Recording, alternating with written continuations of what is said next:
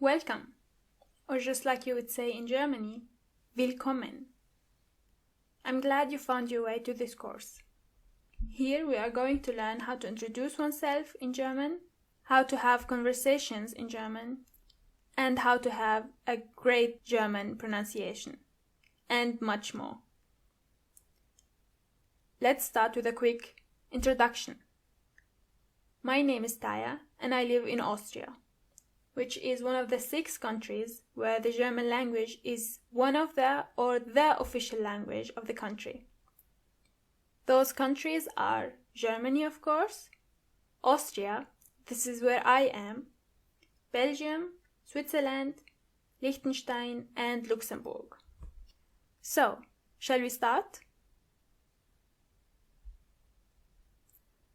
The most important thing when learning any language is to know how to pronounce the letters. That's why we are going to start with the alphabet, or das Alphabet. Let's start with the basic letters, such as A, B, C, D, E, F, G, H, I,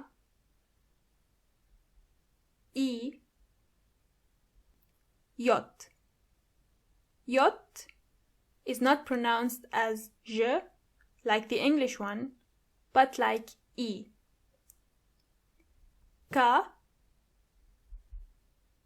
L, M, N, O, P, Q. One thing you have to keep in mind with the letter Q is that this letter never comes alone. There is always a U following.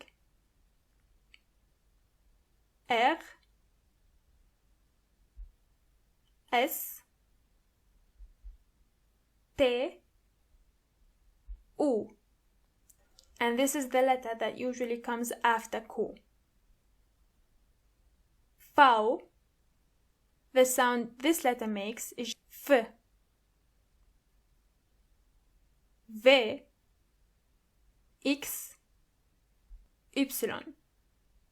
The letter Y and the letter J are pretty similar when it comes to the sound they make. Z. Before we continue, let's try to pronounce those words together, just to make sure we've got everything right.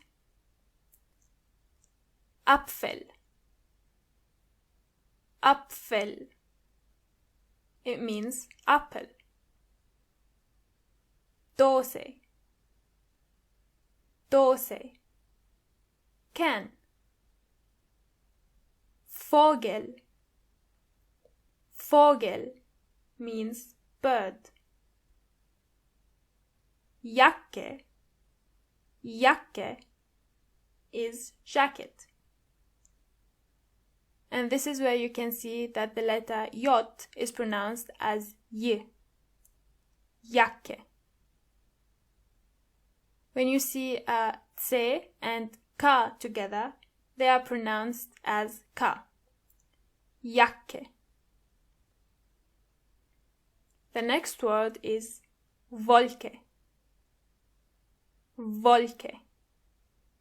Cloud. Uhr. Uhr means clock, and the H in this case is silent. Uhr. And finally, yoga, just like the English version of the word. Yoga. Now we are finished with the basic letters. I want to talk more about the letters that make the German language more special. Those letters are called Umlaut. The first one is A umlaut. It's the same shape as the letter A, but with 2 points above. The sound it makes is A. A. It's like an A, but softer, much softer. A. Those are some words that use this letter. März. März. Männer. Männer means men. Häuser. Häuser means houses. As you can hear, when the letter A umlaut comes before the letter U, together they are pronounced Oi. Häuser. The second letter is O umlaut, a normal O with 2 points above. The sound it makes is Ö. Ö. Start with an O and then try to make your lips a bit closer to each other. Ö. Ö. Öl. Öl means oil. Löwe. Löwe means lion. And öffnen. Öffnen means open. The last letter of the umlauts is U umlaut. This letter is pronounced Ü. To get the sound, start with a normal U and then make your lips even closer to each other. Ü. Ü. Try to pronounce those words with me. Tür. Tür means door. Müll. Müll means trash. And finally, fünf. Fünf means 5. Ü. So altogether we have E, Ö, Ü. Together, E, Ö, Ü. The last letter we have that makes the German language really special is the letter SZ, which could be also described as 2 S's together. SZ. The sound it makes is just S. But you have to be careful, because you might think that some words are written with S, but actually they are written with SZ, even though the pronunciation is completely similar. For example, weiß. Weiß means white. Fußball. Fußball means football. And heiß. Heiß means hot when you are talking, for example, about the weather. When you see the letter E and I together, for example, in the last word, heiß, the sound they make together is I. Heiß. Moving on to some letters that are not specifically special, but they are also important when you want to read in German. The first letter is the letter Sch. Because the German language doesn't have one letter that has the sound Sch, they have to combine 3 letters together, just like the English. But instead of combining S and H, the Germans put a C in the middle. So you have S, C, H. Together they make Sch. For example, schwimmen. Schwimmen means to swim. Schauen. Schauen means to watch. Schön. Schön means beautiful. Do you hear the O umlaut in the middle? The next letter is sp. When you see an S before a P, you have to automatically pronounce the S as sh, even if there is no C or H. The S is pronounced as sh as long as there is a P after it. For example, Spiegel. Spiegel means mirror. Spinne. Spinne means spider. Sport. Sport means sport. The same exact thing goes when you see a T after an S. Together they are st. For example, Straße. Straße means street. Or Stern. Stern, which means star. And also like Stift. Stift, which means pen. The last letter is H.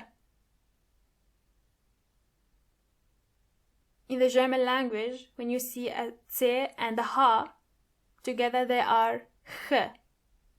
It's not a strong H, but more like a softer one. H. For example, Milch. Milch means milk. Schlecht. Schlecht means bad. And finally, ich. Ich means I.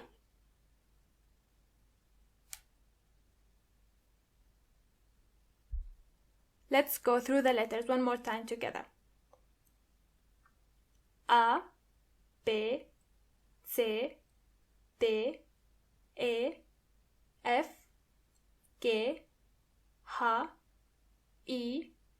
J, K, L, M, N, O, P, Q, R, S, T, U, V, W, X, Y, Z.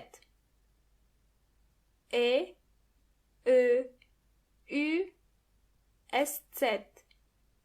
Sch, Sp, St, Ch. Well done. Gratuliere. Congratulations. You have reached the end of our first lesson. I hope to see you next time. And until then, bye-bye.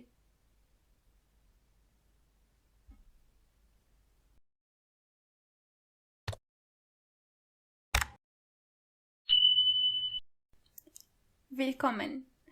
Welcome back to the second lesson of our course.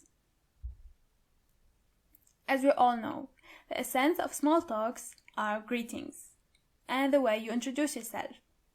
That's why you are going now to learn more about greetings in German, or Begrüßung. Begrüßung. First and foremost, a very simple Hallo. Hallo. If you want to introduce yourself, you can say Ich heiße, ich heiße, which means I am. You can also say mein Name ist, which means my name is. If you want to ask the other person what their name is, you can say wie heißt du? Wie heißt du? Let's practice. Hallo, hallo. Wie heißt du? Wie heißt du? Ich heiße Johanna. Ich heiße Johanna. Okay, now you can be the black lines and I will be the red lines. Hallo. Mein Name ist Taya. Und du? Good job. The und du I said means and you. Okay, let's start with the second part. If you want to say good morning, you say guten Morgen. Guten Morgen. Good afternoon is guten Tag. Guten Tag. Good evening is guten Abend. Guten Abend. And finally, if you want to say good night, you say gute Nacht. Gute Nacht. If you want to ask someone how they are doing, you say wie geht es dir? Wie geht es dir? Or you can also say wie geht's as an informal way to ask someone how they are. They can say es geht mir gut, es geht mir gut, or es geht mir sehr gut. Es geht mir sehr gut, as in I am very well. And just like I said before, and you means und du. Und du? Good job. Okay, now I can read the black lines and you can be the red lines. Hallo, guten Morgen. Wie geht's? Ich auch. Danke. The last sentence means me too. Thank you. And when you are finished, you can say ciao. Ciao, as in goodbye. Or also bis bald. Bis bald, which means see you later. Okay, now to the Zusammenfassung. Let's read them together. Hallo, ich heiße. Wie heißt du? Guten Morgen, guten Tag, guten Abend, gute Nacht. Wie geht es dir? Wie geht's? Es geht mir gut. Und du? Ciao. Bis bald. Hallo. Ich heiße. Wie heißt du? Guten Morgen. Guten Tag. Guten Abend. Gute Nacht. Wie geht es dir? Wie geht's? Es geht mir gut. Und du? Ciao. Bis bald. Good job. You are finished with the second lesson. I hope to see you soon again. Bye bye.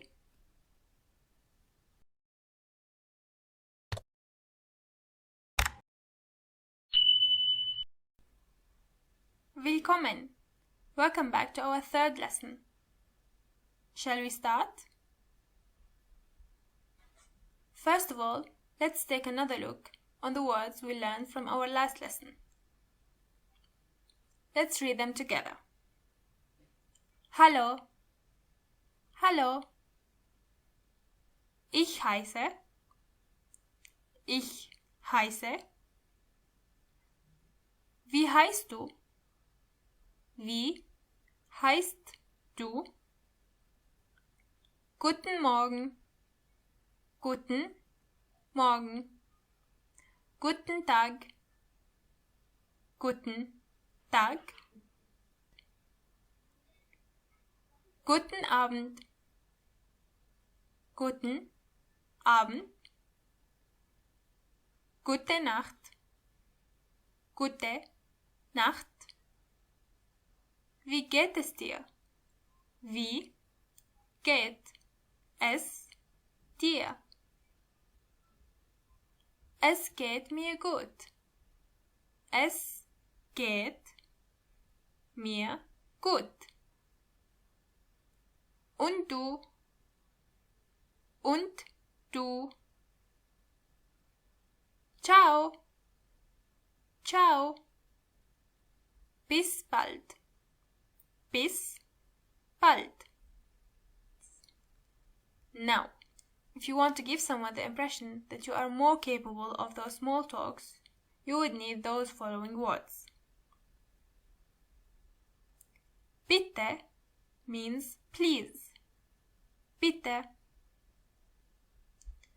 But bitte means also you are welcome. In this case, you would need to pay a little more attention to see which bitte is the correct one. Danke means thank you. Danke. Danke. You can also say vielen Dank, as in thank you very much. Vielen Dank. Vielen Dank. Es tut mir leid means I'm sorry. Es tut mir leid. Entschuldigung means excuse me. Entschuldigung. Entschuldigung. Entschuldigung. Gerne means gladly. Gerne. Gerne. At the beginning, it might be hard to understand the differences between es tut mir leid and Entschuldigung. But you don't have to worry about it. It's actually simple. Es tut mir leid is usually used when you do something wrong, or when you hear some bad news and you want to help your friends to feel better. Es tut mir leid. Entschuldigung, on the other hand, is used when you want to apologize for small things, such as bumping into someone. Entschuldigung. Overall, you can say that Entschuldigung is the more informal way to say sorry. Entschuldigung. Let's test ourselves. You are walking in a store and you accidentally bump into someone. You say,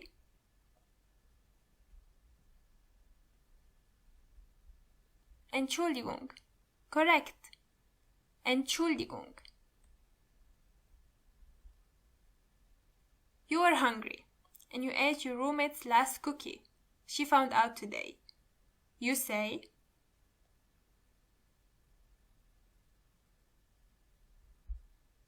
Es tut mir leid. Correct. Good job. Es tut mir leid. You are sitting in a restaurant and you want some more water, so you need to call over the waiter. You say,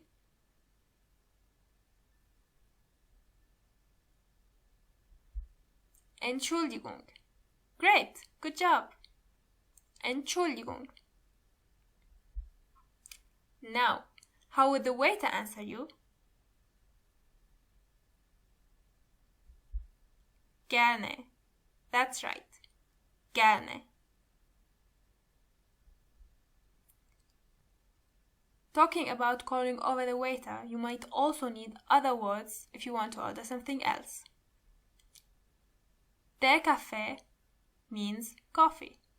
Der Kaffee. Das Wasser is water. Das Wasser. Das Wasser. Das Bier means beer. Das Bier. Können Sie mir bringen means can you bring me? Können Sie mir bringen? Können Sie mir bringen? Excellent. Now, let's go over the new words we learned for today. Bitte. Bitte. Danke. Danke. Vielen Dank. Vielen Dank. Es tut mir leid. Es tut mir leid. Entschuldigung. Entschuldigung. Entschuldigung. Gerne. Gerne. Das Wasser. Das Wasser. Der Kaffee. Der Kaffee. Das Bier. Das Bier. Können Sie mir bringen? Können Sie mir bringen? Gratuliere. And this is the end of our third lesson. See you next time. Bye bye.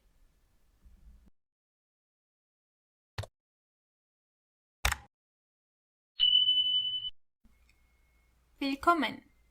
Welcome back to a new lesson. Before we start, let's take a look again at the words we learned from our previous lesson. Let's read them together. Bitte. Bitte. Danke. Danke. Vielen Dank. Vielen Dank. Es tut mir leid. Es tut mir leid. Entschuldigung. Entschuldigung. Entschuldigung. Gerne. Gerne. Das Wasser. Das Wasser. Der Kaffee. Der Kaffee. Das Bier. Das Bier. Können Sie mir bringen? Können Sie mir bringen? Können Sie mir bringen? Good job! For today, we are going to learn more about numbers, or Zahlen. Zahlen. The first one is null. Null. Eins. Eins. Zwei. Zwei. Drei. Drei. Vier. Vier. Fünf. Fünf. Sechs. Sechs. 7, 7, 8, 8, 9, 9, 10, 10. Good job. The next one is elf. Elf. Then comes 12. 12. 12. Starting from 13, you are going to have to combine two numbers together. In this case, you are going to use the numbers 3 and 10 in this order. 3, 10. 3, 10. In other words, you are going to have to read the numbers starting from the right to the left. 14, 14, 15, 15, 16, 17.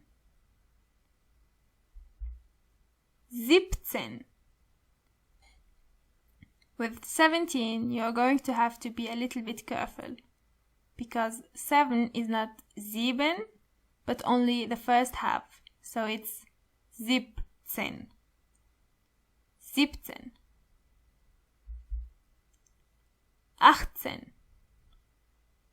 18, 18, 19, 19. 20 is 20. 20. As before, those numbers are always from the right. So first comes 1 and then comes 20. Just like the numbers before, you are going to have to read from right to left. But in the middle, you have to put the word und, and. So together it's 21, 21, 21, 22, 22, 22, 22, 23, 23, 24, 24, 25,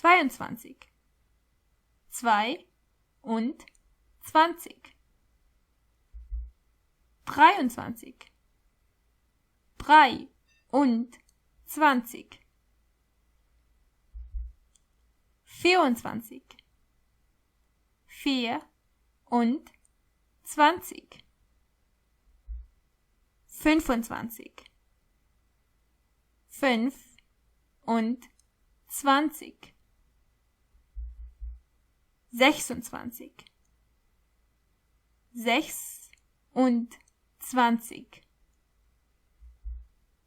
26, 27. Here, as you can see, 7 is whole. You don't have to cut anything. 27. 28.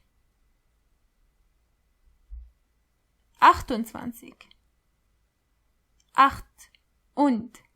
29.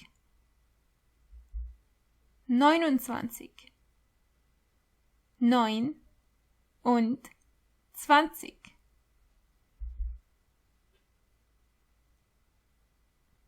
And it goes on like this. 30 is 30. So you say 31, 31, 32, 32, and so on. 40 is 40, 40. To continue, 41, 42. 50 would be 50, 50. 51, 52. After this comes 60, 60, 60, 61, 62. With 70, you are going to have to read only the first half of the word sieben. So together it's 70, 70, 71, 72. 80 is 80, 80, 81, 82. 90 is 90, 90. Then comes 91, 92. 100 is 100, 100.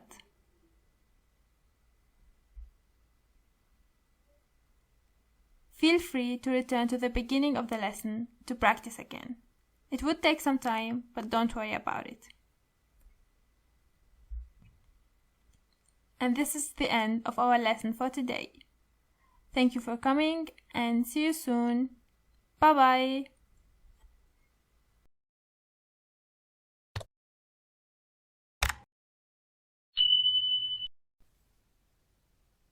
Welcome back to a new lesson. Willkommen. Today we are going to learn more about colors, or in German, Farben. Farben.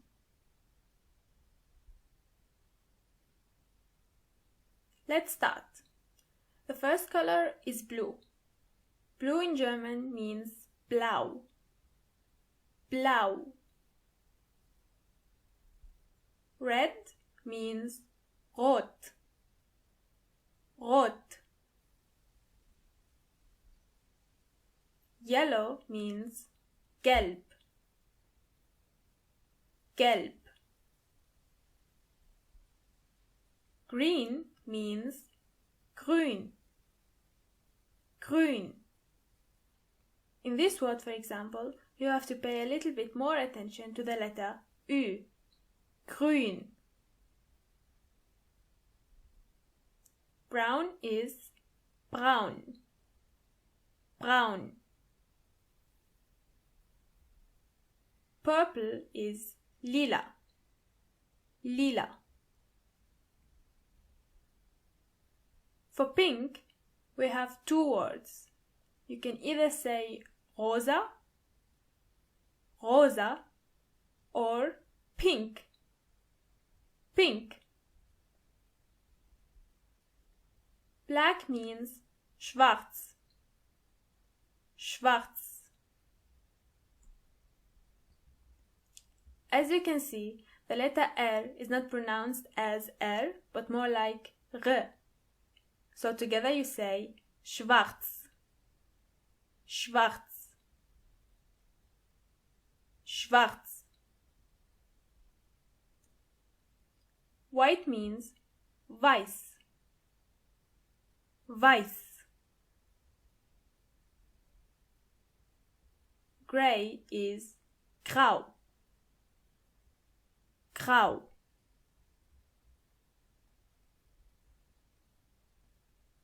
Orange means orange, orange.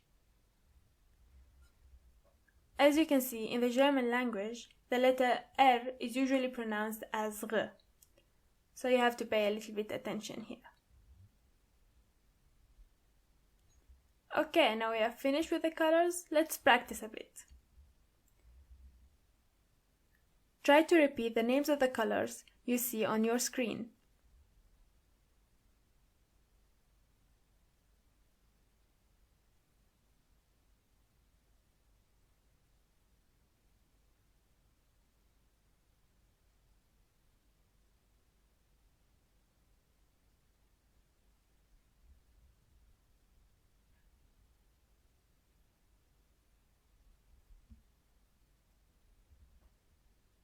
Correct! Good job! Let's read them together again, shall we? Blau, blau, rot, rot, gelb, gelb, grün, grün, rosa, or pink, braun, braun, lila, lila, schwarz, schwarz, grau, grau, orange, orange. Okay, now we are finished with the colors. I think we need some words so that we can describe them. Let's start with the table. Table means tisch. The table means der Tisch. Der Tisch. Chair means Stuhl. The chair means der Stuhl. Der Stuhl. The bag means die Tasche. Die Tasche. The book is das Buch. Das Buch.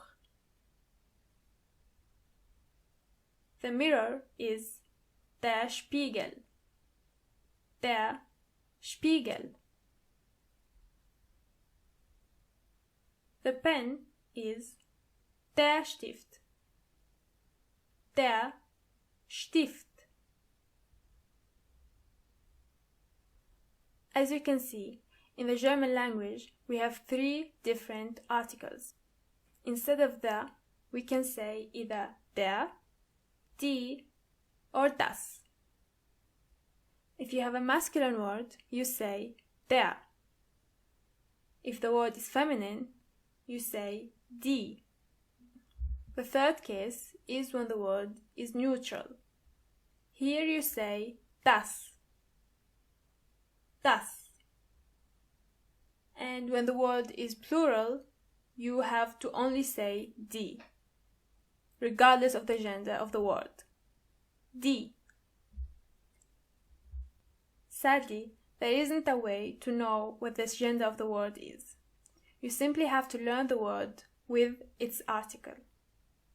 But don't worry about it, you will get used to it with time. Now, let's practice our colors again to make sure we can use them in sentences. The names of those colors are hidden. Try to say the sentence out loud with the correct color.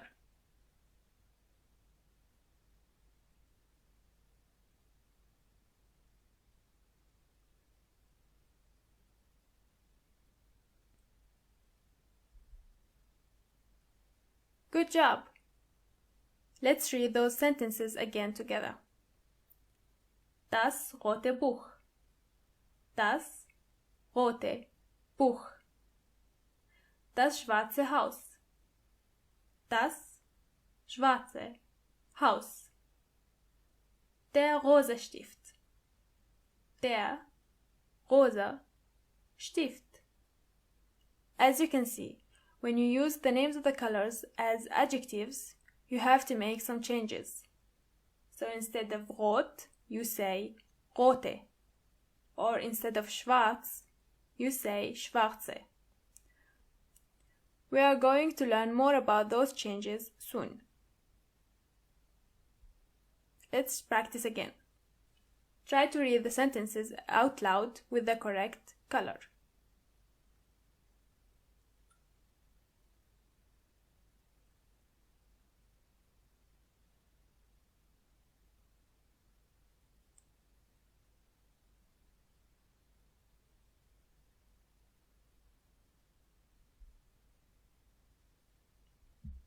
Excellent. Let's read them together. Die gelbe Tasche.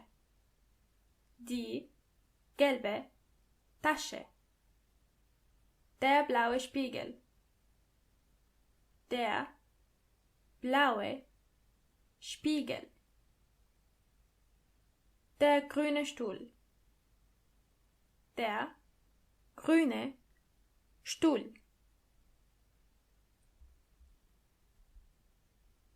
Well done! And now let's go through the words we learned for today again to make sure our pronunciation is correct. Blau, Rot, Gelb, Grün, Braun, Lila, Rosa, Schwarz, Weiß,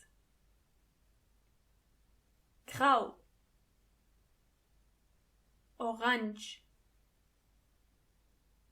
Der Tisch, der Tisch, der Stuhl, der Stuhl, die Tasche, die Tasche, das Buch, das Buch, der Spiegel, der Spiegel, der Stift, der Stift. Gratuliere!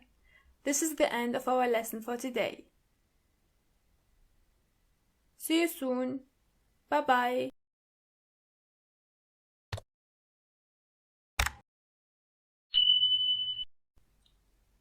Welcome back.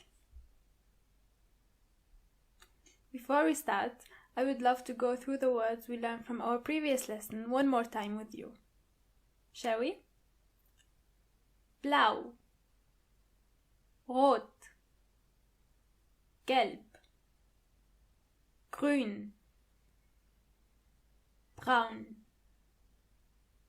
Lila, Rosa, Schwarz, Weiß, Grau, Orange. Der Tisch, der Tisch, der Stuhl, der Stuhl, die Tasche, die Tasche, das Buch, das Buch, der Spiegel, der Spiegel, der Stift, der Stift.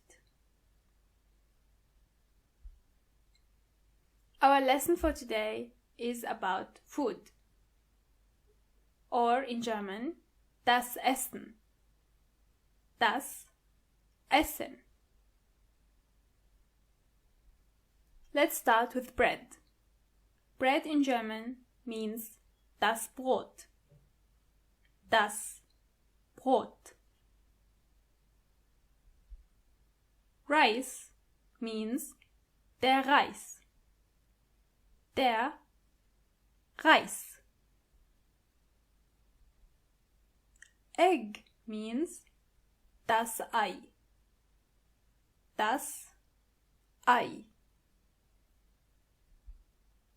Meat means das Fleisch. Das Fleisch. Pork means das Schweinefleisch, which is translated into the meat of the pig. Das Schweinefleisch. Chicken means das Huhn. Das Huhn. Beef is das Rindfleisch. Das Rindfleisch. Fish means der Fisch. Der Fisch. Vegetables in general means die Gemüse. Die Gemüse. Try to practice the pronunciation of this word a couple of times to make sure you are pronouncing the umlaut correctly. Die Gemüse. Lettuce is der Kopfsalat or simply der Salat. Der Kopfsalat. Der Kopfsalat. Onion means die Zwiebel. Die Zwiebel. Garlic is der Knoblauch. Der Knoblauch. Side note, Germans love to use Knoblauchsoße in their kitchen, which is garlic sauce. Pepper is die Paprika. Die Paprika. Carrot is die Karotte. Die Karotte. Tomato is die Tomate. Die Tomate. Fruits are die Obst. Die Obst. Apple is der Apfel. Der Apfel. Banana is die Banane. Die Banane. Pineapple is die Ananas. Die Ananas. Strawberry is die Erdbeere. Die Erdbeere, which is translated into the berry of the earth. Grape means die Traube. Die Traube. A drink is das Getränk. Das Getränk. Milk means die Milch. Die Milch. Tea is der Tee. Der Tee. Sugar is Zucker. Zucker doesn't have an article because just like English, you don't say the sugar, but simply sugar. Zucker. Honey means der Honig. Der Honig. If you want to say I want, you say ich möchte. Ich möchte. With means mit. Mit. Now, let's try to build some sentences. Ich möchte Paprika, Zwiebel und Apfel. Means, I want pepper, onion and apple. Ich möchte Paprika, Zwiebel und Apfel. Ich möchte Obst und Rindfleisch. I want fruits and beef. Ich möchte Obst und Rindfleisch. Try to read them on your own.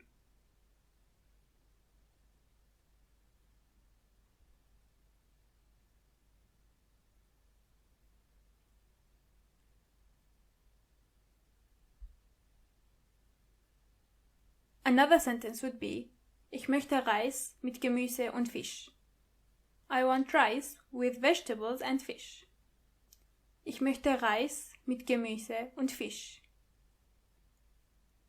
Ich möchte Tee und Milch mit Honig. I want tea and milk with honey. Ich möchte Tee und Milch mit Honig. Try to read them.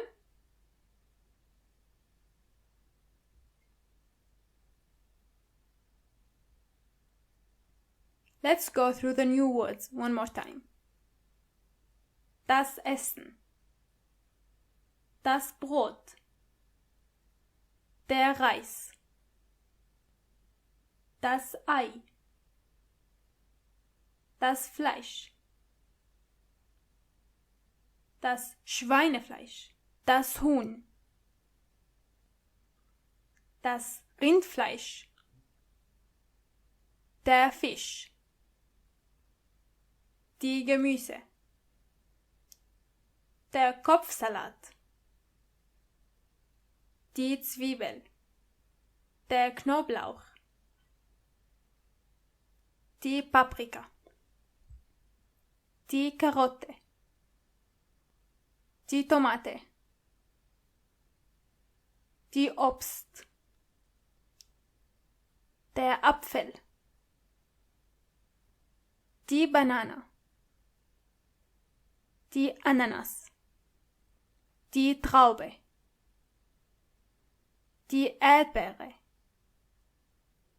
das Getränk, die Milch, der Tee, Zucker,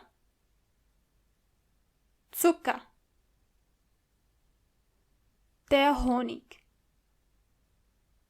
Ich möchte. Mit. As you can see, there are plenty of der, das, and die. That's why I would recommend that you learn the word with the article right away.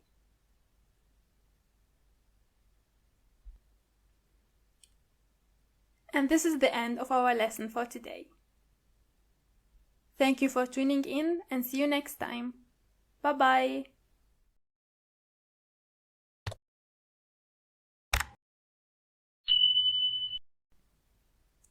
Willkommen! Welcome back to a new lesson. Just like always, let's start with a summary of the new words we learned from our last lesson. Shall we? Das Essen, das Brot, der Reis, das Ei, das Fleisch, das Schweinefleisch, das Huhn, das Rindfleisch, der Fisch, die Gemüse, der Kopfsalat, die Zwiebel, der Knoblauch, die Paprika, die Karotte, die Tomate, die Obst, der Apfel, die Banane, die Ananas, die Traube, die Erdbeere, das Getränk, die Milch, der Tee, Zucker, der Honig. Ich möchte. Mit. Well done. Today we are going to learn more about animals in German, or die Tiere. Die Tiere. Do you see the E and A in the middle? When they come together after each other, they sound more like E, a longer E.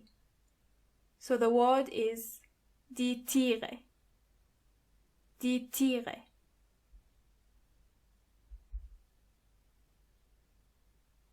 Our first word is cat. Die Katze. Die Katze. Dog is der Hund. Der Hund.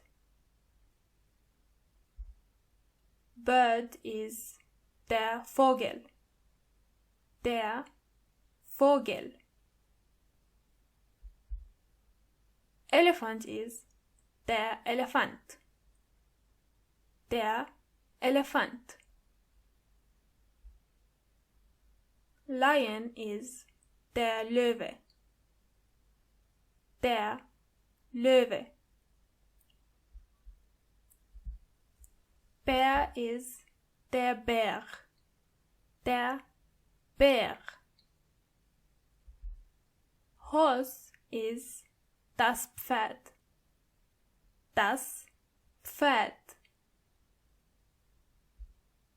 Tiger is der Tiger. Der Tiger. Bull is der Stier. Der Stier. A turtle is die Schildkröte. Die Schildkröte. Die Schildkröte. Pig is das Schwein. We already know this one from our last lesson.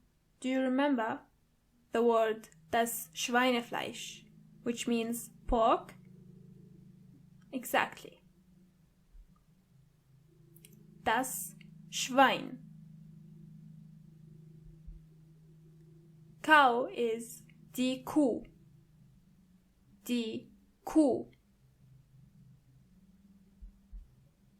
Sheep is die Schafe. Die Schafe. Duck is die Ente. Die Ente. Now we are finished with our animals. Let's learn some verbs. To run means rennen. Rennen. To go means gehen. Gehen. To jump is springen. Springen. As you can see, all verbs in infinitive end with n. Rennen, gehen, springen, and so on. Now let's take a look at some adjectives. Fast means schnell. Schnell. Slow means langsam. Langsam. Okay, now let's use those words to build a sentence. Do you see the empty spaces? Try to fill them with words so that you have a sentence.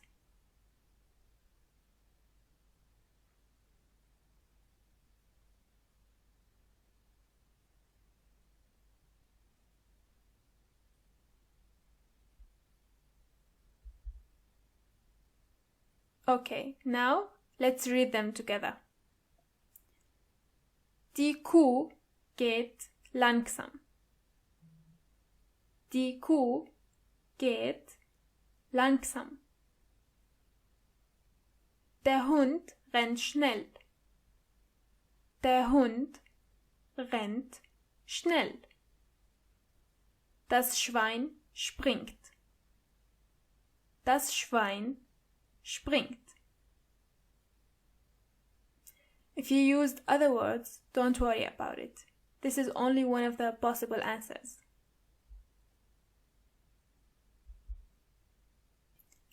Now, let's take a look at the new words. Let's read them together. Die Tiere. Die Tiere. Die Katze. Die Katze. Der Hund. Der Hund. Der Vogel. Der Vogel. Der Elefant. Der Elefant. Der Löwe. Der Löwe. Der Bär. Der Bär. Das Pferd. Das Pferd. Der Tiger. Der Tiger. Der Stier. Der Stier.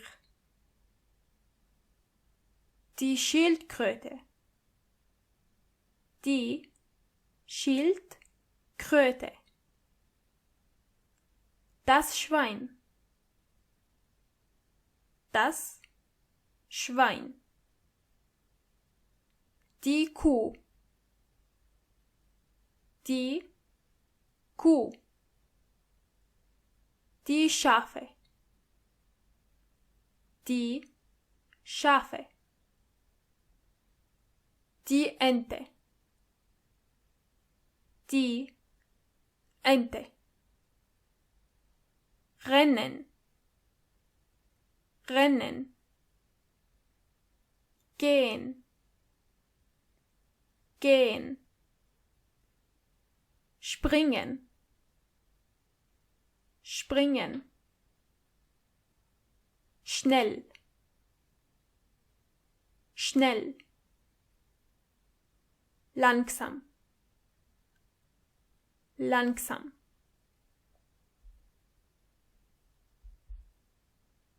That's it. This is our lesson for today.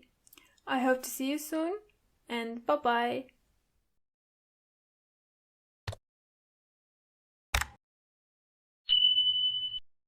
Welcome back. Willkommen. Before we start, let's go through the old words one more time. Die Tiere. Die Katze.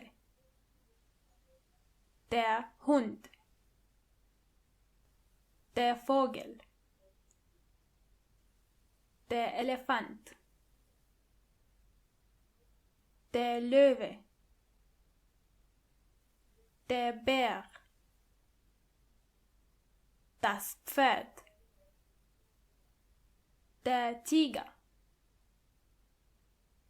Der Stier. Die Schildkröte. Das Schwein. Die Kuh. Die Schafe.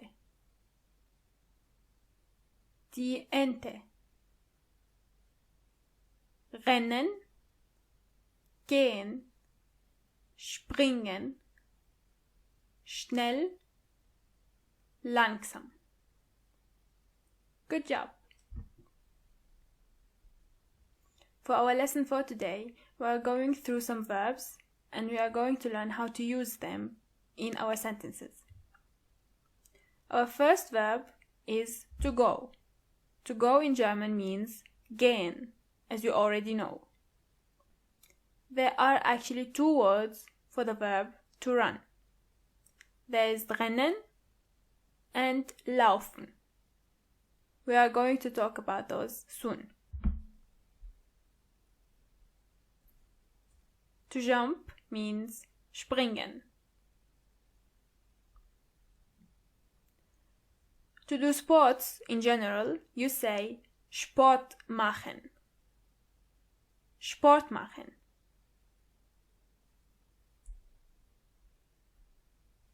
To swim means schwimmen. Schwimmen.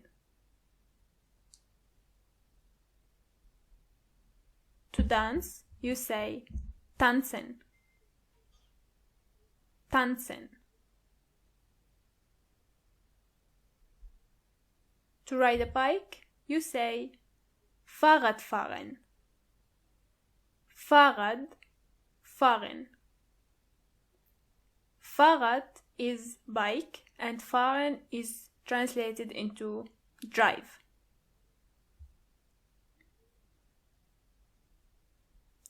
To play, you say spielen. Spielen.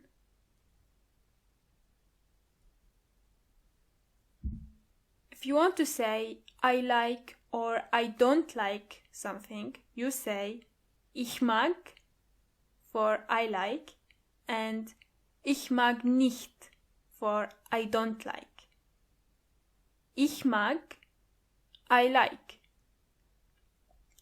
Ich mag nicht, I don't like.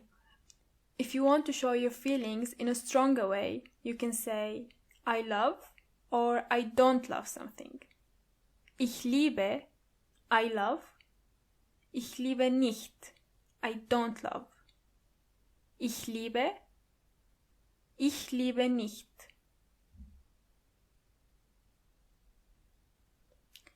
Try to complete those sentences by putting a verb at the end.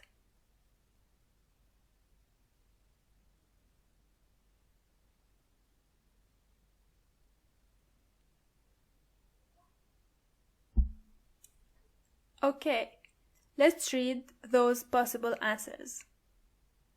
Ich mag schwimmen. I like to swim. Ich mag schwimmen. Ich mag nicht laufen. I don't like to run. Ich mag nicht laufen. Ich liebe springen. I love to jump. Ich liebe springen.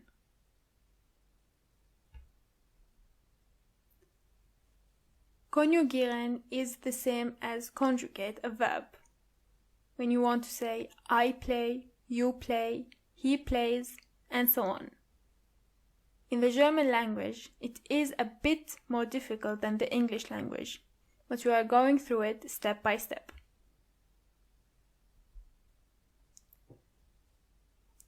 Before we start, let's take a look at the German pronouns. Ich means I. Ich. Du is you. Du. And sie are the same as he and she. Sie. Es is the same as it. So we have sie, es. We means wir. Wir. And you for plural, you say ihr. Ihr. And finally, for they, you say sie. Sie. When you want to use the verb with a specific pronoun, you have to change it a bit. And by change, I mean that you have to add those letters at the end of the verb. For ich, you add e. For du, you add este. But you have to be careful here, because the pronunciation is st. It's not sht. For ses, you put simply a t. For wir, the verb stays the same as in infinitive. For ihr, you put also a t. And finally, for sie, the verb stays also in its infinitive form. Let's start with the verb gehen. I go means ich gehe. In this case, you delete the en at the end of the verb in the infinitive form and you only put an e at the end. So it's ich gehe. I go. You go is du gehst. Du gehst. Ses geht. Wir gehen. You can see the verb stays the same here. Wir gehen. Ihr geht. Ihr geht. And finally, sie gehen. Just like wir gehen. Again, now let's try with the verb springen. Ich springe. Du springst. ICS springt. Wir springen. Ihr springt. Sie springen. The same goes here for machen. Ich mache. Du machst. ICS macht. Wir machen. Ihr macht. Sie machen. And so on.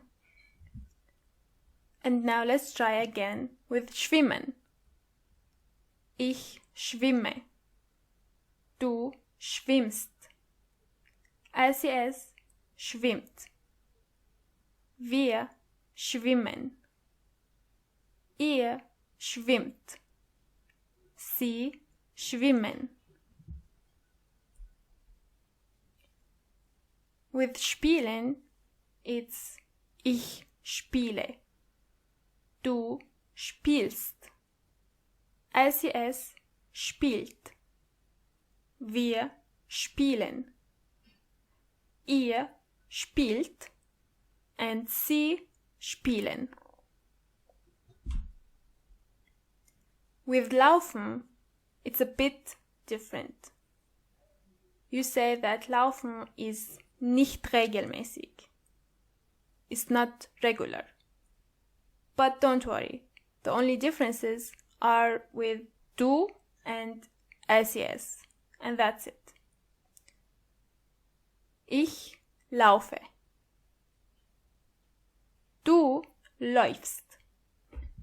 As you can see, we have to change the A into an E. So it's läufst. Läufst. The same goes for ICS. Läuft. Other than that, the verb stays exactly the same. Wir laufen. Ihr lauft. Sie laufen.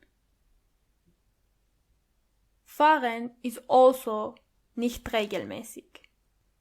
Not regular. Ich fahre. Du fährst. The same as laufen. ICS fährt. And then comes wir fahren. Ihr fahrt. Sie fahren. And that's it. Let's go through the verbs and the new words one more time. Gehen. Laufen.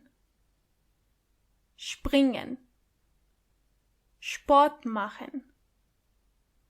Schwimmen. Spielen. Fahrrad fahren. Tanzen. Ich mag. Ich mag nicht. Ich liebe. Ich liebe nicht. That was our lesson for today. I hope to see you soon again, and until then, bye bye.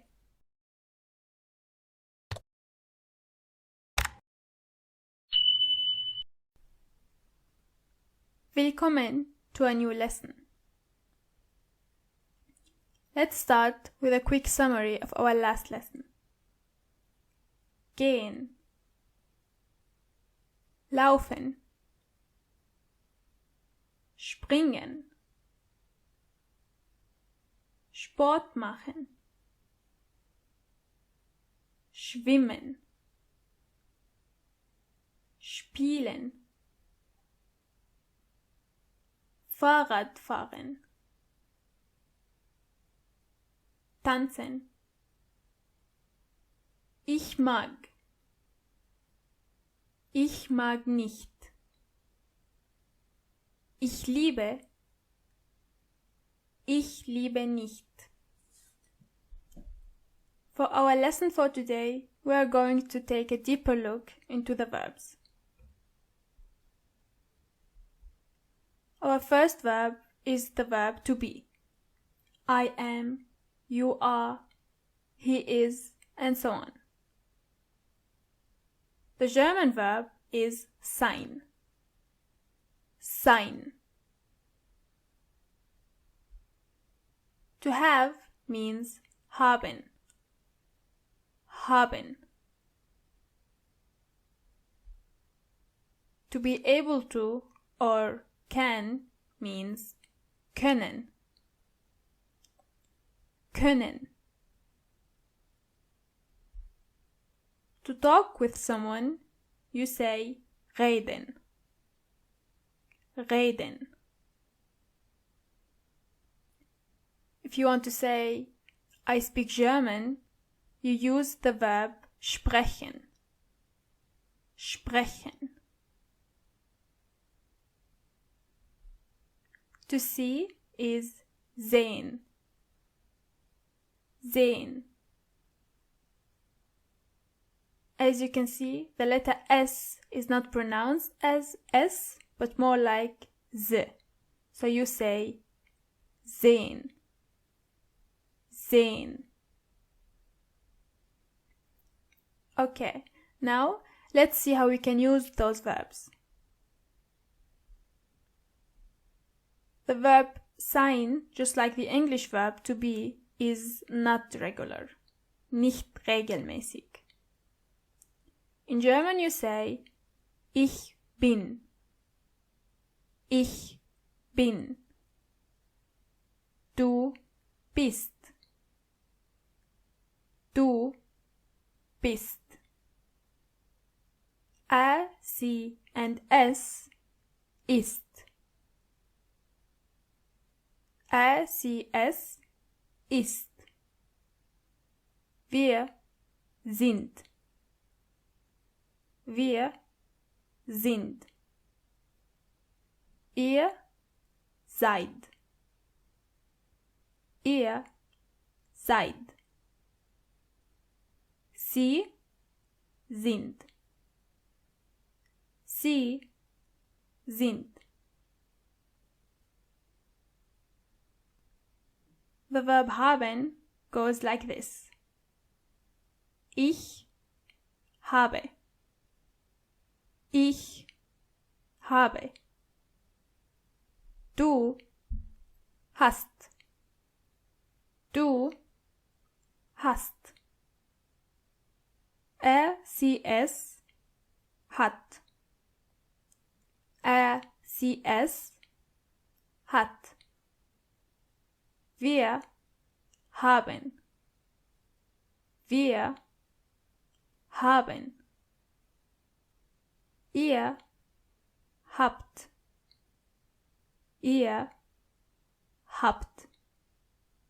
Sie haben. Sie haben. As you can see, the only change you have to make is with du and SES. Other than that, everything stays the same, just like we learned from our last lesson. Reden is completely normal, so it goes like this. Ich rede. Du redest. Er, sie, es redet. Wir reden. Ihr redet. Sie reden. Again. Ich rede. Du redest. Er, sie, es redet. Wir reden. Ihr redet. Sie reden. The verb können is not regular as well. But with this verb, you have to change the first three forms. Ich, du, and es. The other three stay the same. Ich kann. Ich kann. Du kannst. Du kannst. Es kann. Es kann. Wir können. Wir können. Ihr könnt. Ihr könnt. Sie können. Sie können. Sprechen is also not regular. Here you only have to change the forms du and ses. Ich spreche. Ich spreche. Du sprichst. Du sprichst. ses spricht. ses spricht. Wir sprechen. Wir sprechen. Ihr sprecht. Ihr sprecht. Sie sprechen. Sie sprechen.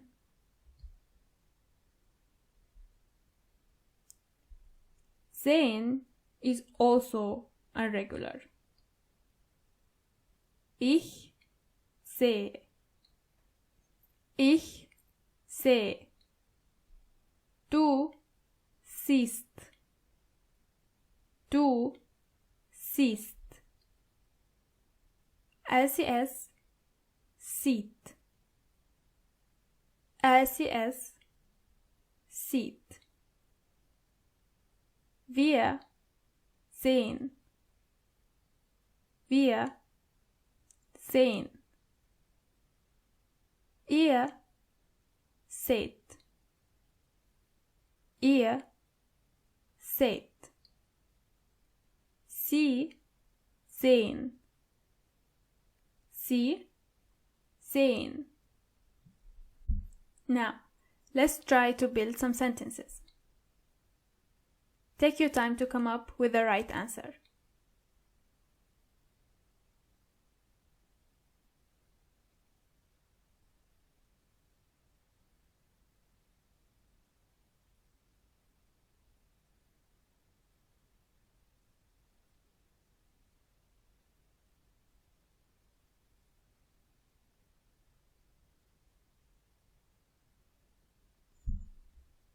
Let's read them together. I am. Ich bin. He speaks. Spricht. They can. Sie können. You are. Du bist. We go. Wir gehen. She sees. Sie sieht. I have. Ich habe. Well done. Let's try it again.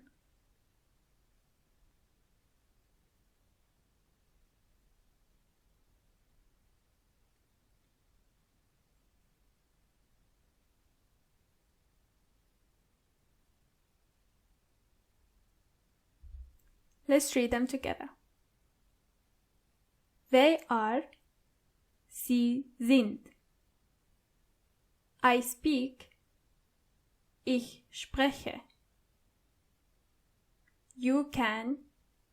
Du kannst. We are. Wir sind. You'll go. Ihr geht. I see. Ich sehe. They have.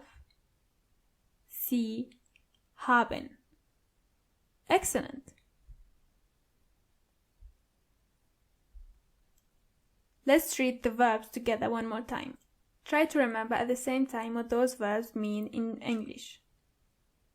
Sein. Haben.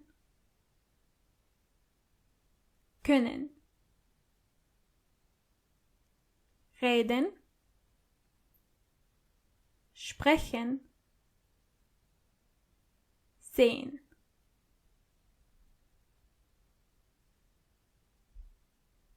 Gratuliere!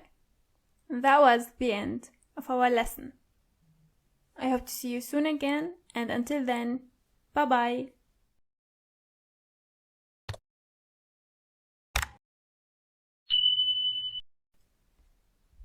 Willkommen to a new lesson.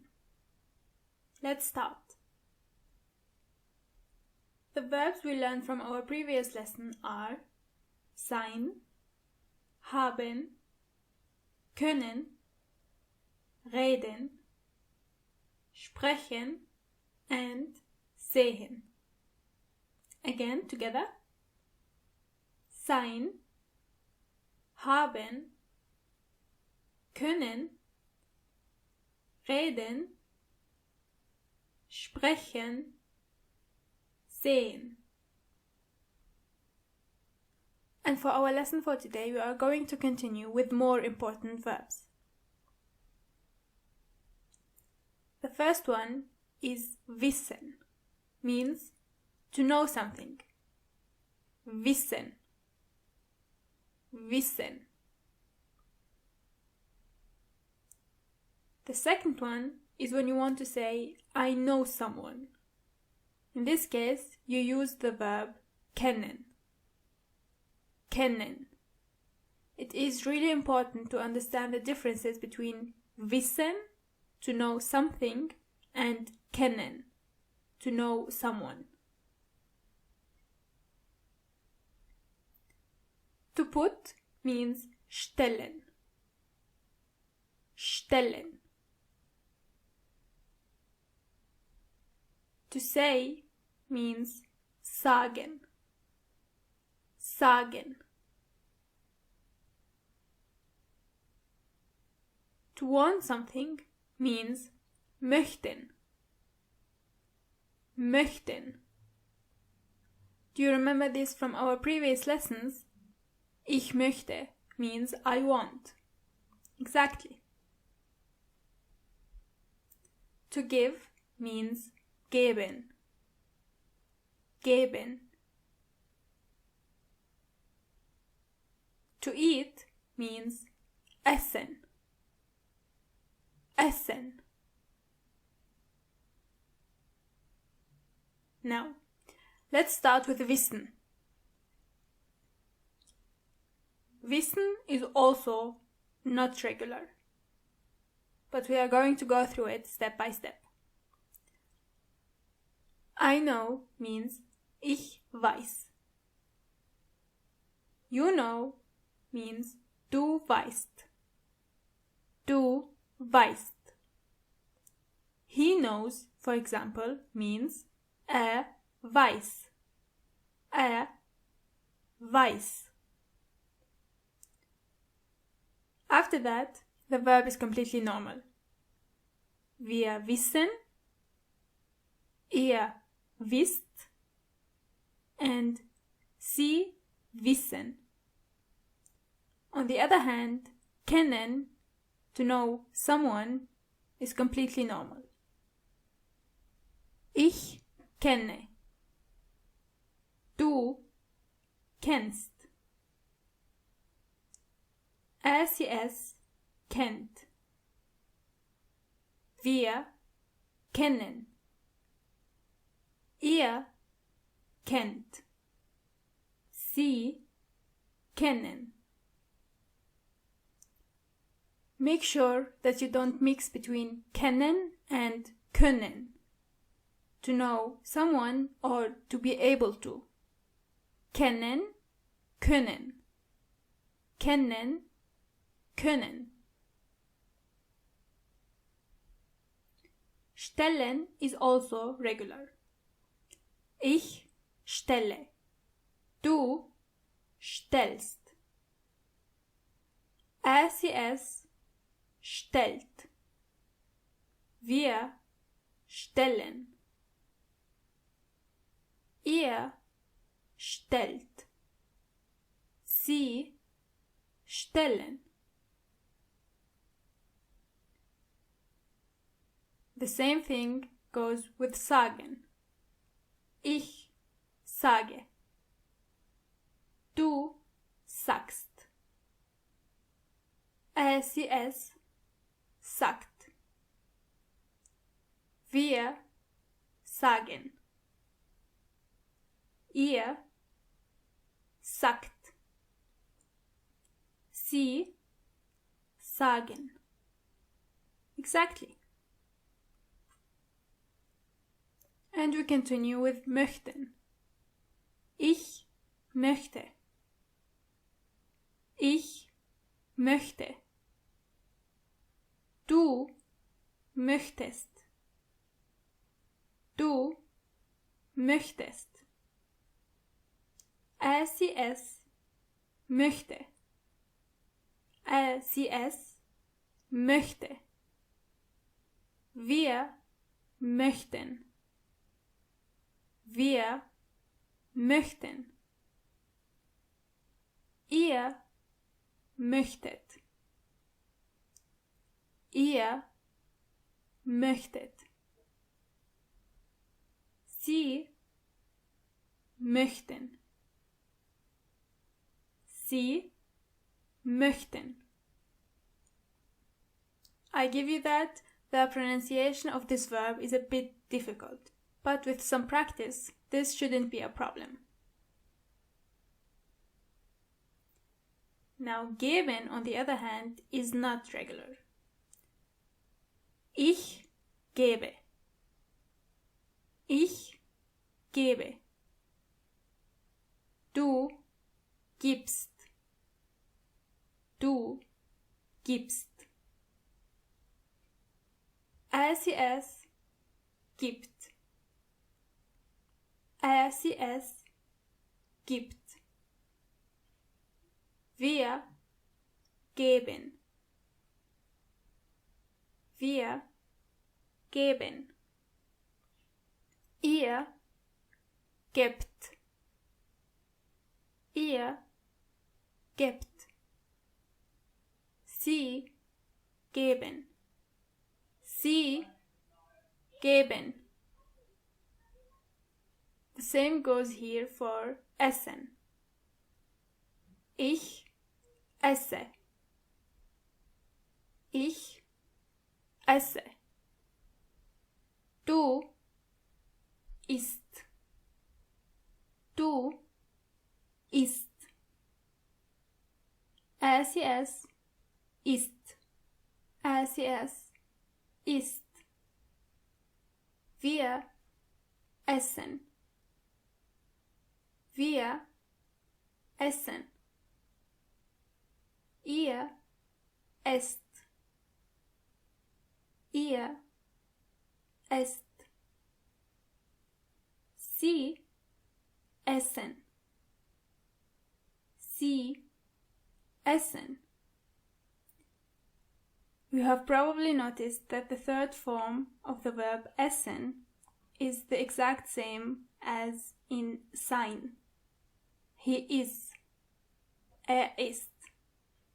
But you have to keep in mind that he is written with one S. But the pronunciation is exactly the same. Try to write the right answers.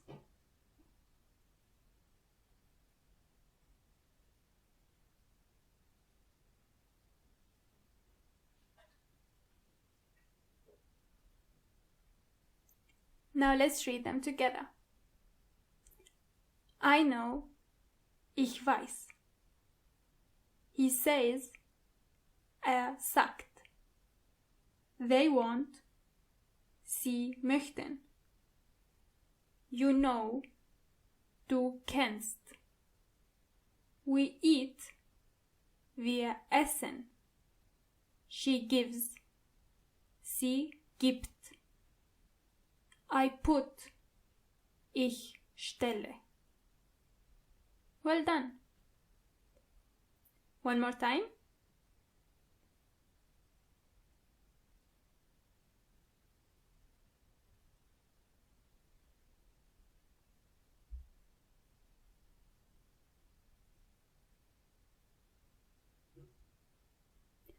They know. Sie wissen. You'll say, ihr sagt. I want. Ich möchte. We know. Wir kennen. You eat. Du isst. I give. Ich gebe. She puts. Sie stellt. Excellent. Let's go through the verbs one more time. Try to remember at the same time what they mean in English. Wissen. Kennen. Stellen. Sagen. Möchten. Geben. Essen.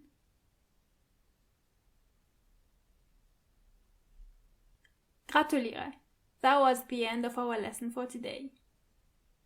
I hope to see you soon again, and until then, bye bye!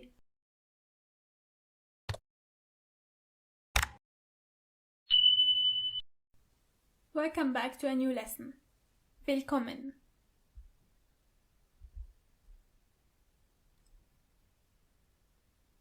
Before we start, let's read the verbs from our last lesson one more time. Wissen, kennen, stellen, sagen, möchten, geben, essen. Good job. For the next couple of lessons, we are going to review the things we learned, and we are also going to practice them even further, to make sure that we can use them without problems. Repeat after me. Hallo.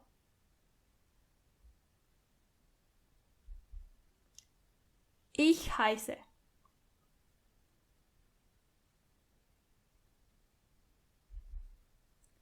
Mein Name ist.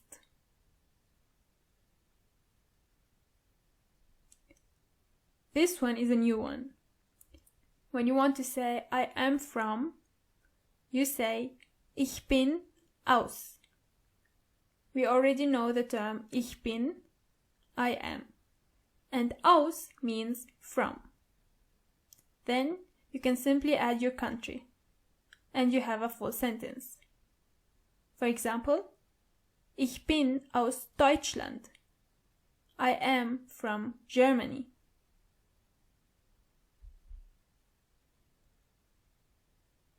Wie heißt du?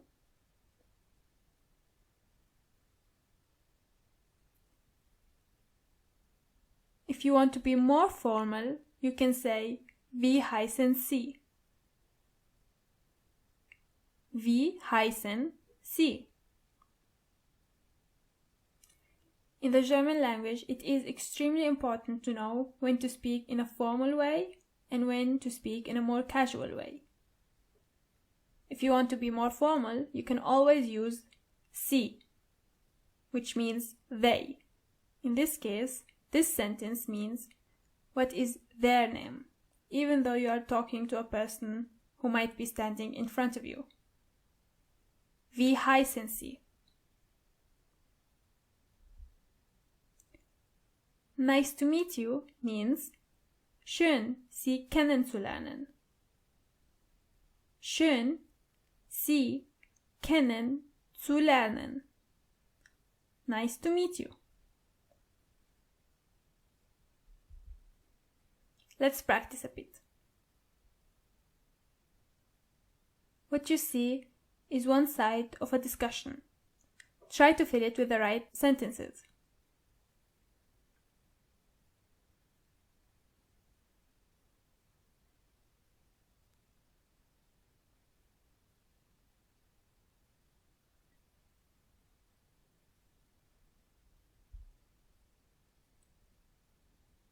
Okay, now I will read the black lines and you can read the red lines. Hallo.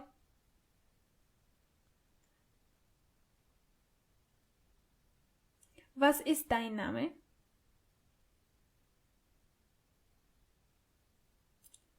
Ich heiße Isabella. Schön, Sie kennenzulernen.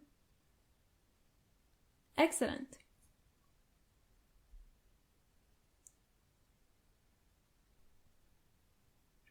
As you already know, greetings also have words like good morning, which is Guten Morgen. Guten Morgen. Guten Tag.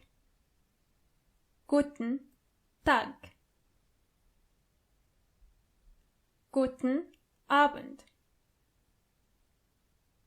Guten Abend. Gute Nacht. Gute Nacht.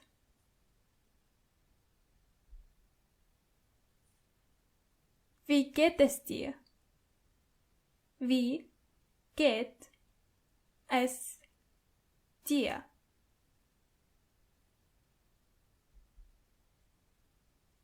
Or to be less formal, you say wie geht's, as in what's up.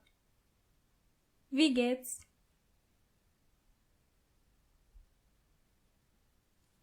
The other person might say gut und du? Gut und du?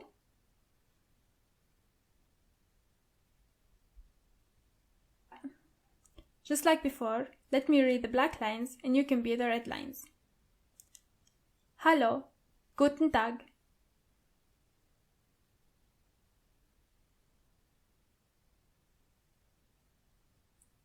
Wie geht's? Gut, danke.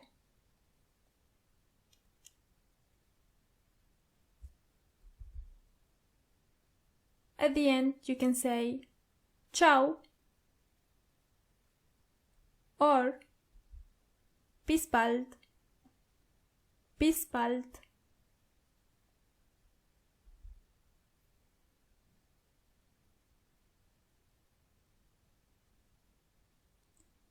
Let's go through them one more time. Ich bin aus. Mein Name ist. Wie heißt du?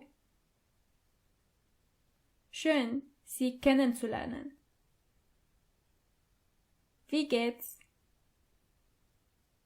Gut. Und du? Excellent.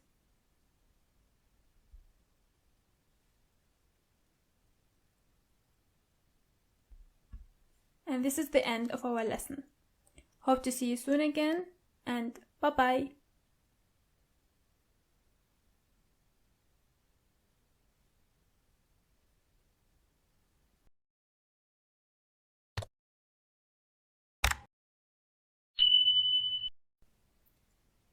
Welcome back again to a new lesson. Willkommen. The things we learned from our last lesson are Ich bin aus, ich bin aus, mein Name ist, mein Name ist, wie heißt du, wie heißt du, schön Sie kennenzulernen, schön Sie kennen zu lernen. Wie geht's?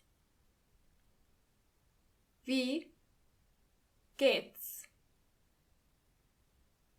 Gut. Und du? Gut. Und du?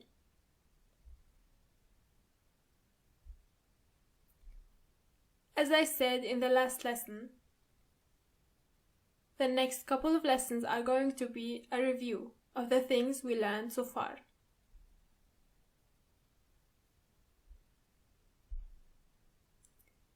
Bitte means please.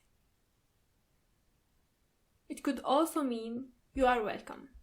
It depends on the context. Bitte. Danke is thank you. Danke.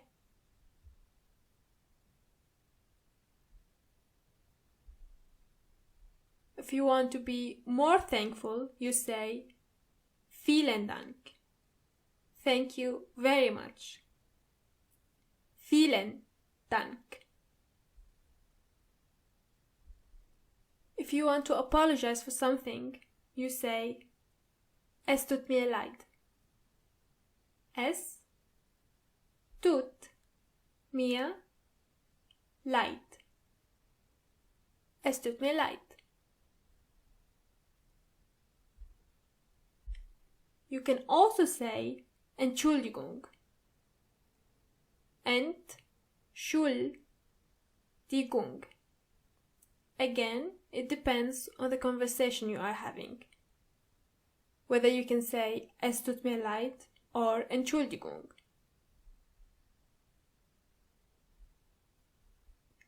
Let's see if you still remember when to use Entschuldigung and when to use es tut mir leid. The first situation is you are walking down the street and accidentally bump into a stranger. You say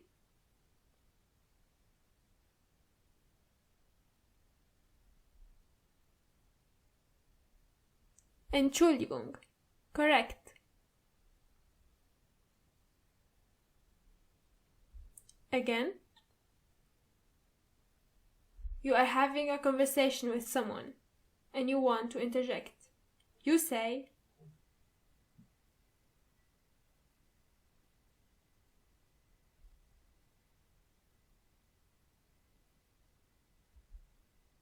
Entschuldigung. Correct.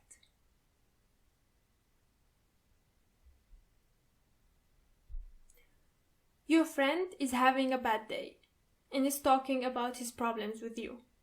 In this case, you say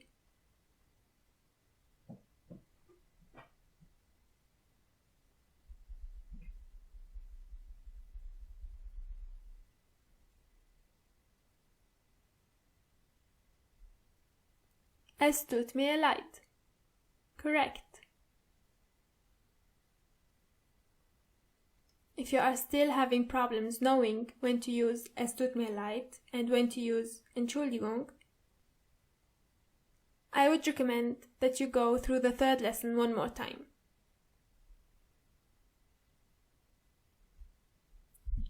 Coffee means der Kaffee. Der Kaffee. Water means das Wasser. Das Wasser.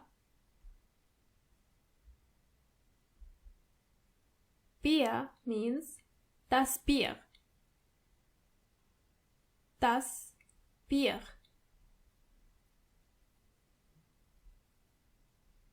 If you want to ask someone to bring you something, you say, können Sie mir bringen?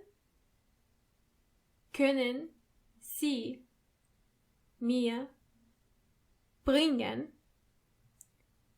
As you can see, this question is formal. That's why we use Sie instead of du. Können Sie mir bringen? If you are in a restaurant, you say, ich nehme. as in I take or I will take. Ich nehme. Ich nehme. For this exercise, I'm going to read the black lines and you can read the red lines. Take your time.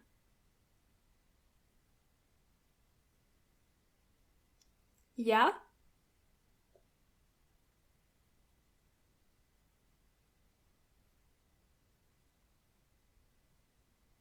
Ja, klar. Gerne.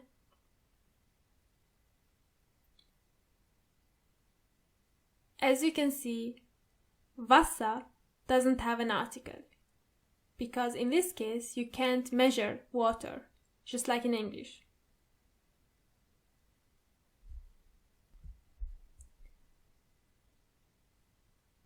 You might be wondering what ein or einen mean.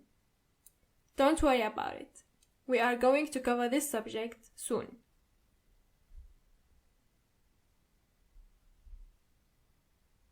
Congrats! Gratuliere! This is the end of our lesson for today. I hope to see you soon again. Bye bye!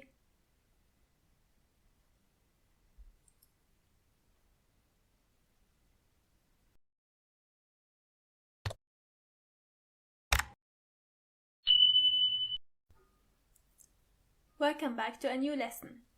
Willkommen! For our lesson for today, we are going to review the fourth lesson where we learn the numbers. Die Zahlen. Let's see if you still remember those numbers. 0, 1, 2, 3, 4, 5, 6, 7, 8, 9. And then comes 10, 11, 12, 13,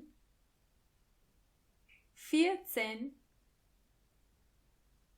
15, 16, 17, 18, 19.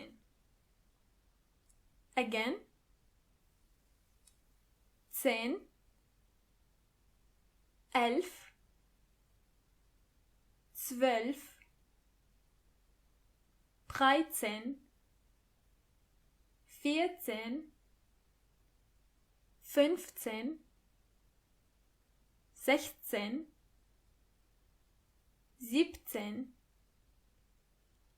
18, 19. Good job.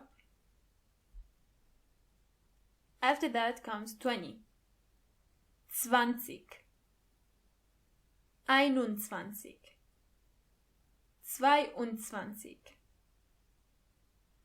23.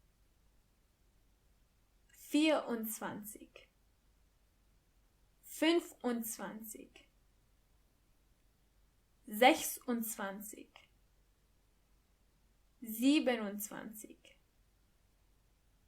27. 28, 29. If you find it difficult to pronounce the numbers, try to divide the words. For example, 21 would be ein und 20, which is translated to 1 and 20. Try to read them like this with me. 20. Ein und 20. 2 und 20. 3 und 20. 4 und 20. 25,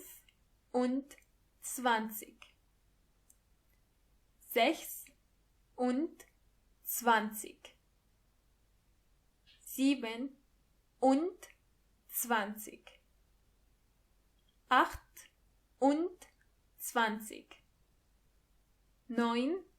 28, 29. Try to repeat them, and soon enough, you are going to be able to pronounce them without any problems. The same thing goes with 30. 30, 31, 32, 33, 34, 35,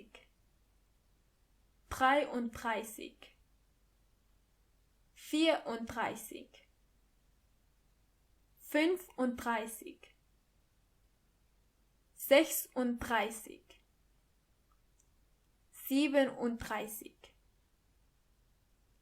37, 38, 39. If you feel intimidated in the way the numbers are written, don't worry about it. In the German language, if you write a text, you only have to write the numbers in the form of letters from number 0 to 12. Anything bigger than 12, you can simply write it as a number. But it is important to know how to pronounce the numbers. Let's continue with 40. 40, 41, 42, 43, 44, 45,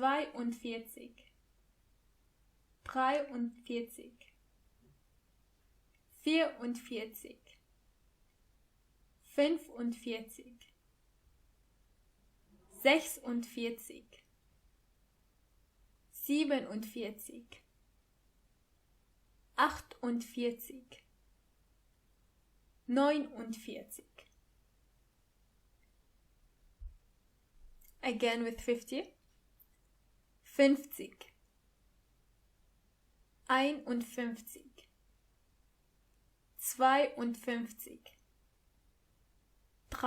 53,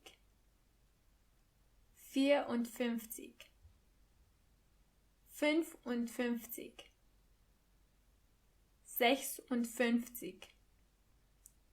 57, 58, 59. As you can see, the numbers 20, 30, 40, 50, and so on are pretty easy. You only have to add zig at the end. 20, 30, 40, 50, and so on. For example, 60 would be 60, 61, 62, 63, 64, 65,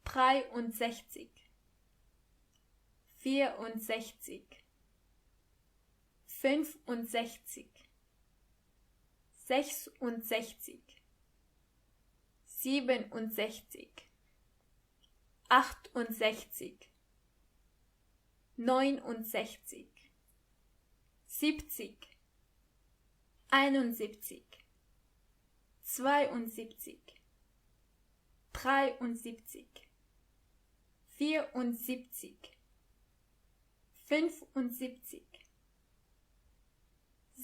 73, 74, 75, 76, 77,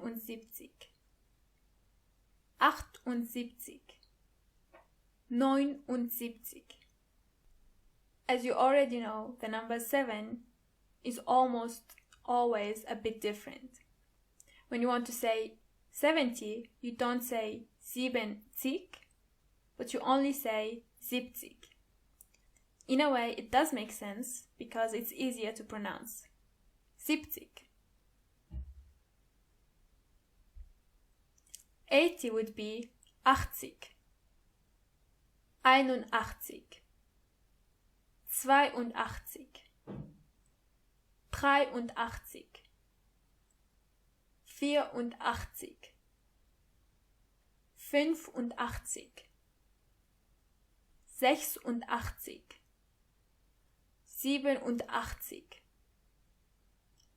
87, 88, 89. And finally, 90 is 90. 91, 92, 93, 94, 95, 96, 97,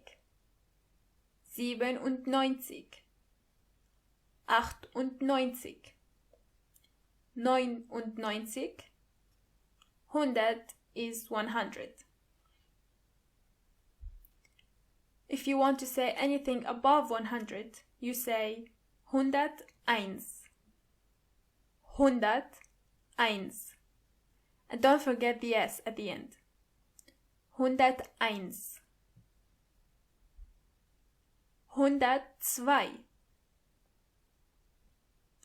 120 is 120.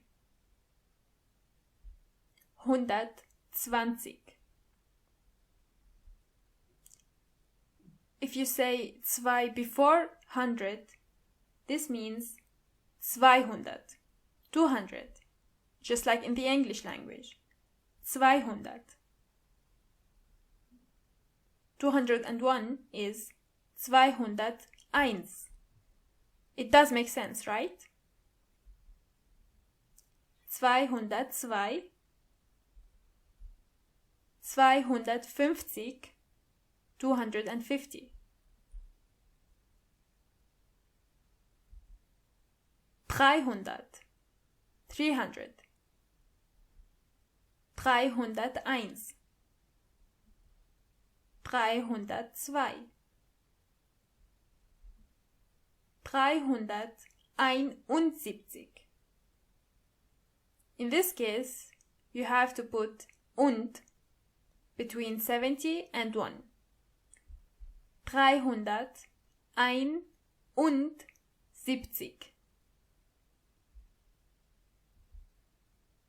400. 400. 401. 401. 484 is 484. I think it is much easier if you divide the word. 484. Then comes 500. 500. 500. 501. 501. 563 is 563. 563. It might be a little bit complicated because in this case you have to read from the left and then from the right. So you say 563. But with some practice we are going to master it. Don't worry. 563.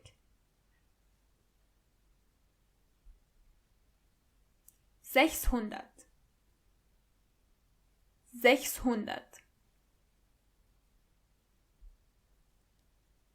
601. 700. 700. 701. 701. 729. 729. 729.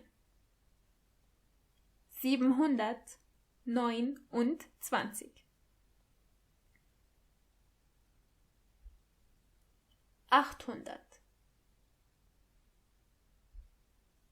801. 900. 901. And finally comes 1000. 1000. 1000. For this exercise, try to take your time to figure out what those numbers are called in German.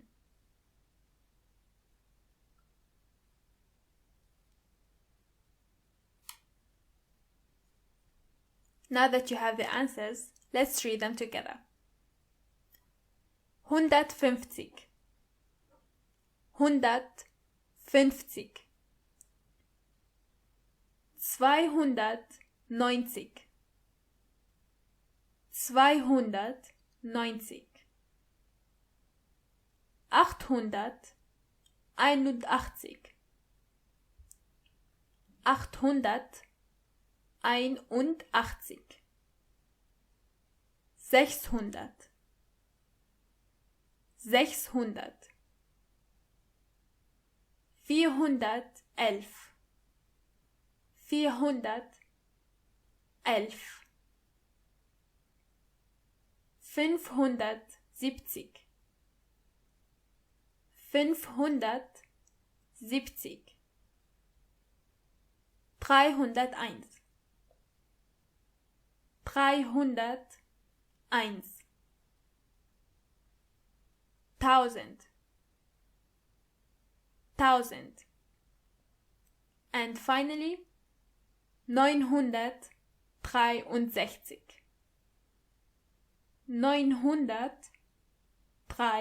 963. Well done!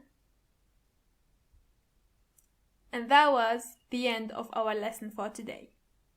Thank you very much for tuning in, and I will see you soon. Bye bye! Willkommen!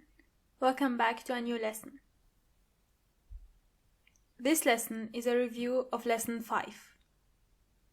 Do you remember this one? This is where we learn the colors for the first time. Farben. Let's start with blue. Blau. Blau. Red is rot. Rot. Gelb is yellow. Gelb. Grün is green. Grün. Brown is braun. Braun. For purple, you say lila. Lila. For pink, you have two options. You either can say rosa, rosa, or pink, pink, just like the English pink. Black means schwarz, schwarz. And make sure you are pronouncing the R correctly. Schwarz. Schwarz. Exactly. White means weiß. Weiß. But you already know that I know also means weiß. Do you remember this one? Ich weiß. I know. So you can say that weiß has two different meanings. It's either white or I know. Usually it is pretty obvious which weiß one is talking about. Gray means grau. Grau.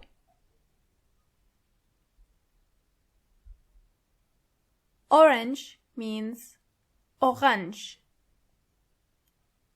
Orange.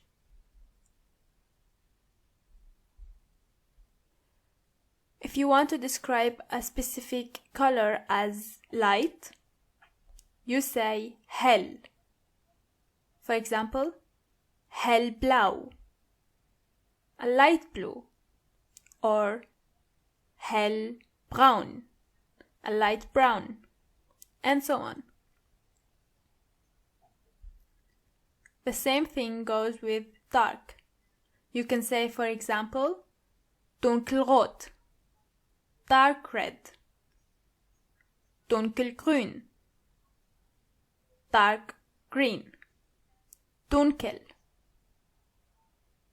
dunkel. Try to say the colors you see in front of you out loud.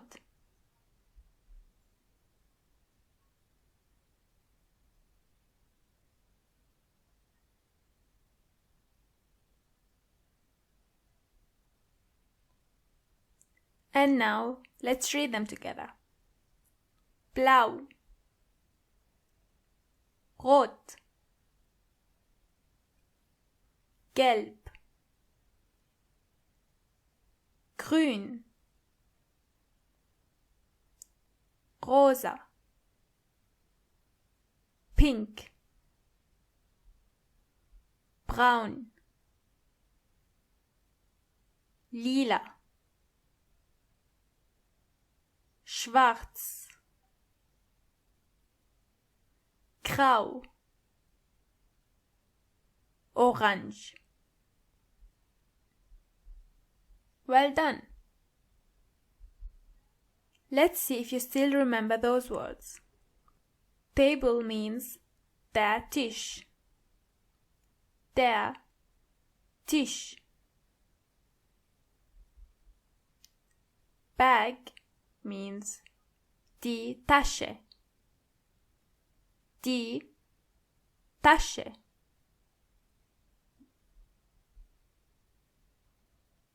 Backpack means die Rücktasche. Die Rücktasche. Chair means der Stuhl. Der Stuhl. Bed means das Bett. Das Bett. A sofa or a couch means das Sofa. Das Sofa. Book means das Buch. Das Buch. Paper is das Papier. Das Papier.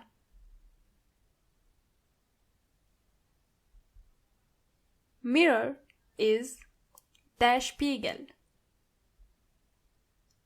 Der Spiegel.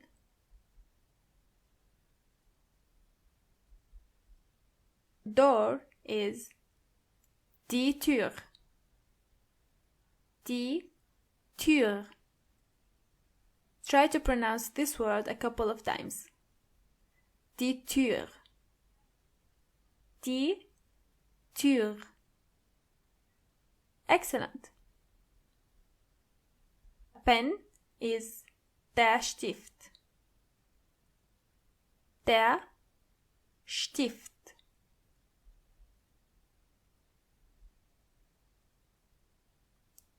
In the German language, if you want to say a book or a bag, for example, you say ein Buch instead of das Buch, or eine Tasche instead of die Tasche. Ein and eine. Try to read those sentences out loud with the correct color.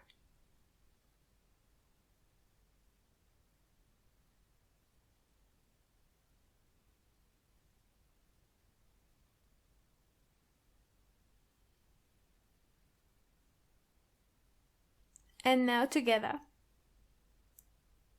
Das Papier ist rot. Die Tasche ist schwarz. Der Stift ist pink. Eine Rücktasche ist gelb. Die Tür ist blau. Das Bett ist grün.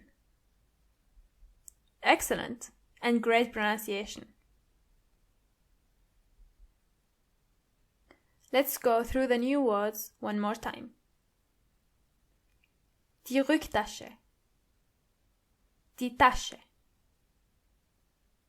Das Bett. Das Sofa. Das Papier. Die Tür. Hell, dunkel, ein or eine. Ein is usually used with words that are either masculine or neutral, and eine is used with words that are feminine.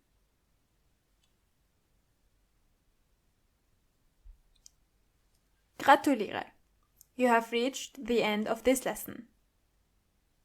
Thank you very much for tuning in and see you next time. Bye bye!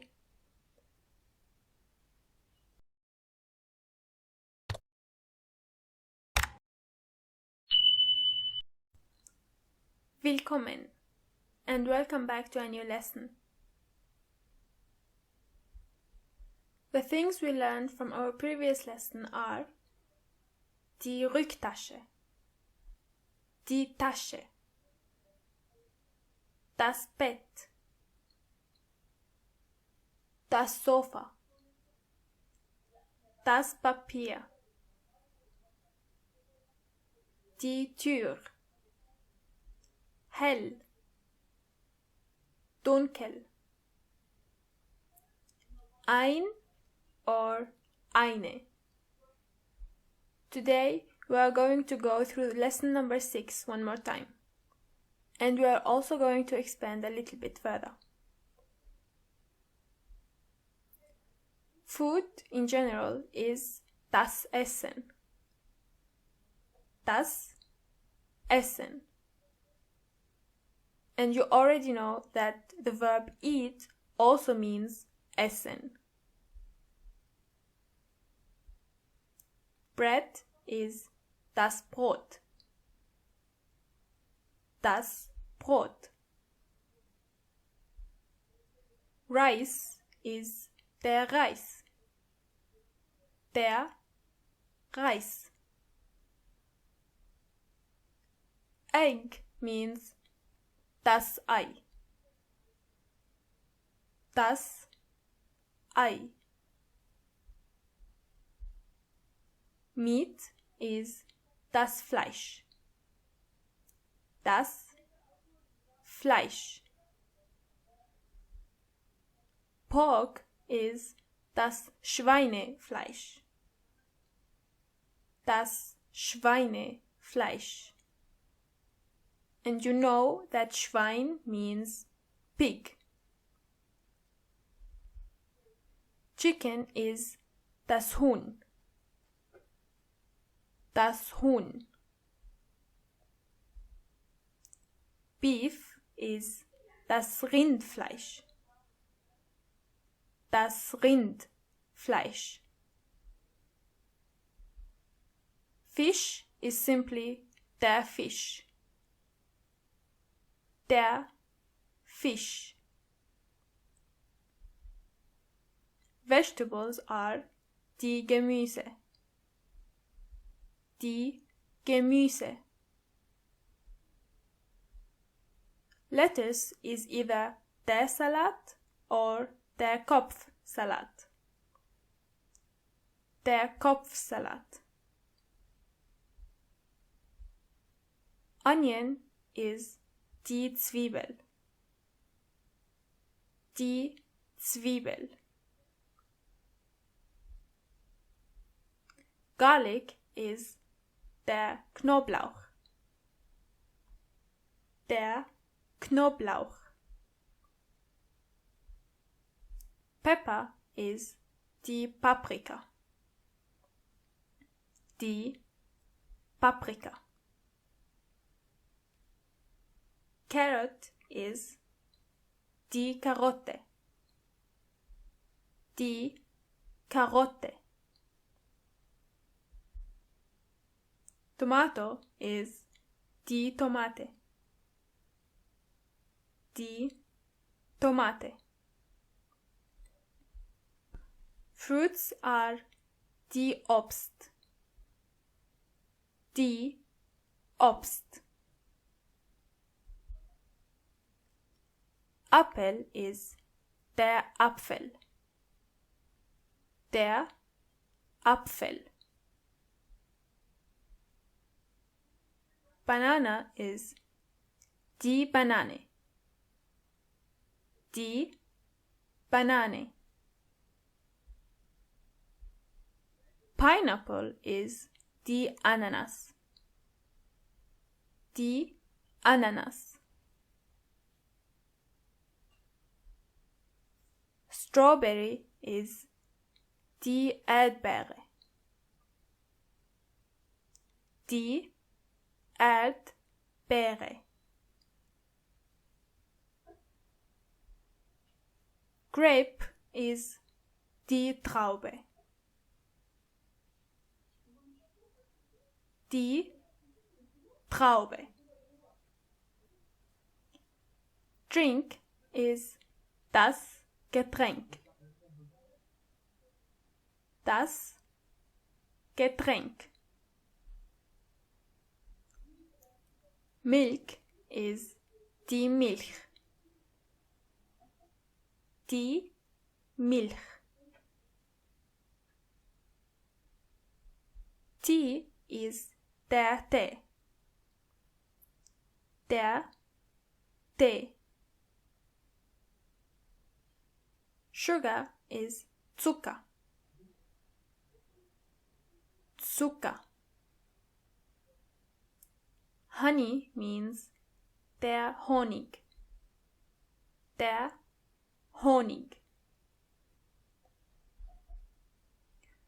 When talking about cutlery, you say das Besteck. Das Besteck. Let's start with fork. Fork means die Gabel. Die Gabel. Knife is das Messer.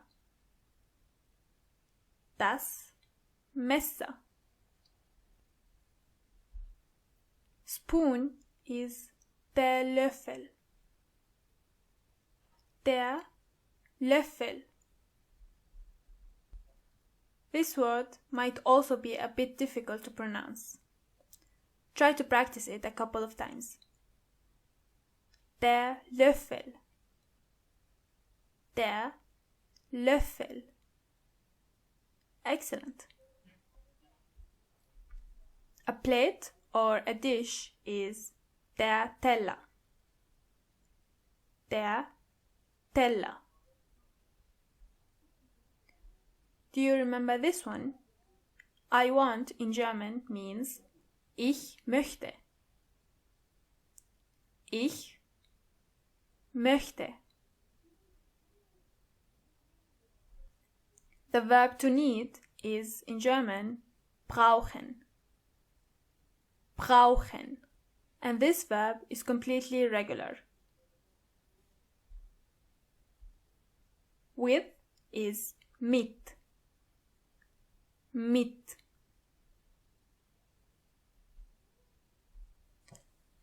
Try to read those sentences out loud with me. Ich möchte Tee mit Milch und Zucker. Ich möchte Tee mit Milch und Zucker. Can you figure out what this sentence means in English? I want tea with milk and sugar. Excellent. The next one is ich möchte Obst und ein Getränk. I want fruits and a drink. Ich brauche eine Karotte. I need a carrot. Again.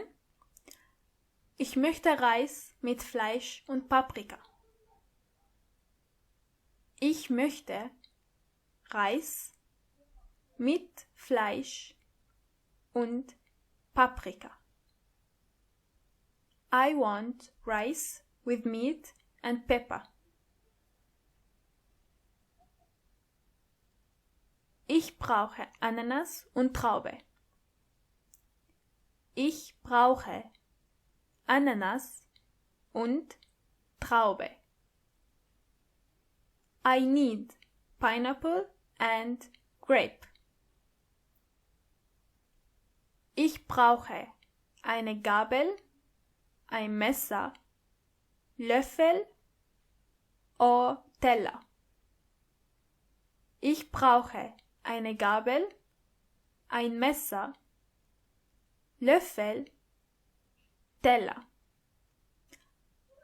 I need a fork, a knife, a spoon or a plate. Excellent! And those are the new words you learned for today.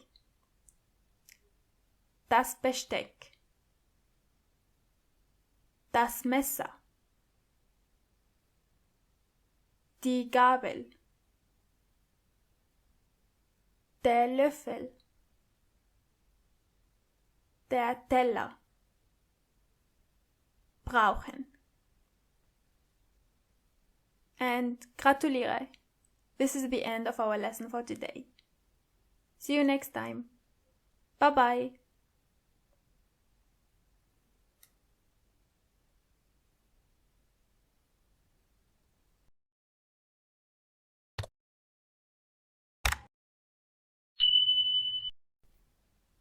Welcome back to a new lesson.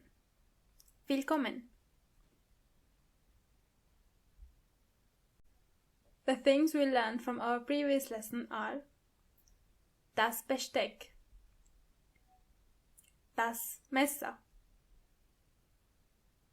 die Gabel, der Löffel, der Teller, brauchen. Today we are going to review lesson number 7.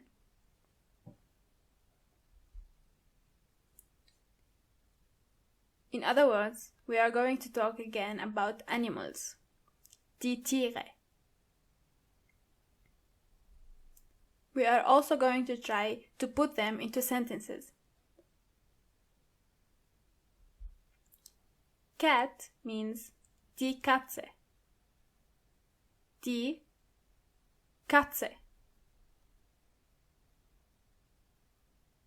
Dog is der Hund. Der Hund.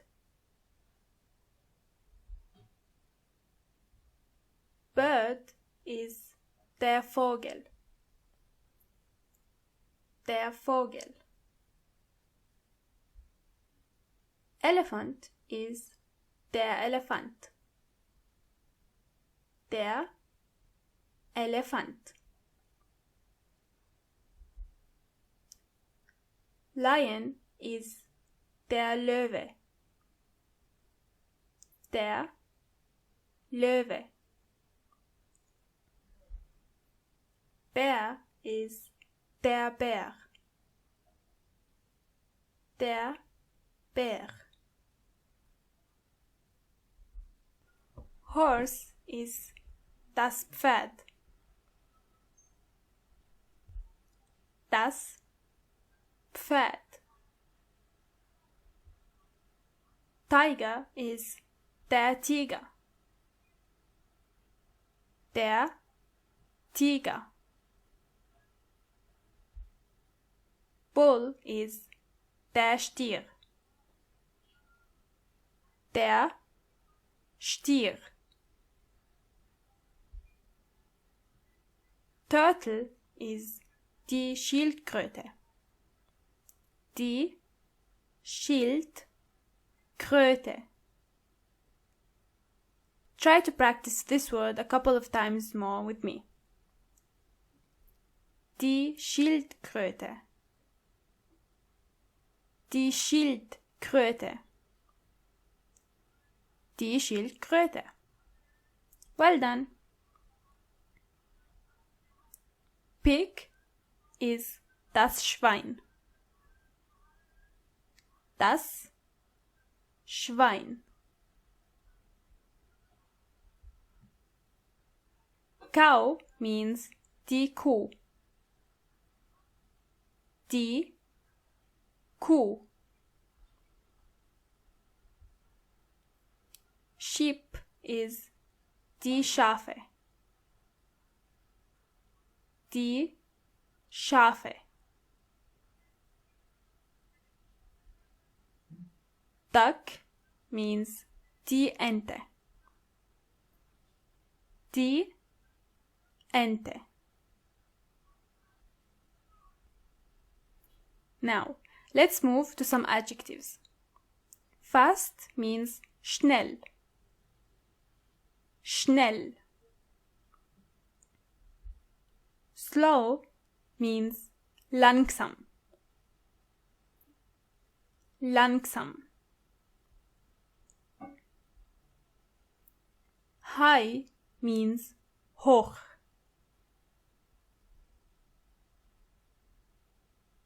Hoch.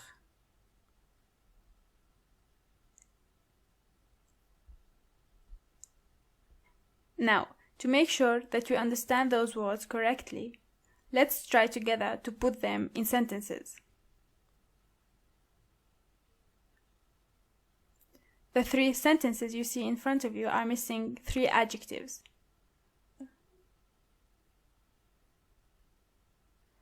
Try to find the correct adjective so that the sentence makes sense.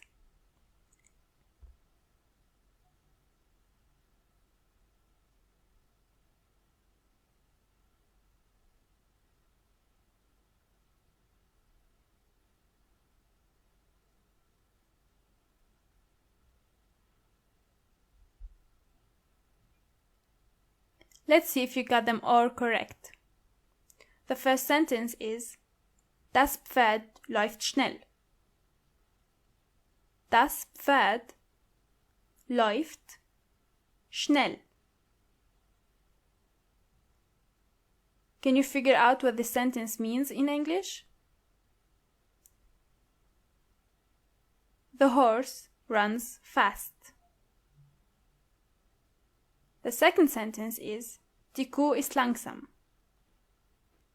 Die Kuh ist langsam.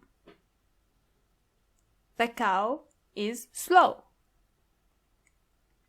The last sentence is Der Tiger springt hoch. Der Tiger springt hoch.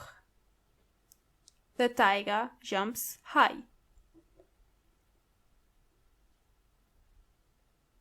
And this is the end of this lesson. Gratuliere. See you next time. Bye bye.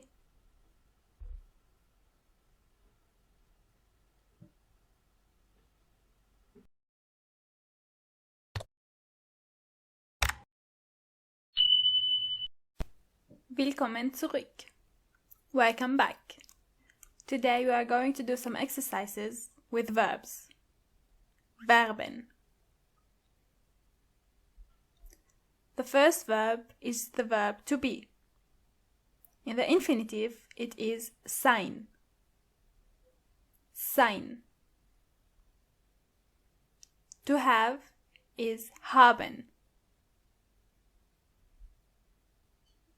To be able to is können. Können. With or umlaut. Können. To talk with someone, you say reden. To speak a language, for example, you say sprechen. To see is sehen. Try to replace the question marks with the correct form of the verb sein. If you feel the need to pause, do so.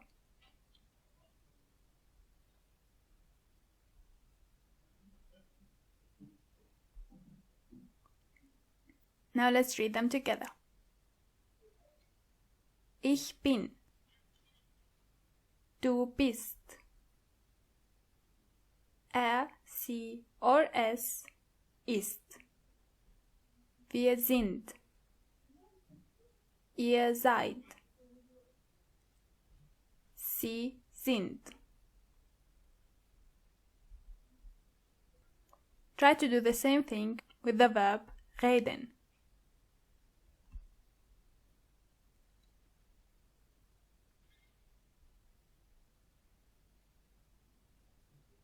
Now let's read them together. Ich rede. Du redest. Sie or es redet. Wir reden.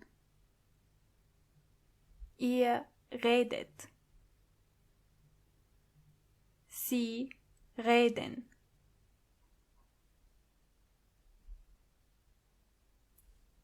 Now let's try with haben.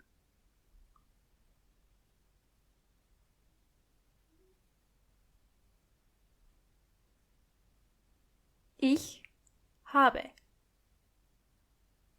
Du hast. Sie, es hat. Wir haben. Ihr habt. Sie haben. So far so good, right? Again with gehen.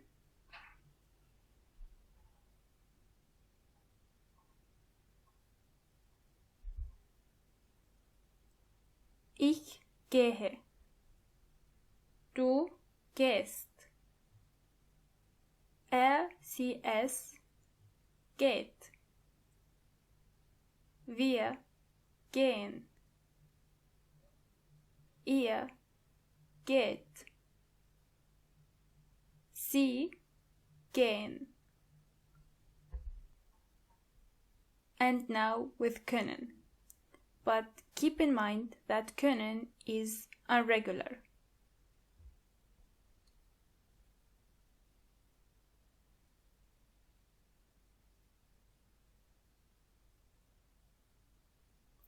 Let's see if you still remember them.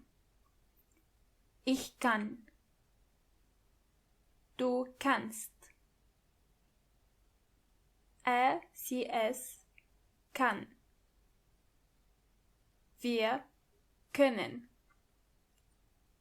Ihr könnt. Sie können.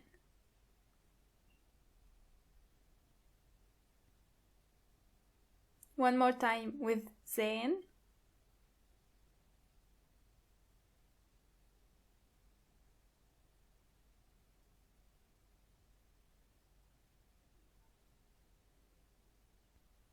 Ich sehe. Du siehst. Sie, es sieht. Wir sehen.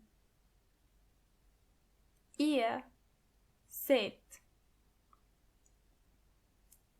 Sie sehen. Excellent. And now let's continue with the second part of our verbs for today. To know something means wissen. To know someone means kennen. It is really important to understand the differences between those two verbs. To know something and to know someone. it is also important to understand the differences between to be able to and to know someone. Können and kennen. To put is stellen.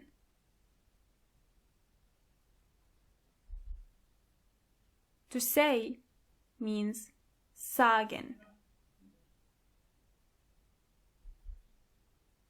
To want is möchten. To give is geben.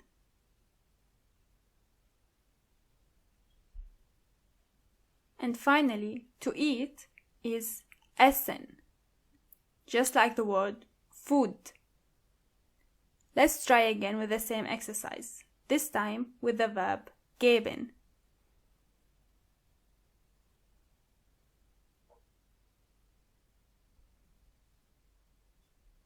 Ich gebe. Du gibst. Sie, es gibt. Wir geben. Ihr gebt. Sie geben. One more time with wissen. Keep in mind, this verb is also irregular.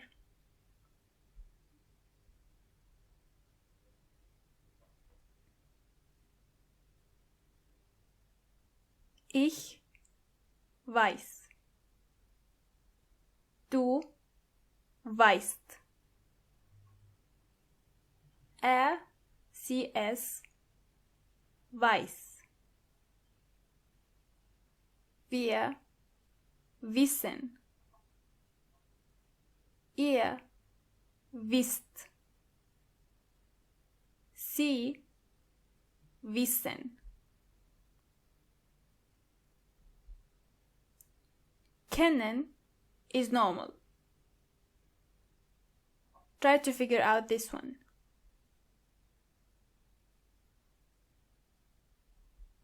Ich kenne. Du kennst. Sie, es kennt. Wir kennen. Ihr kennt. Sie kennen. And now with können, which is irregular.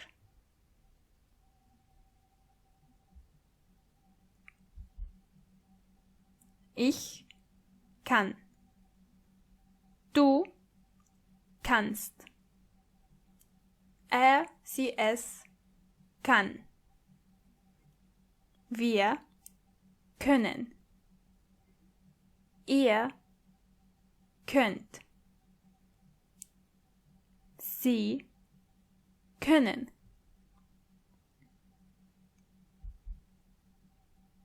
And now with sagen.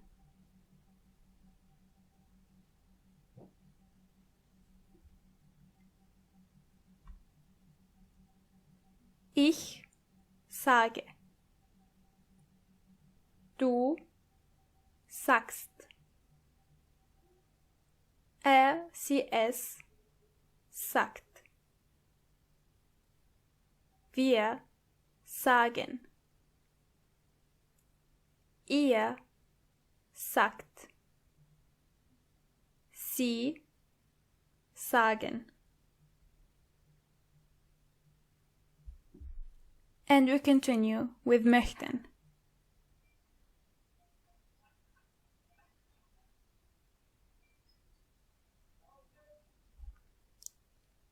Ich möchte.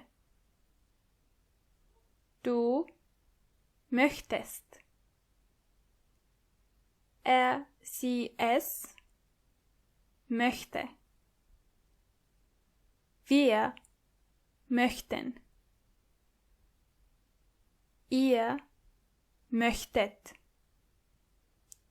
and Sie möchten.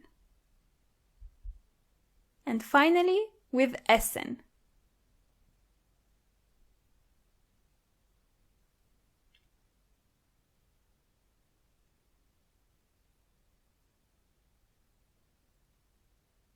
Let's read them together. Ich esse. Du isst. Sie, es isst. Wir essen. Ihr esst. And finally, Sie essen. Good job and great pronunciation. And just like that, you have reached the end of this lesson. See you next time, and bye-bye.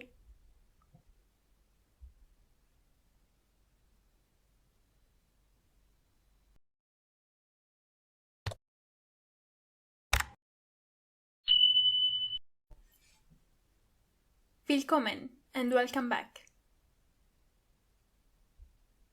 For our lesson for today, we are going to learn more about dates in German. In other words, we are going to learn die Datumsangaben. Die Datumsangaben.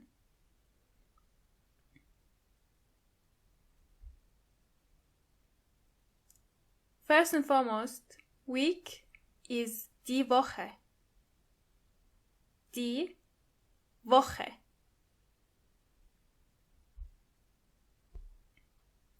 So let's start with the days of the week.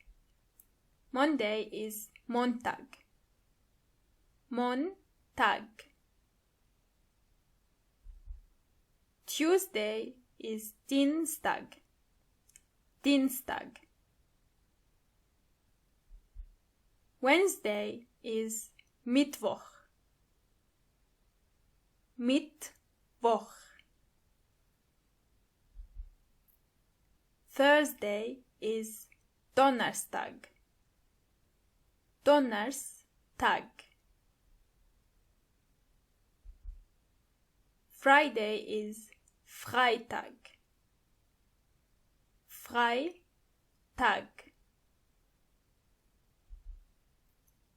Saturday is Samstag. Samstag.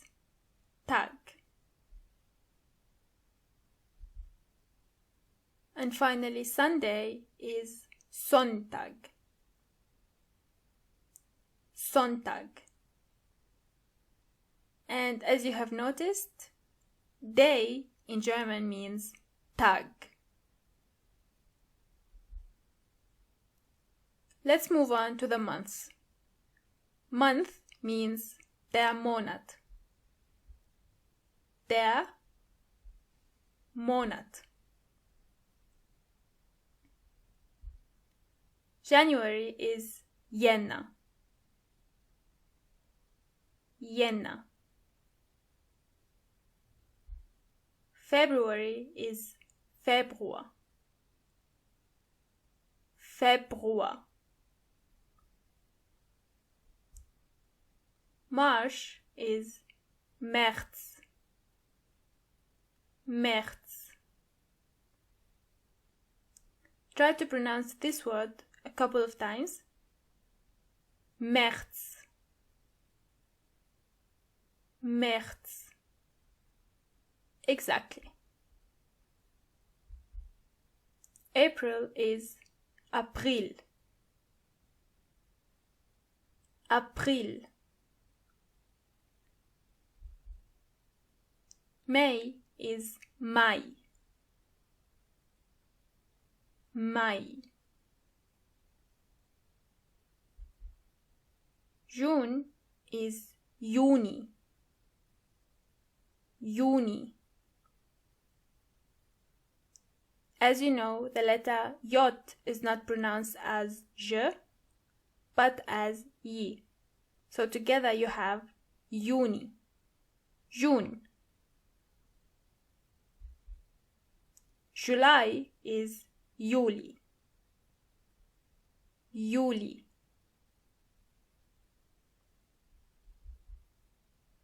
August is August. August. September is September. The exact same word. September. October is October. October. The same thing, but instead of a C, we write a K. October. November is also November. November. December is December. December. And the year in general means das Jahr. Das Jahr.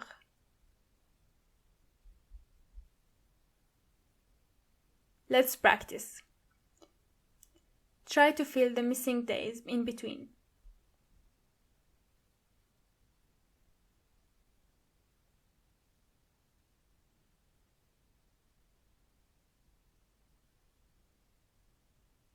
And now let's read them together. Montag, Dienstag, Mittwoch, Donnerstag,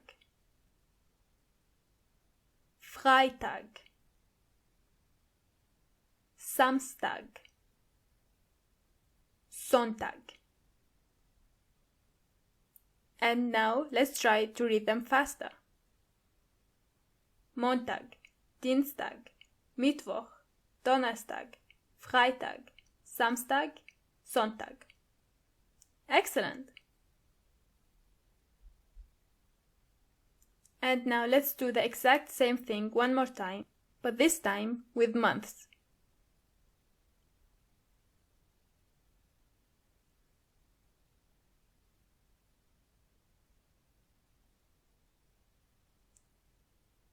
And now let's read them together. Jänner, Februar, März, April, Mai, Juni, Juli, August, September, Oktober, November, December. And now a bit faster. Jänner, Februar, März, April, Mai, Juni, Juli, August, September, October, November, December. Good job! And now one more time all together. Montag, Dienstag, Mittwoch, Donnerstag, Freitag, Samstag, Sonntag, Jänner, Februar, März, April, Mai, Juni, Juli, August, September, Oktober, November, Dezember.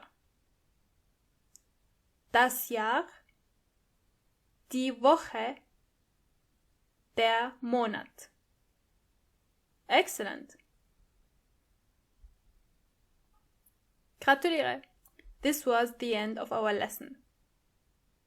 See you next time. Bye bye.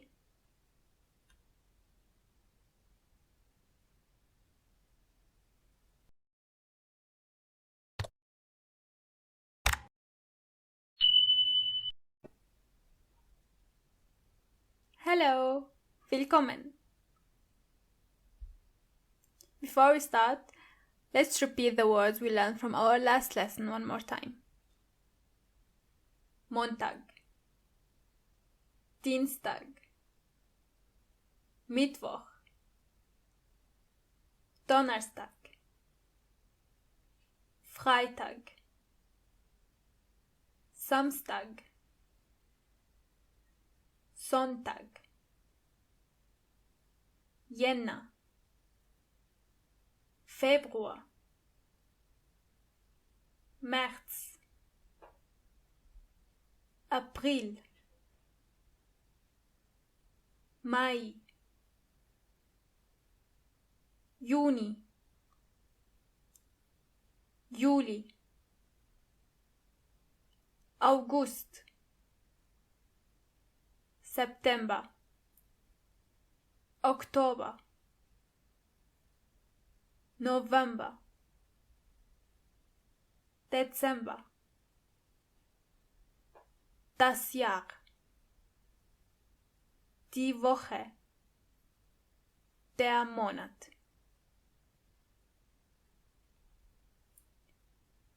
For our lesson for today, we are going to talk more about how to say the time in German. The most important thing is to know how to ask. What time is it? Wie spät ist es? Wie spät ist es? Try to repeat it a bit faster. Wie spät ist es? Excellent. Let's try with the simplest answers. Es ist 1 Uhr. It's 1 o'clock. Es ist 1 Uhr. Es ist 2 Uhr. It's 2 o'clock. Es ist 2 Uhr. Es ist 3 Uhr. It's 3 o'clock. Es ist 3 Uhr.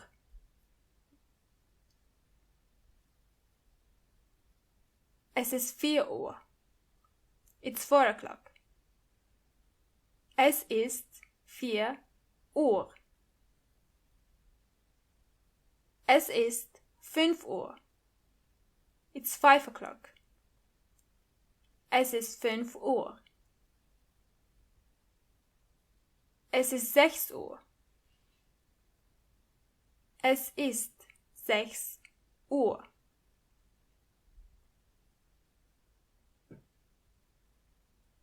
Let's take this into the next step. If you want to say it's 10 past 6, you say es ist 10 nach 6.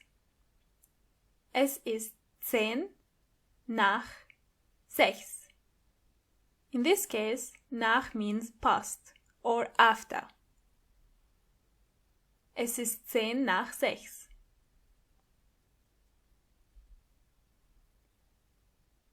The same thing goes with quarter.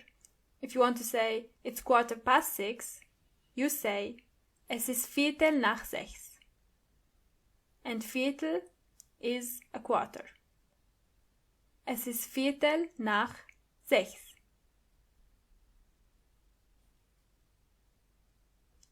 This stops, however, when you reach 20. If you want to say it's 20 past 6, you say es ist 6:20 Uhr. Es ist 6:20 Uhr. Here, the minutes would be after the hours. Es ist 6:20 Uhr. This is where the German language gets a bit tricky. If you want to say it's 6:30, you don't say es ist 6:30, but instead you say es ist 6:30, which means it's 6:30. Here you really have to pay attention. It's 6:30. Es ist 6:30.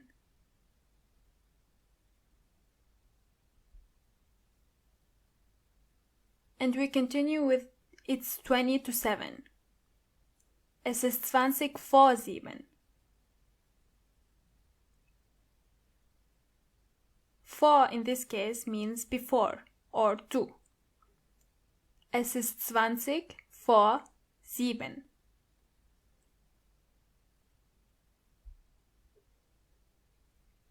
It's 6:45. Es ist 6:15. Es ist 6:15.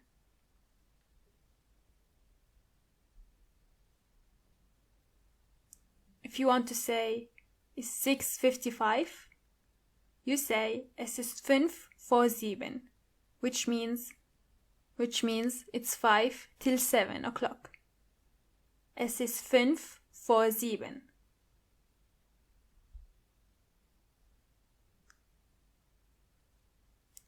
Let's see if you can tell the time in German. Wie spät ist es?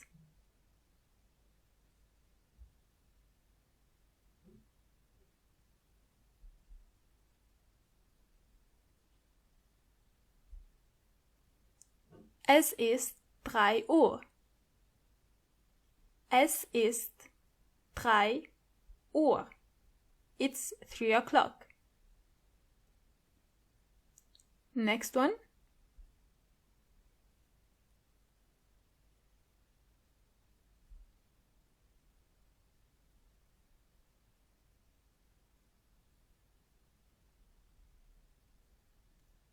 Es ist 7:15. Es ist 7:15. It's 7:15.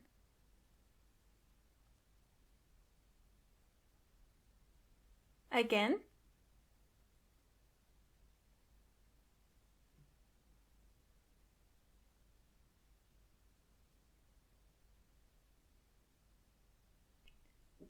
Es ist 1:30.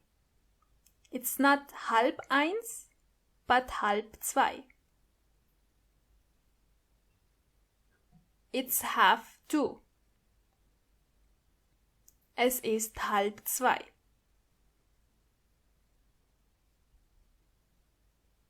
One more time.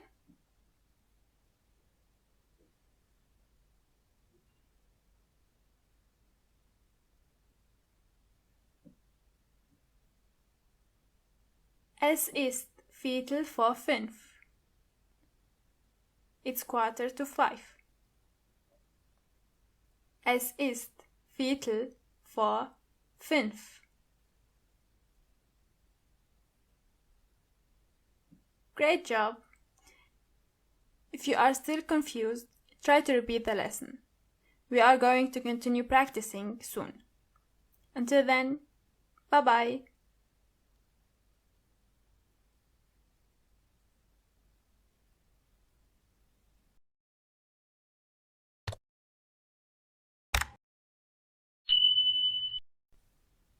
Willkommen! Welcome back! Today, we are going to continue with verbs. You already know this one. To run means either rennen or laufen. Rennen, laufen. To go means gehen. Gehen. Springen means to jump. Springen. To do sports or to exercise means Sport machen. Sport machen. To swim means schwimmen. Schwimmen. To dance is tanzen. Tanzen. To ride a bike is Fahrradfahren. Fahrrad, fahren. And the verb fahren, when it comes alone, it also means to drive. Fahren. To play means spielen. Spielen.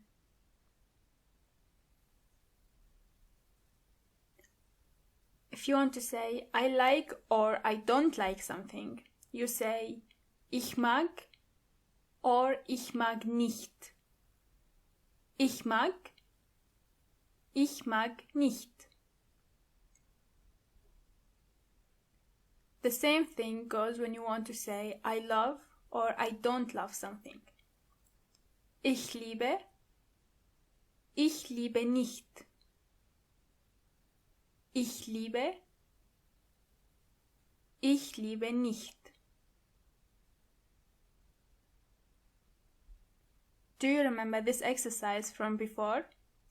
Again, try to replace the question marks with the right form of the verb rennen.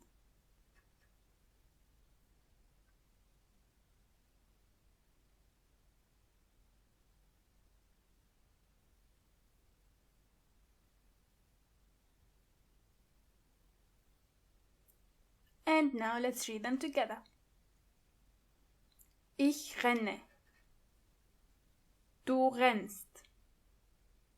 Er, sie, es rennt. Wir rennen. Ihr rennt. Sie rennen. Good job. And now with tanzen.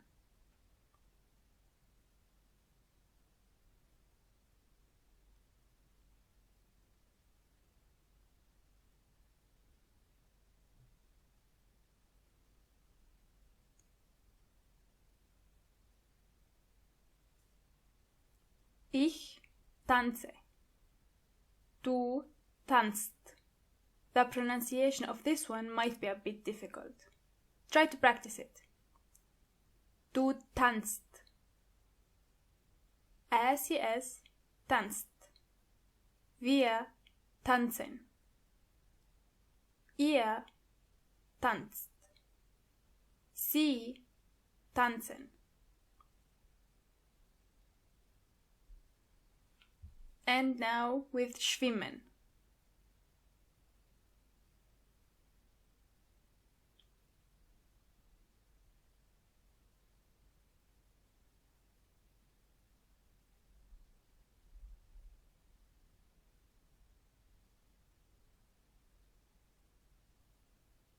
Ich schwimme. Du schwimmst. Er, sie, es schwimmt. Wir schwimmen. Ihr schwimmt. Sie schwimmen.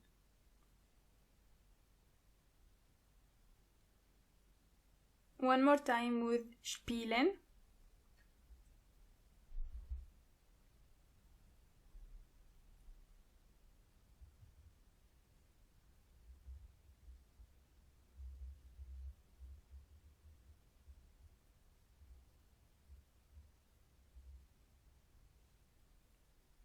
Ich spiele. Du spielst. Er, sie, es spielt. Wir spielen. Ihr spielt. Sie spielen.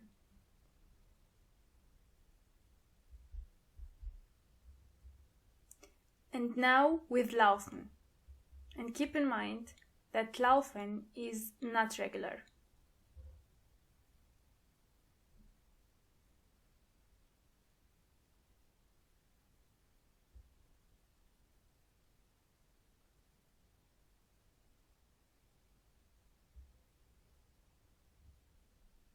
Ich laufe.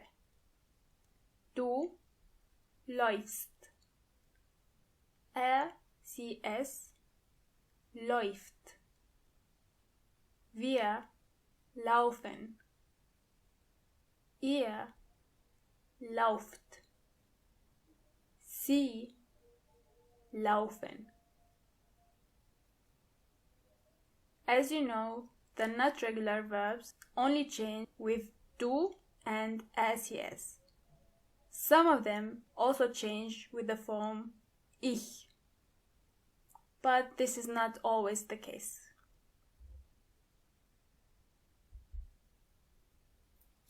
Try again with machen.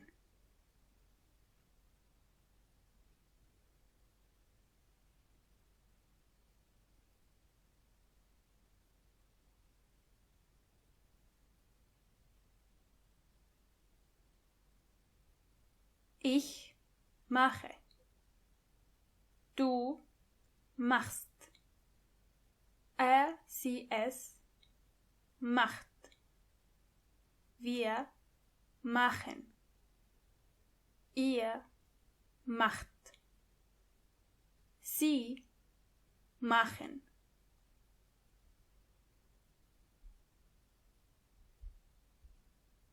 Now, I want you to reflect on how many verbs you can use in German. There are quite a lot. I would like to recommend, from a language nerd to another, that you, for example, start to build sentences. As simple as possible.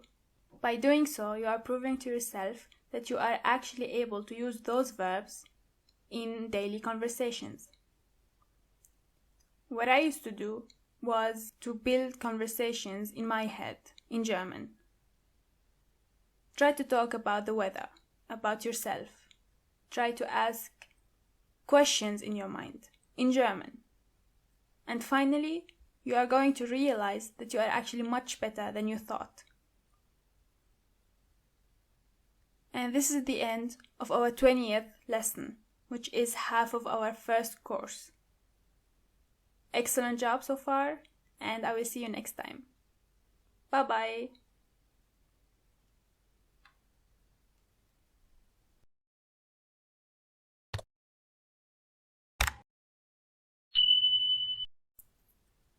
Willkommen and welcome back to a new lesson. For our lesson for today, we are going to learn the question words. For example, what, where, when, why, and so on. Questions in German mean Fragen. The first word is what, means was. Was. Who means wer. Wer. Why means warum. Warum. Where means wo. Wo. How means wie. Wie. How much, for example, or how many, you say wie viel. Wie viel. Viel alone means very or many. When means wann. Wann. If you want to answer the question why, warum, you say weil. Weil means because. Warum? Weil.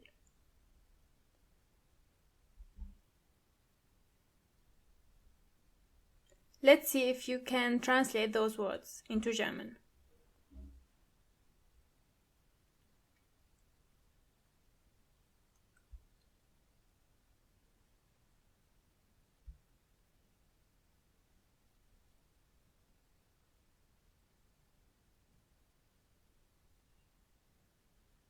Let's read them together to see if you got everything right.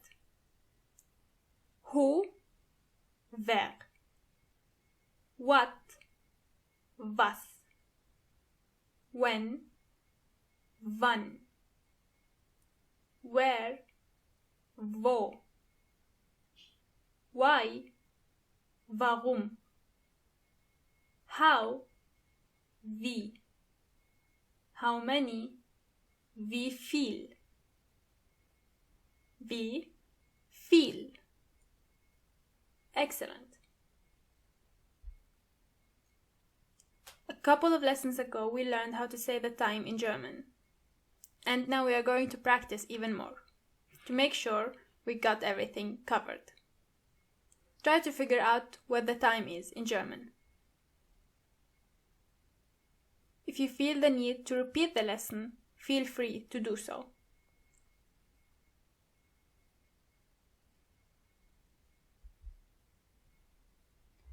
Wie spät ist es? What time is it? Es ist 10 nach 10. Es ist 10 nach 10. It's 10 past 10. Wie spät ist es means what time is it? Try again.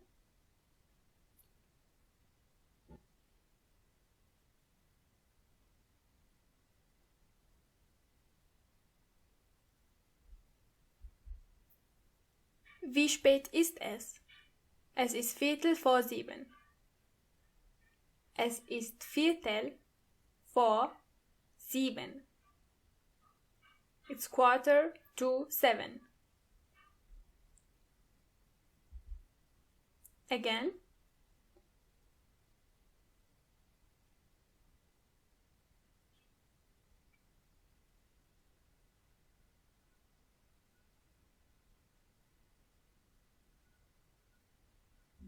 Wie spät ist es? Es ist 9:30. Es ist 9:30. It's 9:30. But, as you already know, in the German language is a bit different. It's 9:30 means es ist 9:30, which means half of 10. Es ist 9:30. Try again.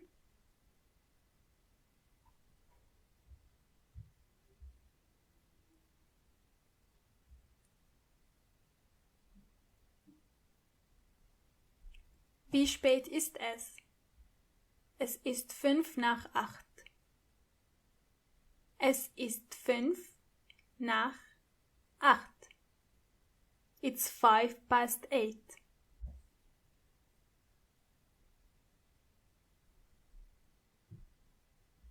Try again.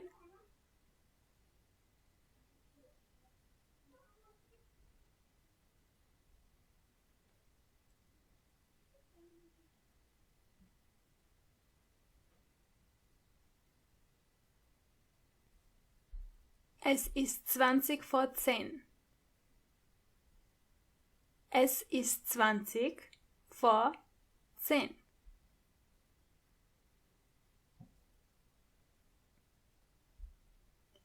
One last time. This one might be a bit tricky. Try to think of a possible answer and we will see if it's correct.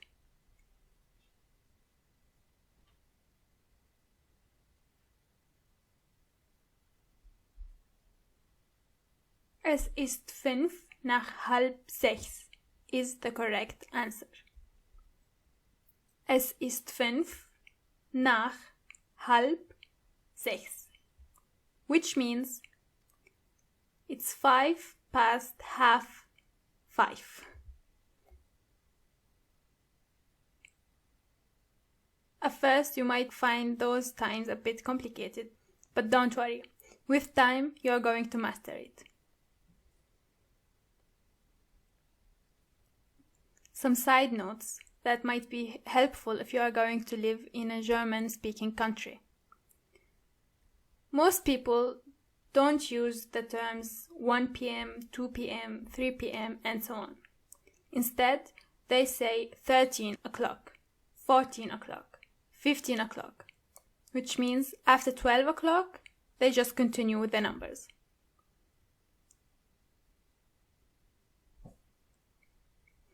Nowadays, that most of us can see the time with their phones, it might be a bit practical if you can say the exact time. For example, 15, if it's 15:38, you can simply say, es ist 15:38, which means it's 15 o'clock 38. You just have to read the numbers as they are, but don't forget to add the Uhr in the middle after the hours. The second example is 21:23. Es ist 21:23. Es ist 21:23. The last one is 9:16. Es ist 9:16. Es ist 9:16. And you have finished the lesson for today. See you next time. Bye bye.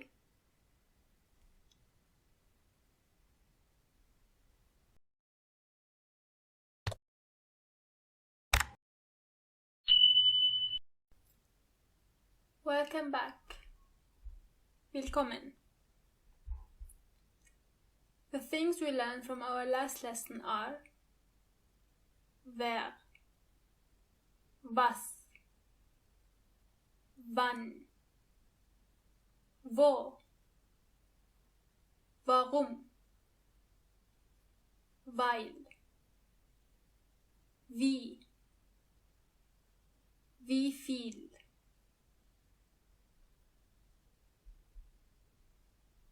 And for our lesson for today, we are going to learn more about family and family members. In German, family means die Familie. Die Familie.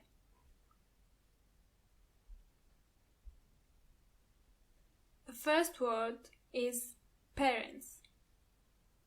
Die Eltern. Die Eltern. Die Mutter is mother. Die Mutter. Kid is das Kind. Das Kind. Father is der Vater. Der Vater. Relatives in general are die Verwandten. Die Verwandten.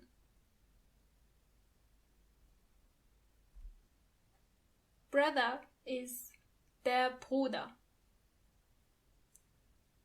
Der Bruder.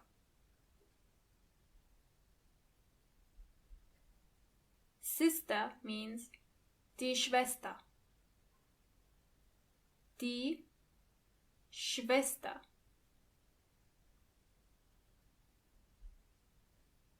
Siblings, regardless of the gender, are die Geschwister. Die Geschwister. Grandfather is der Großvater. Der Großvater.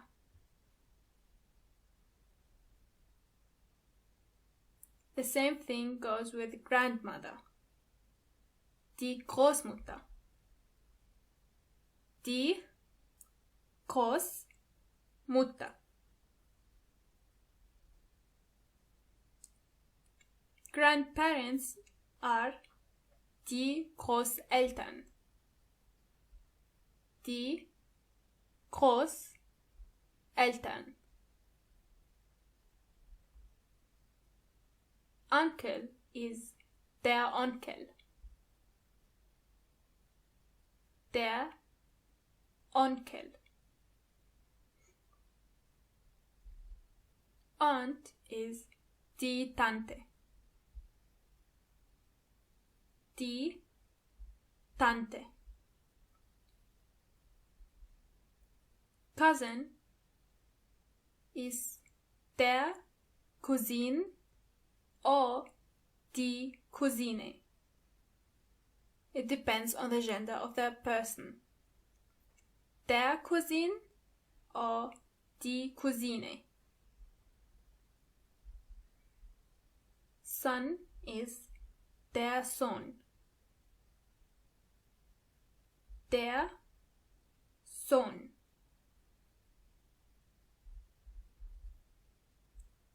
Daughter is die Tochter. Die Tochter. Grandson is der Enkel. Der Enkel. Granddaughter is die Enkelin. Die Enkelin. A spouse is der Ehepartner or die Ehepartnerin. Again, it depends on the gender. Der Ehepartner or die Ehepartnerin. Great-grandfather is der Urgroßvater. Don't mix between Ur and Uhr, which means clock. There is an H in the middle. Uhr, der Urgroßvater. Same thing with great-grandmother. Die Urgroßmutter. Die Urgroßmutter. Great-grandson is der Urenkel. Der Urenkel. Great-granddaughter is die Urenkelin. Die Urenkelin.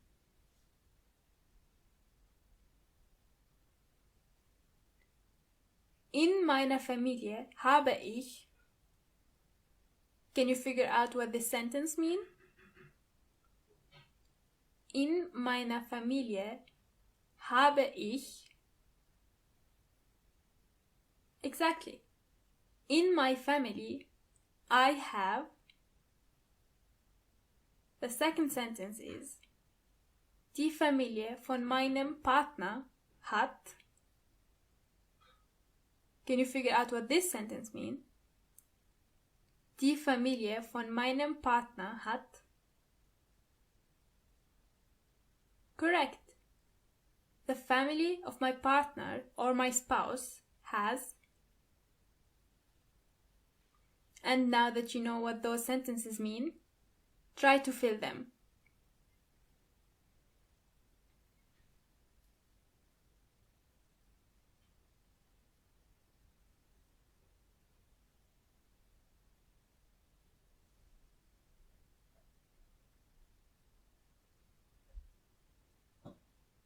For example, in meiner Familie habe ich eine Mutter, einen Vater, 4 Großeltern, 7 Onkel und Tanten, 9 Cousins. Do you hear the pronunciation of the last word?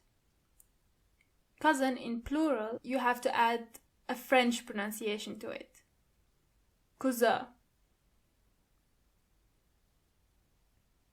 Die Familie von meinem Partner hat eine Mutter, einen Bruder, 10 Onkel und 25 Cousins. Correct.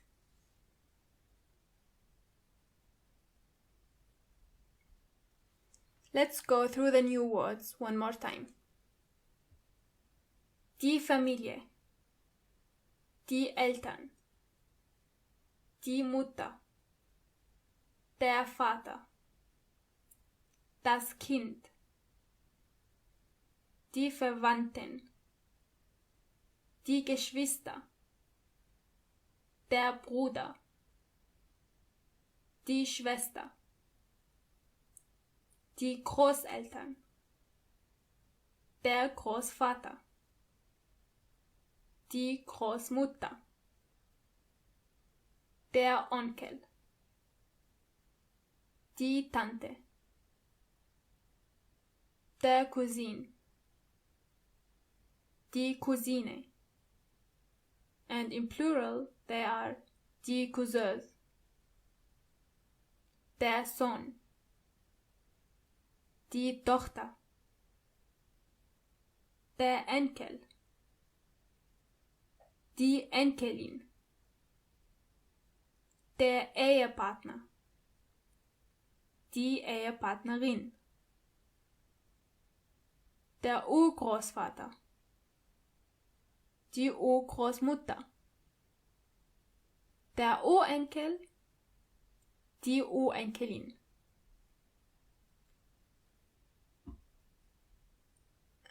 And this was the end of our lesson for today. See you next time. Bye bye.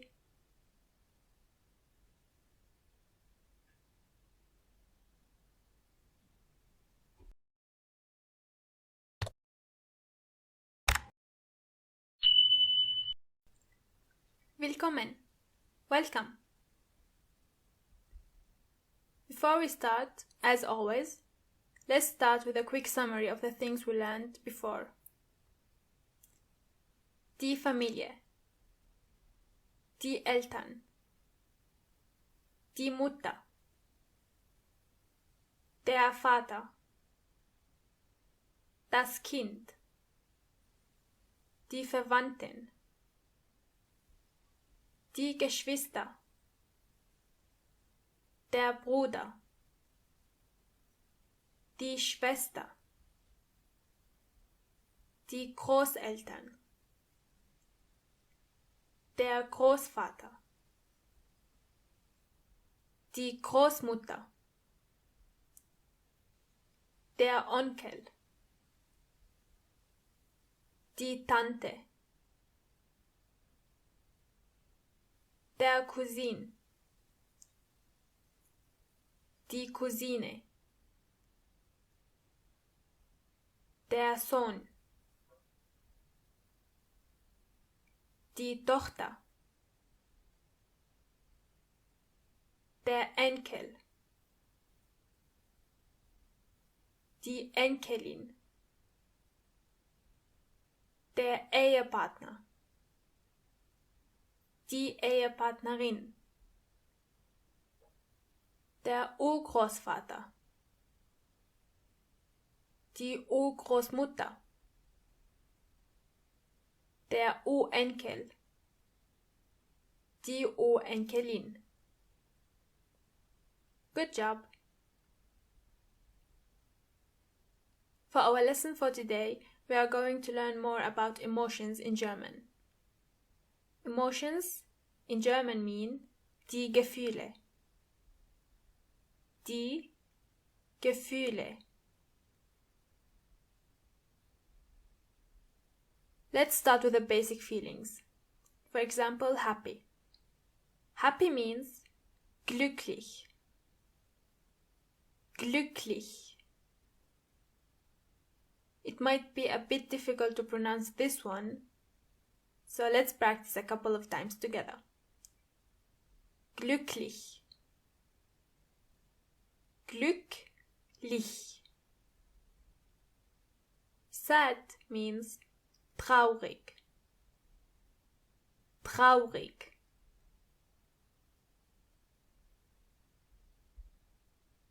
Excited means aufgeregt. Aufgeregt. Tired means müde. müde. For angry, you have two options. You can either say sauer,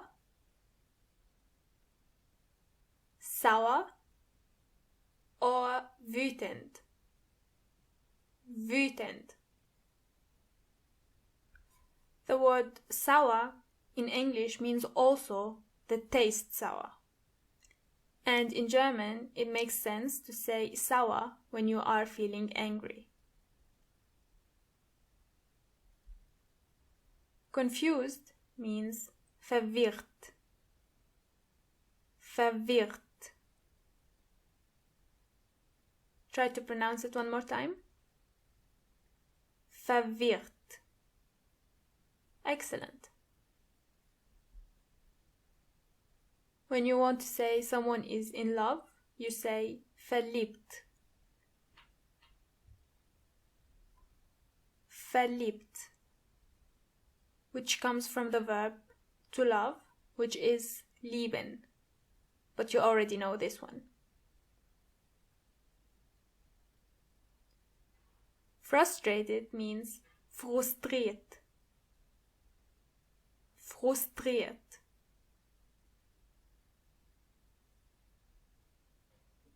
Nervous means nervös.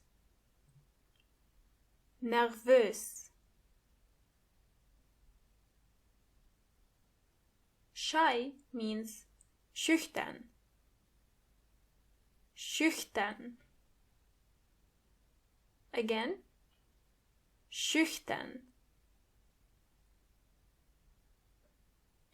Surprised means überrascht. Überrascht.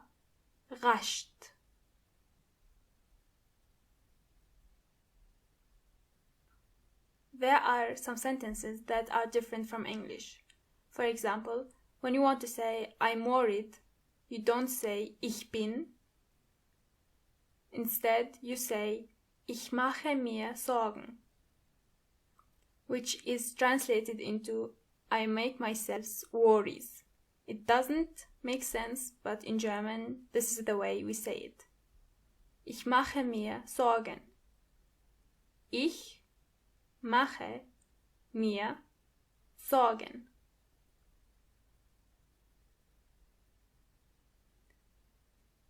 A second example is when you want to say I'm scared or frightened. You also don't say ich bin, but ich habe Angst, which means I have fear. Ich habe Angst.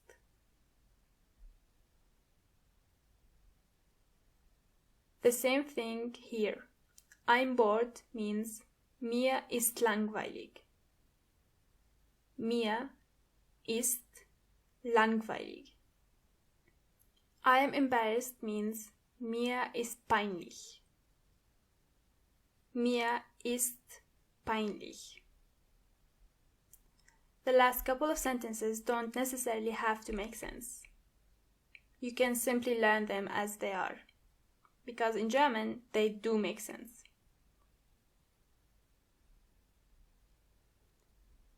If you want to express your feelings, you can say, for example, I feel uncomfortable or comfortable. You say, ich fühle mich wohl or unwohl. In this case, ich fühle mich means I feel and wohl means comfortable. Or unwohl means uncomfortable. Ich fühle mich wohl. Ich fühle mich unwohl. The infinitive of the verb to feel is sich fühlen, which is translated into to feel oneself. I feel myself, you feel yourself, he feels himself, and so on. And because of that, you have to change two words. Let's read them together. I feel, ich fühle mich. Ich fühle mich. Du fühlst dich. Du fühlst dich. Er, sie, es fühlt sich. Er, sie, es fühlt sich. Wir fühlen uns. Wir fühlen uns. Ihr fühlt euch. Ihr fühlt euch. Sie fühlen sich. Sie fühlen sich. As you can see, the verb fühlen is normal, but you have to keep in mind how the second word is going to change. If you are confused, think of them like this. Mich means myself. Dich means yourself. Sich, himself or herself. Uns, ourselves. Euch, yourselves. And sich, the plural, themselves. Now, let's see if we can differentiate between when to use ich fühle mich, ich bin, and ich habe when we talk about feelings. To practice, try to translate those sentences.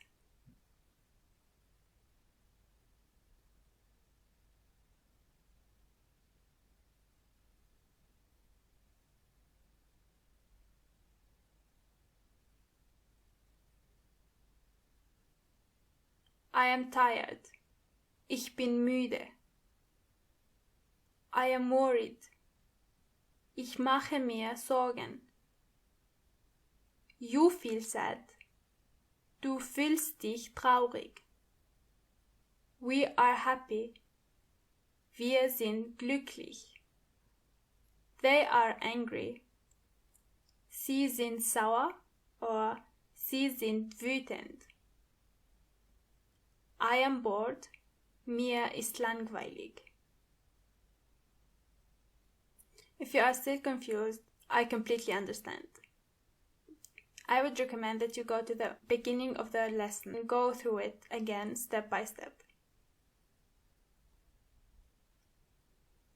For now, let's read the new words one more time. Die Gefühle. Glücklich. Traurig. Aufgeregt. Müde. Sauer. Wütend. Verwirrt.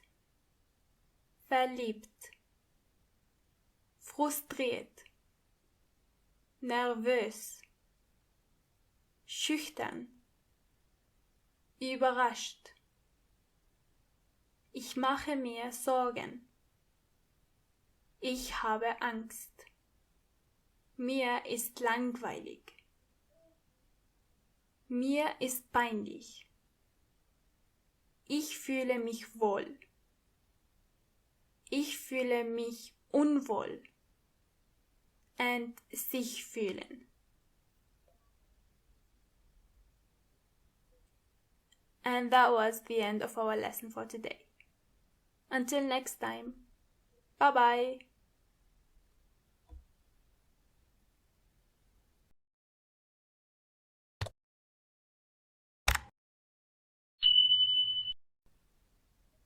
Willkommen and welcome back.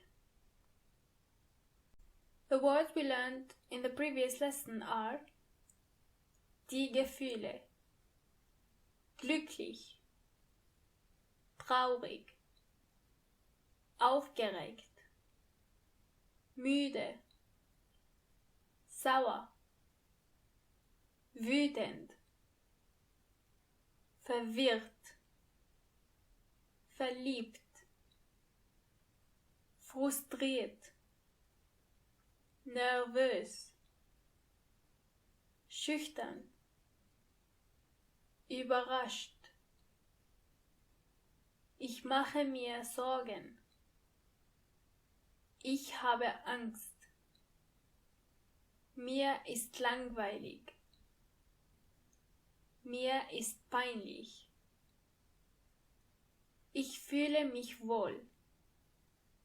Ich fühle mich unwohl. Sich fühlen. And today we are going to learn more about the body, or der Körper. Der Körper.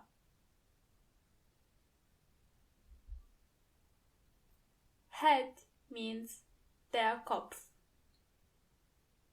Der Kopf. Face means das Gesicht. Das Gesicht. One eye means das Auge. Das Auge.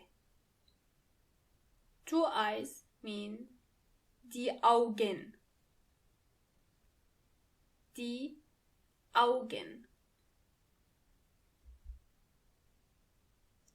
One ear means das Ohr. Das Ohr. Two ears mean die Ohren. Die Ohren. Chest means die Brust. Die Brust. One arm means der Arm. Der Arm. Both arms mean die Armen. Die Armen. Leg means das Bein. Das Bein. Both legs mean die Beine. Die Beine. As you can see, all words in plural have the article die, regardless of their previous gender. Let's continue with feet. One foot means der Fuß. Der Fuß. Feet mean die Füße. Die Füße. One hand means die Hand. Two hands mean die Hände. Die Hände. Finger is der Finger. More than one finger is die Finger. Here, nothing's changed except for the article. When it's plural, it's always die. Keep that in mind. A toe is der Zeh. Der Zeh. Toes are die Zehen. Die Zehen. Back means der Rücken. Der Rücken. Knee means das Knie. And in German, you have to pronounce the K. Das Knie. Knees are die Knie. Die Knie. Elbow is der Ellbogen. Der Ellbogen. Pretty similar to the English word. Shoulder is die Schulter. Die Schulter. Ankle is der Knöchel. Der Knöchel. Try one more time. Der Knöchel. Excellent. Teeth are die Zähne. Die Zähne. Stomach is der Magen. Der Magen. Hip is die Hüfte. Die Hüfte. Hair is die Haare. Die Haare.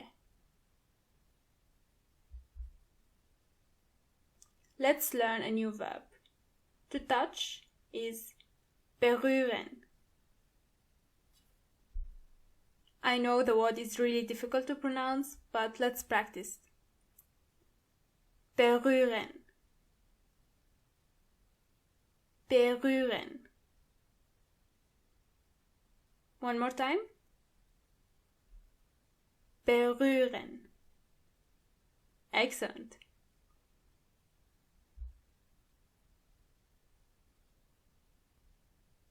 Let's read it together.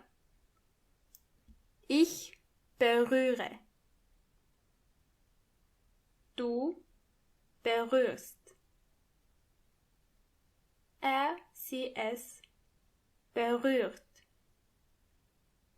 Wir berühren. Ihr berührt. And sie berühren. With this verb, you have to keep two things in mind. First of all, the H is silent. Berühren. The second thing is that the verb is completely normal.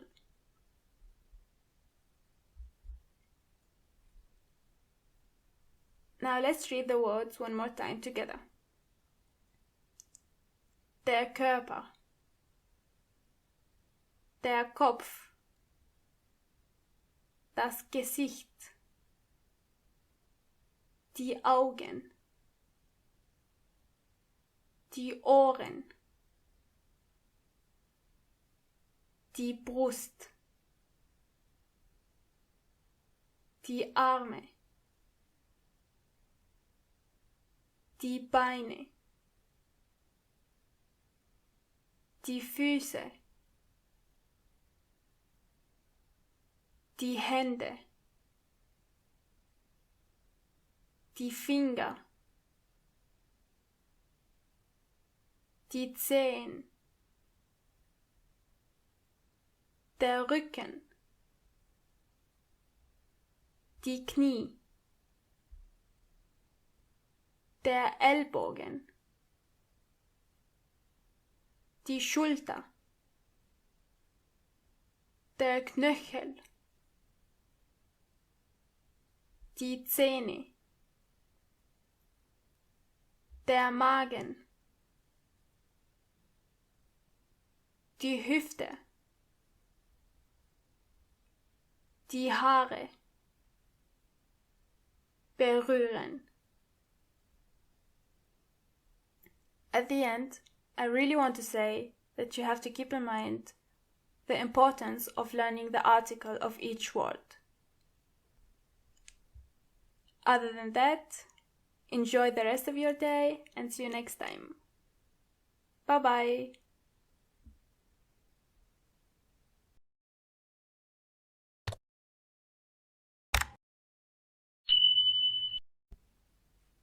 Willkommen. Let's go through the words from last lesson one more time. Der Körper. Der Kopf. Das Gesicht, die Augen, die Ohren, die Brust, die Arme, die Beine, die Füße, die Hände, die Finger,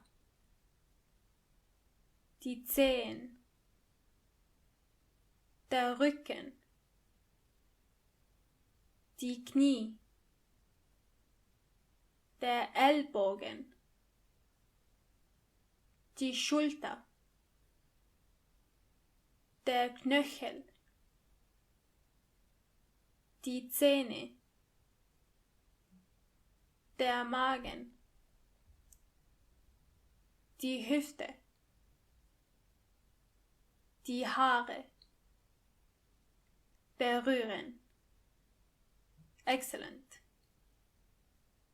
For our lesson for today, we are going to learn more about physical characteristics.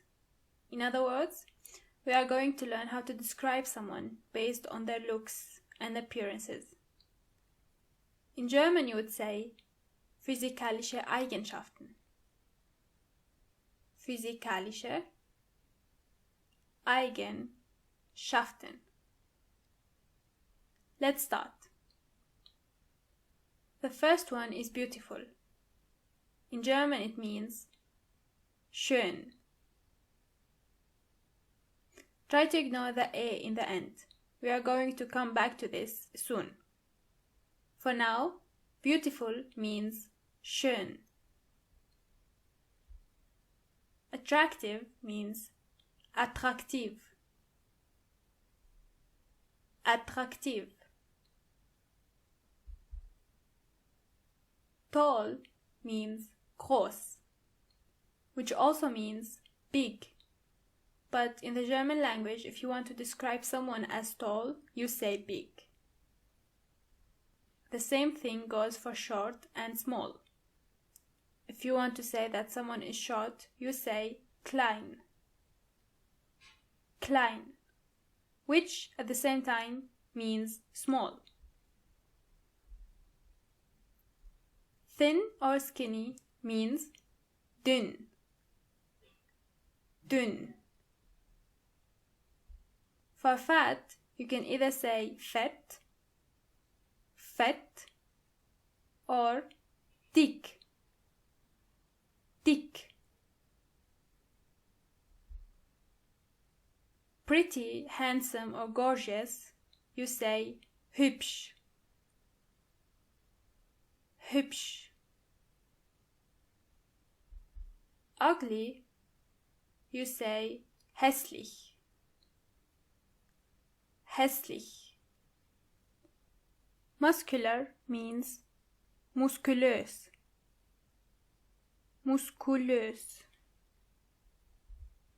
Good looking in general, you say gut aussehend, gut aussehend.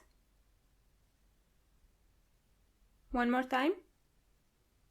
Gut aussehend. Brunette is brünett. Just add an O-umlaut in the middle. Brünett. Blonde is blond. Blond. Grey hair is graue Haare. Graue Haare.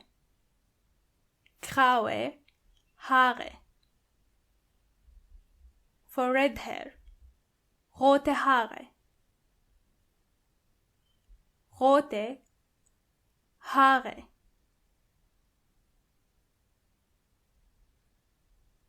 Pale is blass. Blass. If you want to describe the color of the eyes, you just have to add the name of the color before the word Augen, which means eyes. And you also have to add the E at the end. For example, blaue Augen, braune Augen, grüne Augen, green eyes, and so on. Young means jung, jung. Old means alt, alt. Short is kurz, kurz. And this word is usually used when you want to describe things, not people. To say something is long, you say lang, lang. You might be asking yourself, when can I use the verb sein, to be, and when I can use the verb haben, to have, when describing someone. Those are the words that you can use with sein. Schön, attraktiv, groß, klein, dünn, dick, fett, hübsch, hässlich, muskulös, gut aussehend, brünett, blond, blass, jung, alt, kurz, lang. The last thing, it's when you want to say how old you are. For example, ich bin 20 Jahre alt. I'm 20 years old. Here you have to use the verb sein. With the verb haben, you can use graue Haare, rote Haare, kurze Haare, lange Haare und Augen. This means that when you want to describe hair or eyes, you have to use the verb haben. For example, I have gray hair. Ich habe graue Haare. You have gray hair. Du hast graue Haare. But if you want to say I'm tall, you say ich bin groß. Do you remember those E's at the end of each word? You have to add those letters, but only in specific situations. If you want to say Sarah is pretty, you only need the first form of the adjective. Sarah ist hübsch. You don't have to add anything. But if you want to say the pretty Sarah, you say die hübsche Sarah. Can you see the difference? Sarah is pretty, the pretty Sarah. The first one, you don't have to change the word. The second one, you have to add an E. Same thing when you are talking about a boy, or a man, or a masculine thing. Lukas ist groß. Lukas ist tall. Der große Lukas. The tall Lukas. First one without any changes. Second one with an E. The third sentence is Schwester ist alt. Sister is old. Die alte Schwester. The old sister. Schwester ist alt. Die alte Schwester. If the adjective comes after the name, then you don't have to change anything. But if the adjective comes before the name, then you have to add an E. Let's read those examples. Die Augen sind blau. Ich habe blaue Augen. Die Augen sind blau. Here you don't have to change anything because blau comes after the name Augen. The second sentence, however, you have to add an E because blaue comes before the name Augen. The eyes are blue. I have blue eyes. Die Haare sind kurz. Ich habe kurze Haare. The hair is short. I have short hair. And now it's practice time. Try to say your name, your age, and try to describe yourself.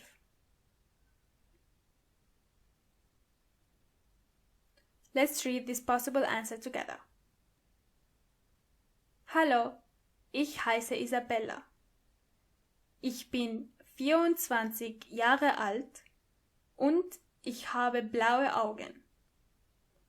Ich bin blond, klein und jung.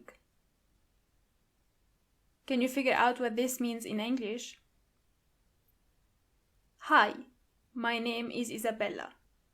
I'm 24 years old and I have blue eyes. I am blonde, short, and young. If you want to ask in general what someone looks like, you say, wie schaut aus? Or, wie schaut sie aus? Wie schaut aus? Wie schaut sie aus?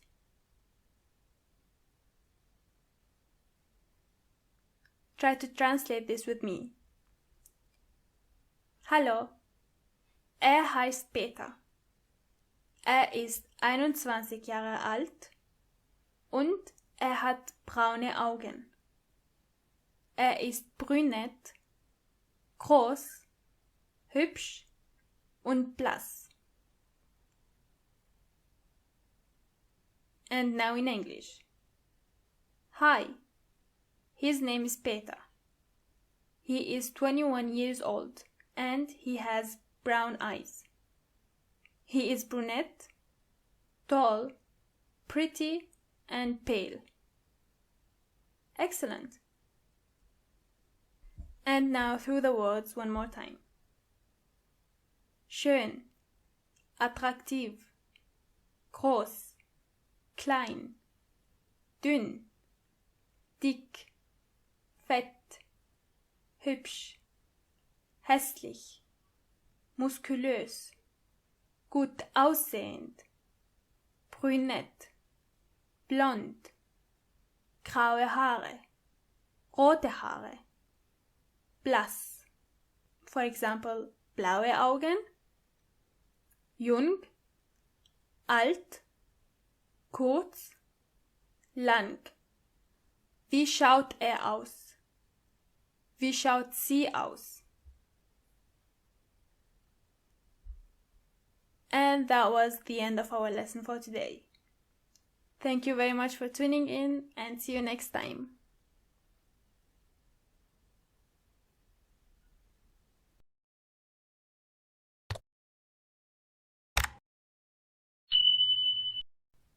Willkommen and welcome back. Before we start, let's read the words we learned from our last lesson one more time. Schön, attraktiv, groß, klein, dünn, dick, fett, hübsch, hässlich, muskulös, gut aussehend, brünett, blond, graue Haare, rote Haare, blass, for example, braune Augen, jung, alt, kurz, lang.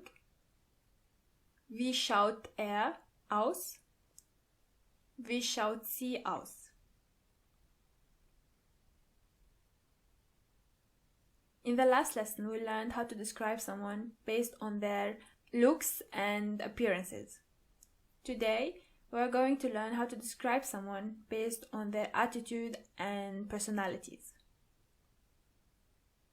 The first question you can ask is, who are you? Wer bist du? Wer bist du? And just like in the English language, the verb would come before the pronoun if the sentence is a question. That's why is bist before du. Personality in general means Persönlichkeit. Persönlichkeit. Again.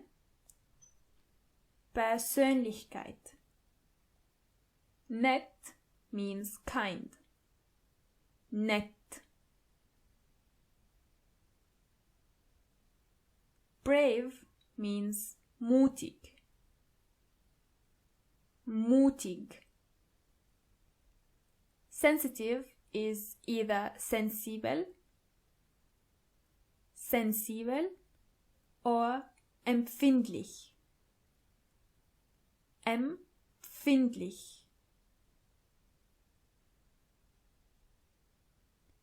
Horrible is schrecklich. Schrecklich. Try it one more time.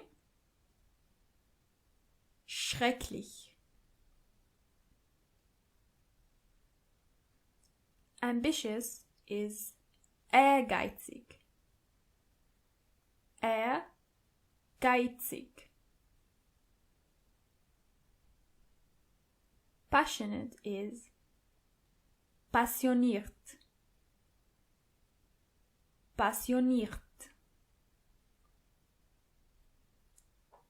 Careful means vorsichtig. Vorsichtig. Dependent means abhängig. Abhängig. Independent, unabhängig. Unabhängig. Strong means stark. Stark.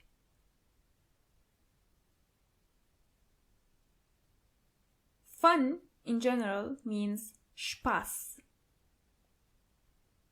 Spaß. But if you want to say someone is funny, you say lustig. Lustig.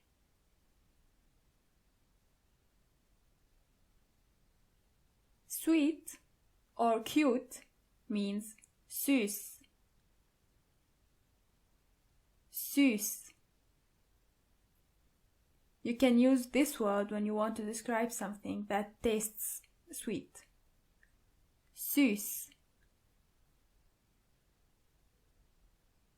Polite is höflich. Höflich. Smart or intelligent means klug. Klug. Generous is großzügig. Großzügig.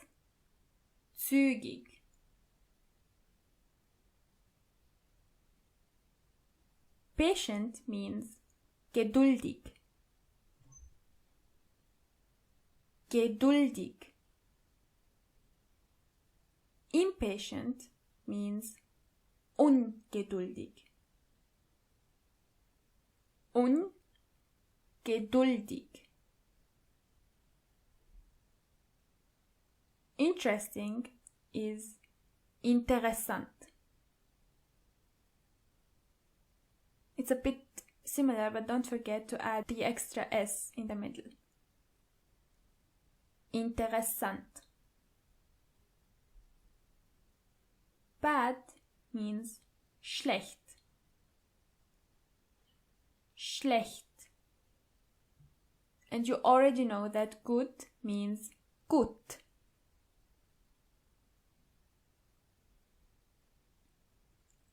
If the liar is masculine, you say Lügner. Lügner. If the liar is feminine, you say Lügnerin. Lügnerin. Lazy means faul. Faul. Positive means positiv. Or you can say optimistisch for optimistic. Optimistisch. Serious is sérieux, which sounds a bit similar to nervös, nervous. Sérieux.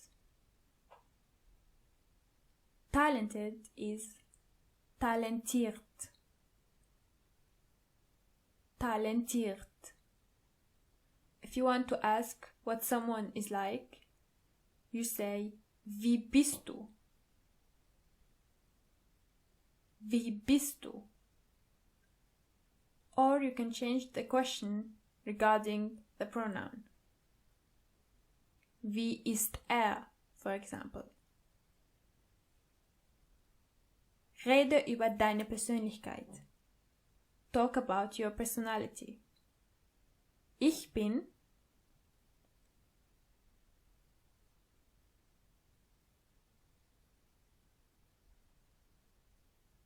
a possible answer would be ich bin positiv, nett, höflich und geduldig. I am positive, nice, polite and patient. And now, a similar exercise. Rede über die Persönlichkeit deiner Mutter. Talk about the personality of your mother.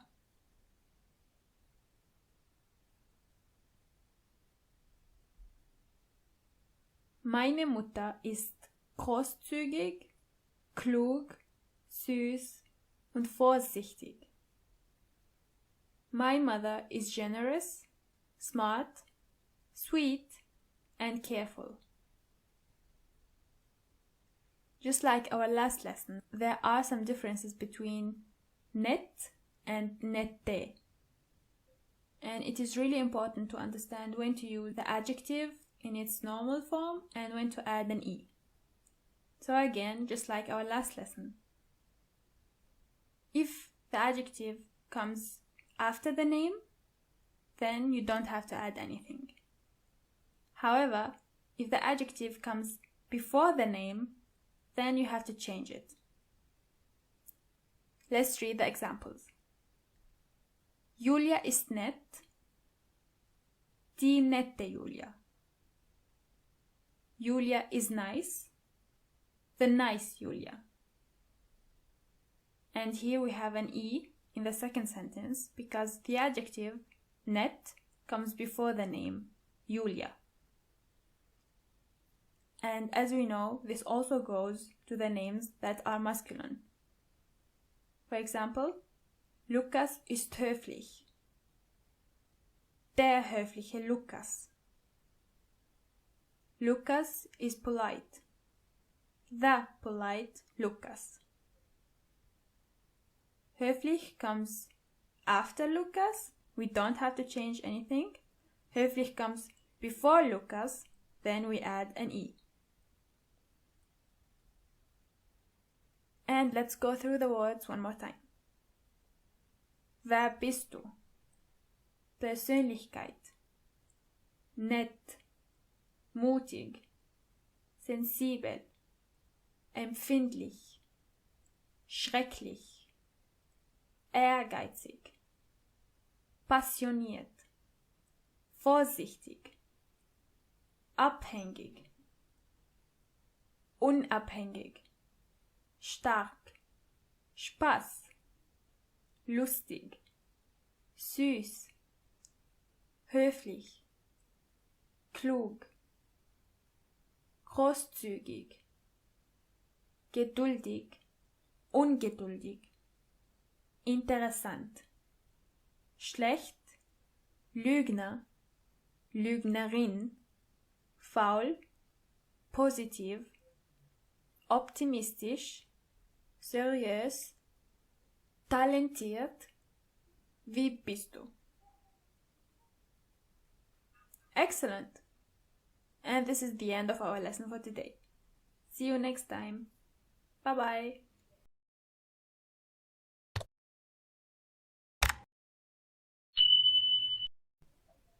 Willkommen and welcome back.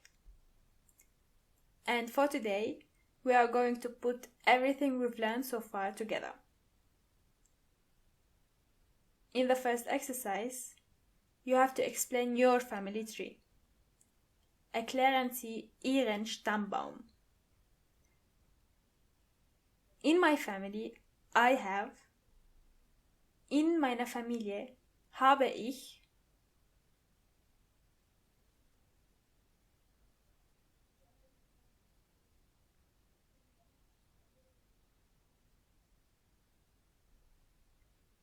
A possible answer would be: in meiner Familie habe ich 2 Eltern, 0 Geschwister, 4 Großeltern, 0 Urgroßeltern, 7 Onkel und Tanten, 9 Cousins.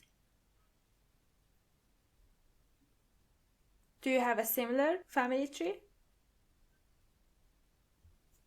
For the second exercise, you have to explain the family tree of your mother. In der Familie meiner Mutter hat sie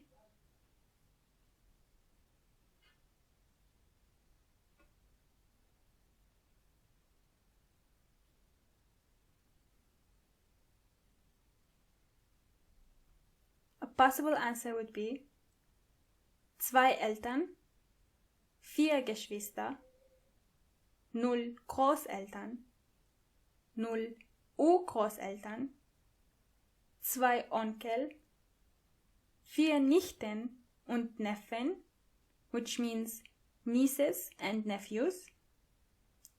Ich weiß nicht, wie viele Cousins sie hat. I don't know how many cousins she has.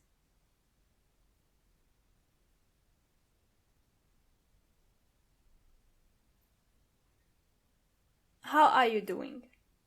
Wie geht es dir? Try to answer this question.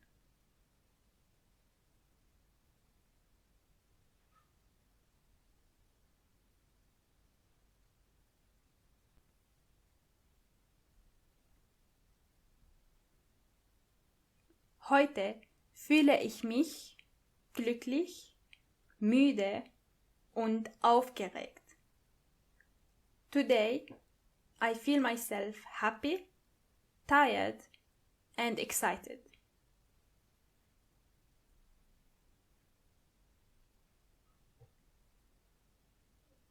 And now, give me some characteristics about the way you look. Wie schaust du aus? Try to find adjectives that you can use with ich bin and ich habe.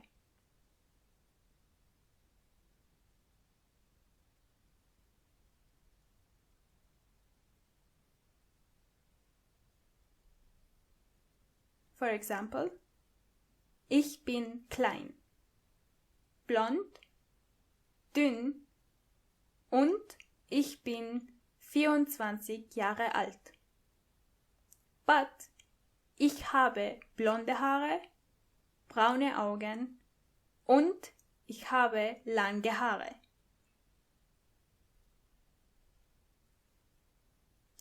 And now, tell me more about your personality.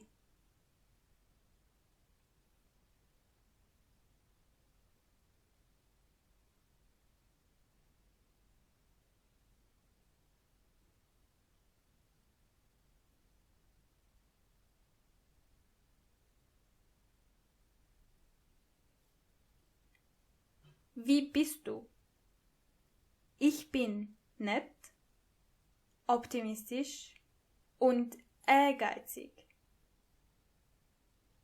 I am nice, optimistic and ambitious. So far, so good?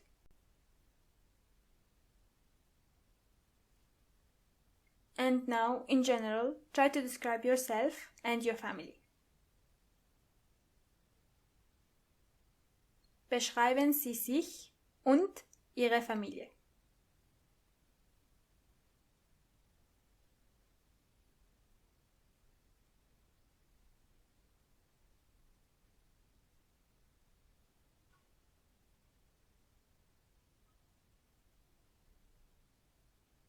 Let's read the answer together. And try to translate what you are hearing at the same time. Mein Name ist Isabella und ich bin 24 Jahre alt, mit blauen Augen. Ich bin blond, klein und dünn. Ich bin eine nette, lustige und faule Person. Ich habe nicht eine große Familie, aber ich habe 2 Eltern, 4 Großeltern, 7 Onkel und 9 Cousins. Heute fühle ich mich müde und glücklich.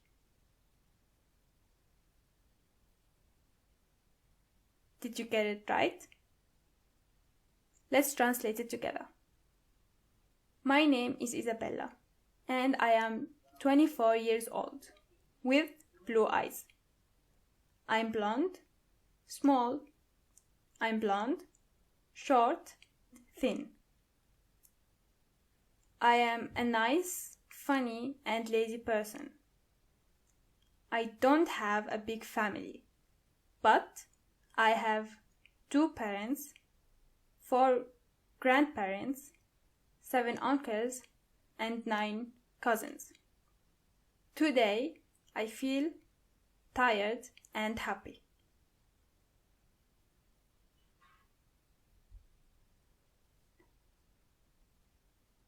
Let's try to have a conversation. I'm going to ask you the questions and you're going to read the answers. Hallo.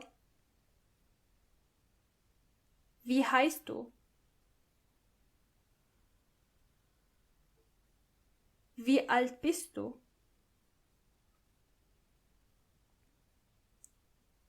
Wie geht es dir?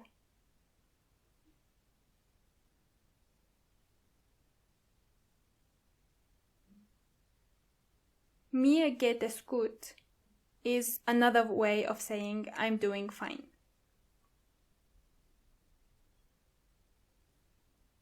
Let's try it one more time. Wie schaust du aus?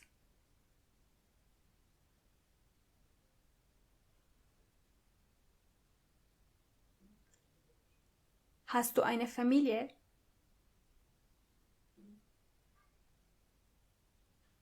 Wie groß ist deine Familie?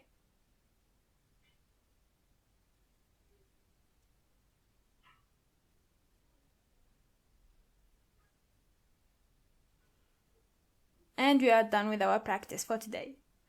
Thank you for tuning in and bye-bye.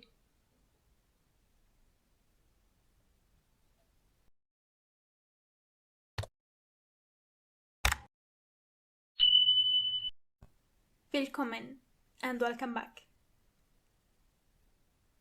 Today we are going to learn more about how to say directions, or in other words, we are going to learn how to describe the way to a specific place. Directions in German means die Richtungen. Richtungen. A singular direction means die Richtung. Die Richtung. Places are Orte. Orte. The store can be 2 words. You can either say der Laden,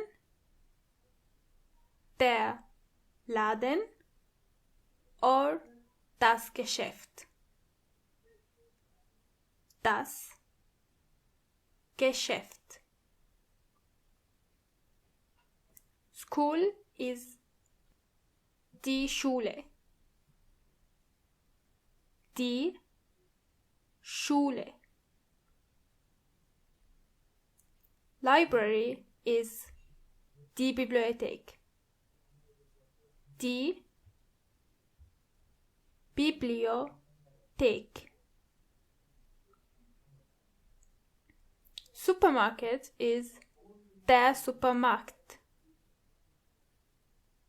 Der Supermarkt. Building is das Gebäude.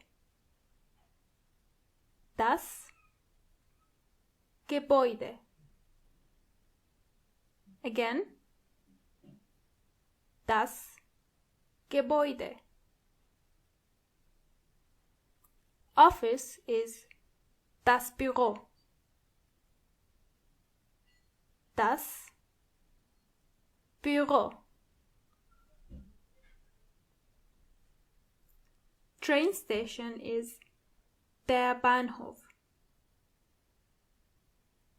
Der Bahnhof.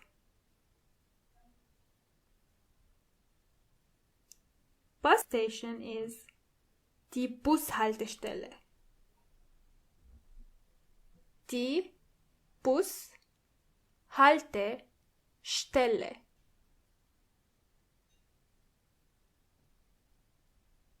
Beach is der Strand.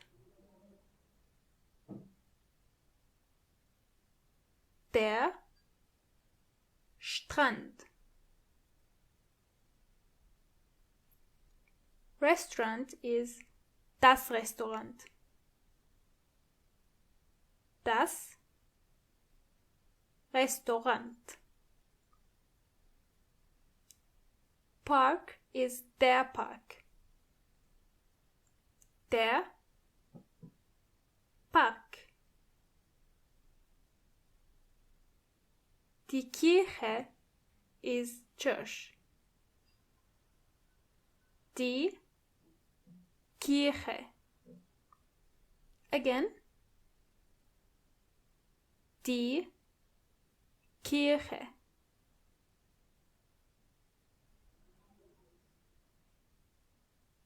Cinema is das Kino. Das Kino. Post office is das Postamt. Das Postamt.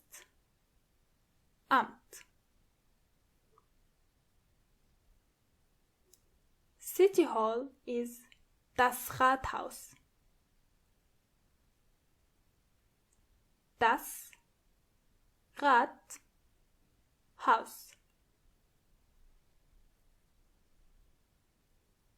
The market square is der Marktplatz.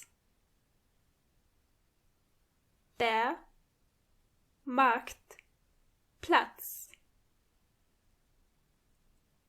Almost every German or Austrian city has a market square and a city hall, so it's important to know those words. Street is die Straße. Die Straße. Corner is die Ecke.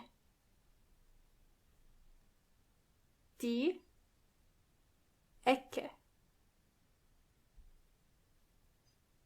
Bridge is die Brücke. Die Brücke. This is also one of the things that almost every city in Germany or in Austria has. In other words, the majority of the big cities in Germany or in Austria are built around rivers, so there are many bridges between. And now we are going to learn some words to help us to describe where something is. Neben is next to. Neben. Behind is hinter. Hinter. In front of is vor. Vor. Between is zwischen. Zwischen. Again. Zwischen. To is zu. Zu. Nach is also to. Nach. The differences between zu and nach are a bit complicated for now. That's why we are going to talk about it in the future. In is simply in. Bis has actually more than one meaning. It can either mean up to or until, or it can also mean to. Again, we are going to talk about it in a future lesson. Opposite is gegenüber. Gegenüber.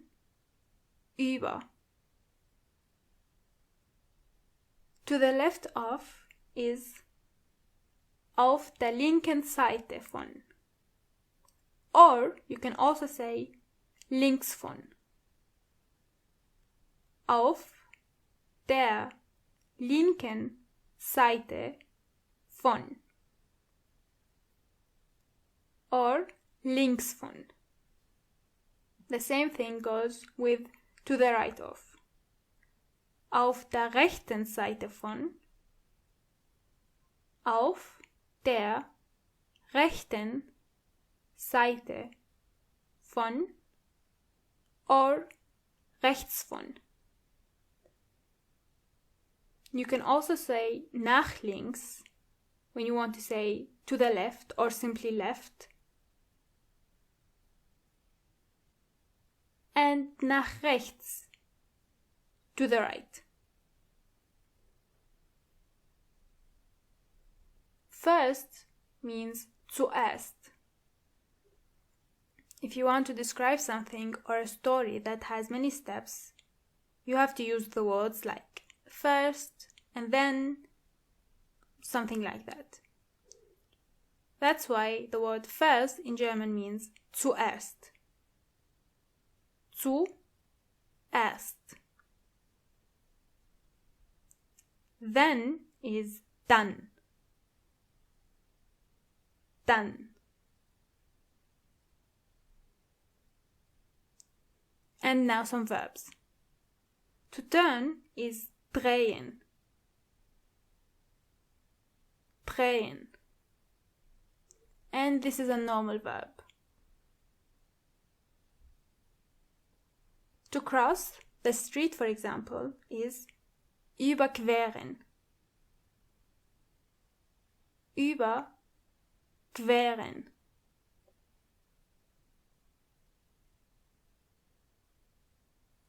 Straight ahead or continue straight is geradeaus. Geradeaus. If you want to ask where is something, you say wo ist die Schule, for example. Where is the school? Wo ist? Wohin gehst du? Where are you going? Wohin gehst du? Now, look at this map and try to identify the small park. Do you see it? Wo ist der kleine Park? Where is the small park. Do you see the red point? That's where you are. And now try to describe where the small park is, according to you.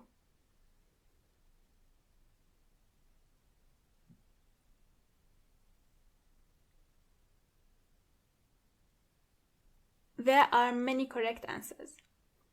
One of them, and one of the simplest answers, is der Park ist auf der linken Seite. Der Park ist auf der linken Seite. The park is on the left side. Try it again. And now try to describe your way to the supermarket. Wo ist der Supermarkt?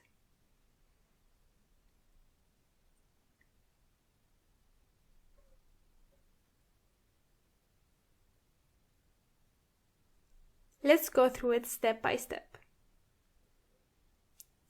Du gehst geradeaus. Drehe nach links bis Northstraße. You go straight ahead. Turn to the left up to North Street. Du drehst nach rechts und dann geradeaus. You turn to the right and then straight ahead. Der Supermarkt ist auf der linken Seite. The Supermarkt is on the left side.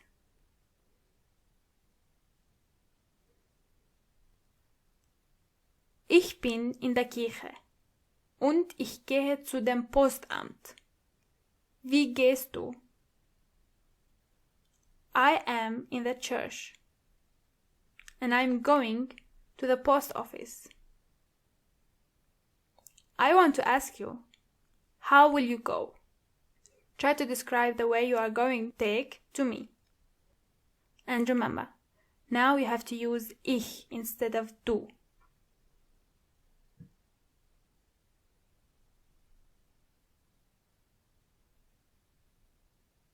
Ich gehe geradeaus bis Blackwellstraße.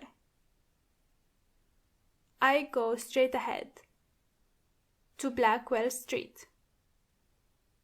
Ich drehe nach links und überquere die Brücke.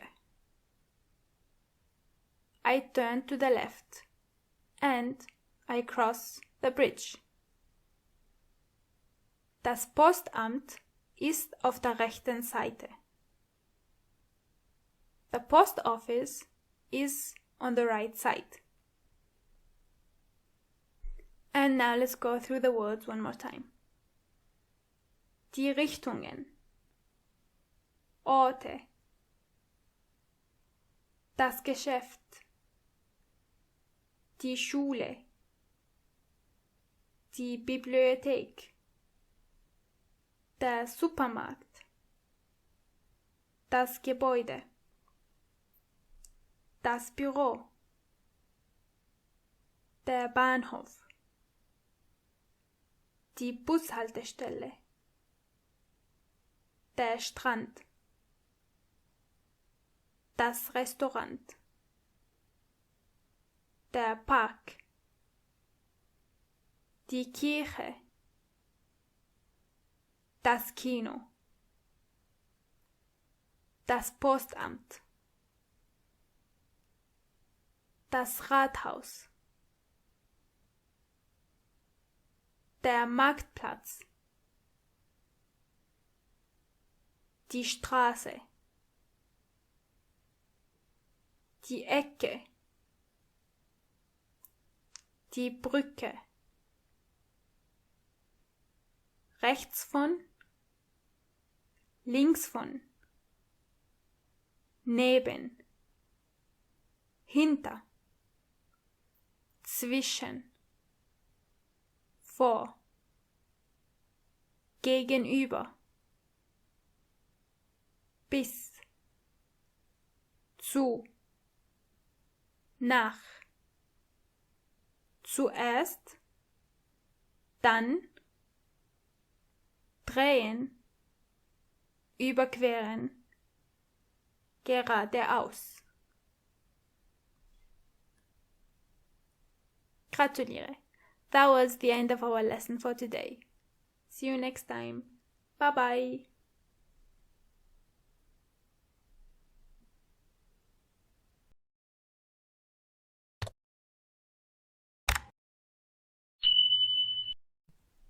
Willkommen and welcome back.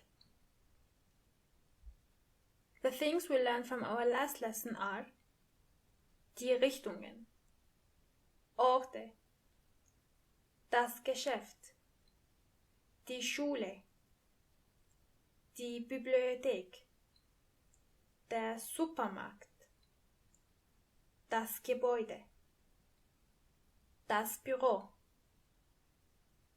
der Bahnhof, die Bushaltestelle, der Strand, das Restaurant, der Park, die Kirche, das Kino, das Postamt, das Rathaus, der Marktplatz, die Straße, die Ecke, rechts von, links von, neben, hinter, zuerst, dann, drehen, überqueren, geradeaus, zwischen, vor, gegenüber, zu and nach.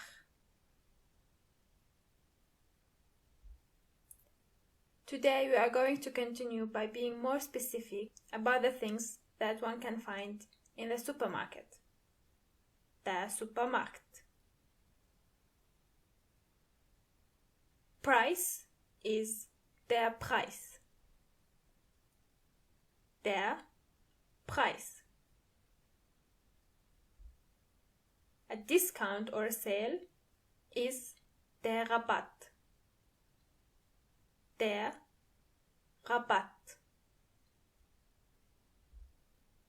Plastic bag is die Plastiktüte. Die Plastiktüte. Tüte means bag. A paper bag is die Papiertüte. Die Papiertüte.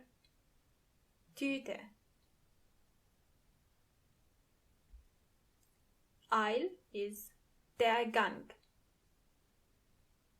Der Gang. Register is die Kasse. Die Kasse. A cart is der Einkaufswagen. Der Einkaufswagen. One more time. Der Einkaufswagen. Fruits and vegetables are, as you already know, Obst und Gemüse. Obst und Gemüse. Meat is das Fleisch. Dairy products are die Milchprodukte. Die Milchprodukte. For pasta, you can either say die Nudel, or die Pasta. Bread is das Brot. Das Brot. Sweets are die Süßigkeiten. Do you remember the word süß from 2 lessons before? Die Süßigkeiten. Die Süßigkeiten. The verb to buy means kaufen. Kaufen. And you can use it in the following way. Ich kaufe. Du kaufst. Sie, es kauft. Wir kaufen. Ihr kauft. Sie kaufen. It's a normal verb, just like we are used to.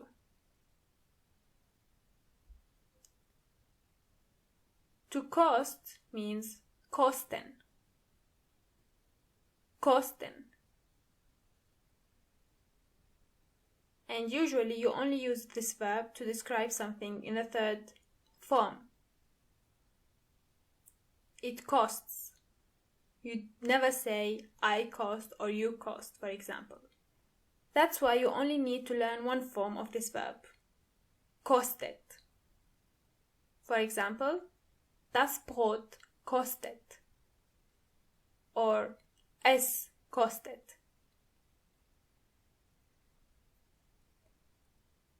There is or there are is es gibt.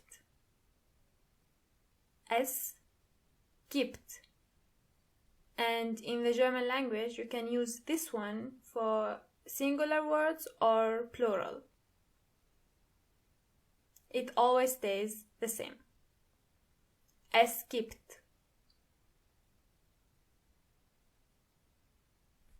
Okay, now you can read the black lines and I will read the red lines.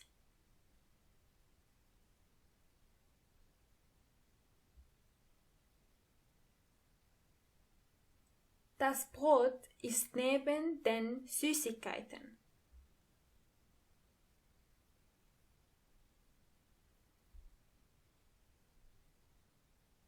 Ja, es ist zwischen dem normalen Brot und den Süßigkeiten.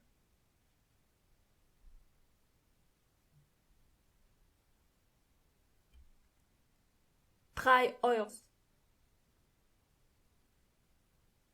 Bitte.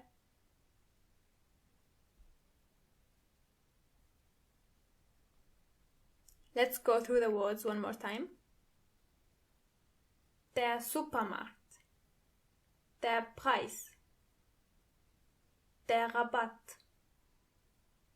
Die Plastiktüte. Die Papiertüte.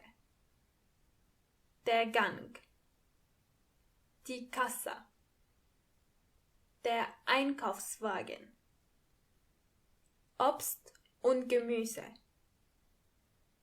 Das Fleisch. Die Milchprodukte. Die Nudel. Das Brot. Die Süßigkeiten. Kaufen. Kosten. Es kostet. Es gibt.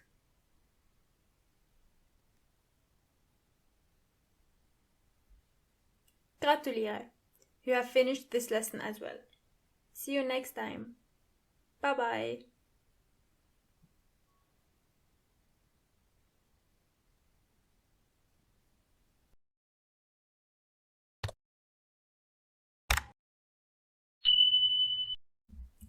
Willkommen and welcome back.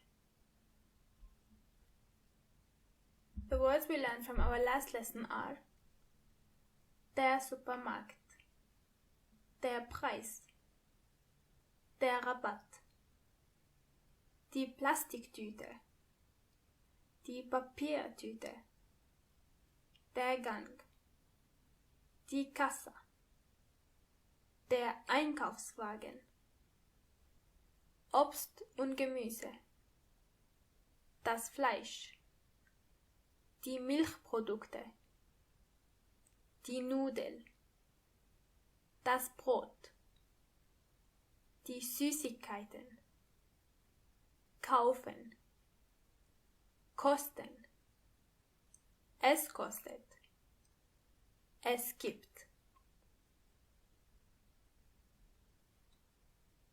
Today we are going to learn more about the house. The house in German means das Haus. Das Haus. When it comes to pronunciation, it's the same as in English, but you have to keep in mind how the word house is written. H-A-U-S. Kitchen is die Küche. Die Küche. Again, die Küche. Living room is das Wohnzimmer. Das Wohnzimmer.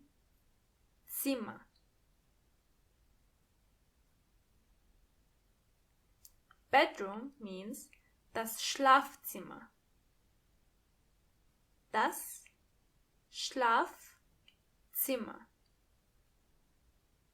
You can see that the word Zimmer means room.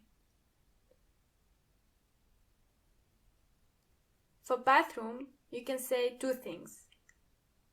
You can either say das Badezimmer, das Badezimmer, or simply das Bad.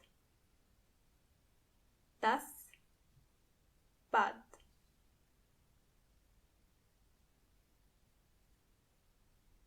If you have a basement, you say der Keller. Der Keller. For stairs, you say die Treppe. Die Treppe.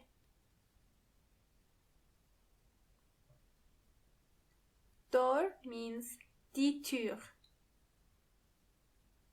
Die Tür. Window means das Fenster. Das Fenster. A roof or ceiling is das Dach.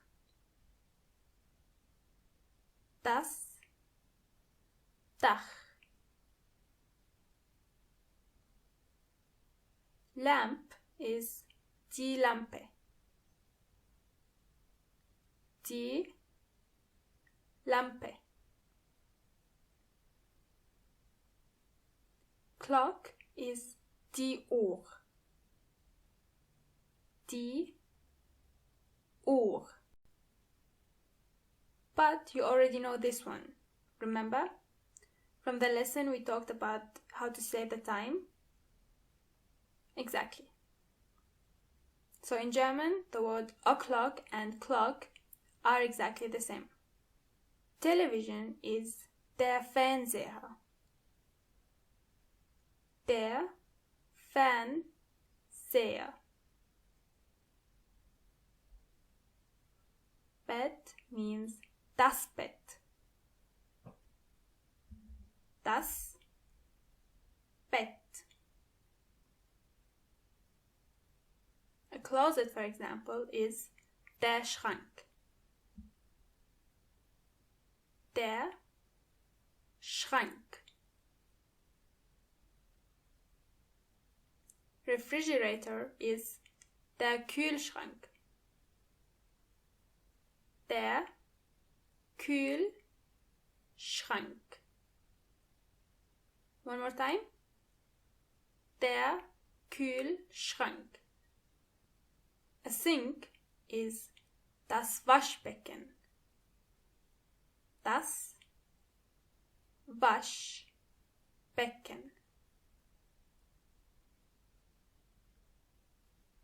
To clean in general means putzen. Putzen. Let's see how we can use this verb. Let's read it together.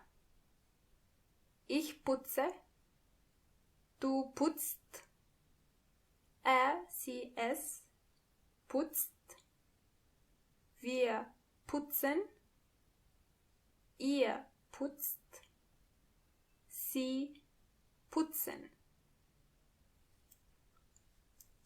As you can see, du, sie, es, and ihr share the same form. The reason for this is how complicated the pronunciation would be if the verb were completely normal. To wash means waschen. Waschen.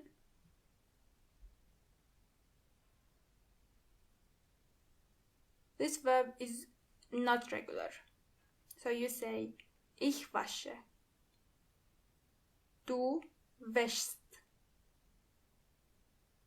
Sie, es wäscht. Wir waschen. Ihr wascht. Sie waschen.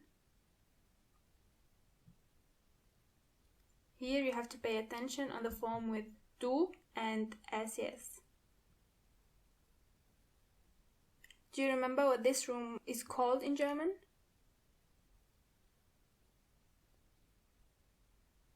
Das Wohnzimmer. Correct.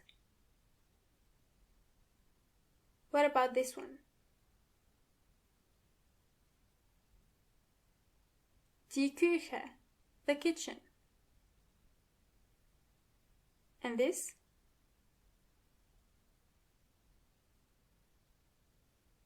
Das Bad or das Badezimmer.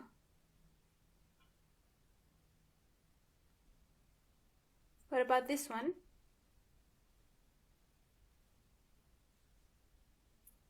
The bedroom.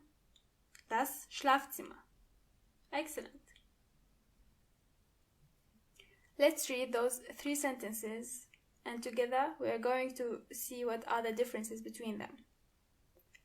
Ich muss die Küche putzen. I have to clean the kitchen. Ich muss die Küche putzen. Muss in this case would mean have to. Ich werde die Küche putzen. I will clean the kitchen. Ich werde die Küche putzen. Here the word werde means will. And the last sentence is ich möchte die Küche putzen. And you know this one, right? I want to clean the kitchen. Möchte means want. And it comes from möchten. The words we learned today are das Haus, die Küche, das Wohnzimmer, das Schlafzimmer, das Bad, das Badezimmer, der Keller, die Treppe, die Tür, das Fenster, das Dach, die Lampe, der Fernseher, das Bett, der Schrank, der Kühlschrank, das Waschbecken, putzen, waschen, ich muss, ich werde. And don't worry about the last 2 words, we are going to talk about them soon, in a more precise way. And that was the end of our lesson for today. Thank you very much for tuning in and see you next time. Bye bye.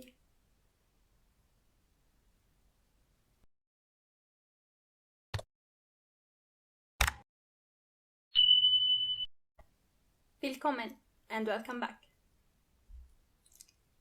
The words we learned from our last lesson are das Haus, die Küche, das Wohnzimmer, das Schlafzimmer, das Bad, das Badezimmer, der Keller, die Treppe, die Tür,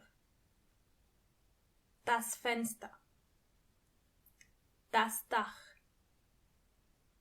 die Lampe, der Fernseher, das Bett, der Schrank, der Kühlschrank, das Waschbecken, putzen, waschen, ich muss, ich werde. Today, we are going to talk more about the bathroom and the things you can find there. As we know, bathroom means either das Badezimmer,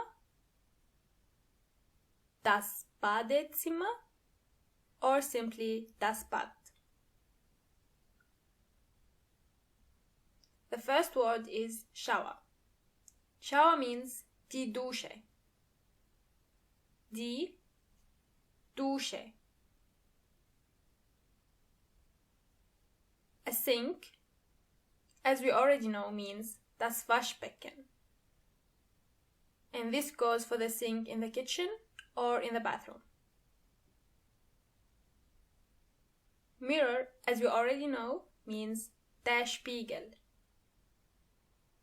Der Spiegel. A brush, die Bürste.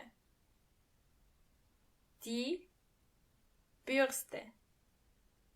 And remember, you don't pronounce the R as R, but more like R.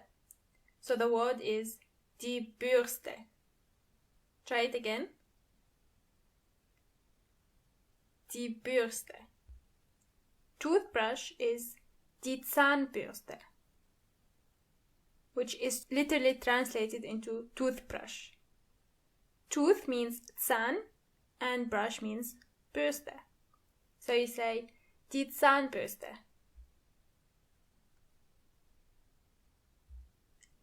Hair dryer is der Föhn. Der Föhn. Soap means die Seife. Die Seife. But shampoo is das Shampoo. Das Shampoo. Toothpaste is die Zahnpasta. Die Zahnpasta. For toilet, you say die Toilette. Die Toilette. Or, if you are in a public place, toilet is called WC. WC.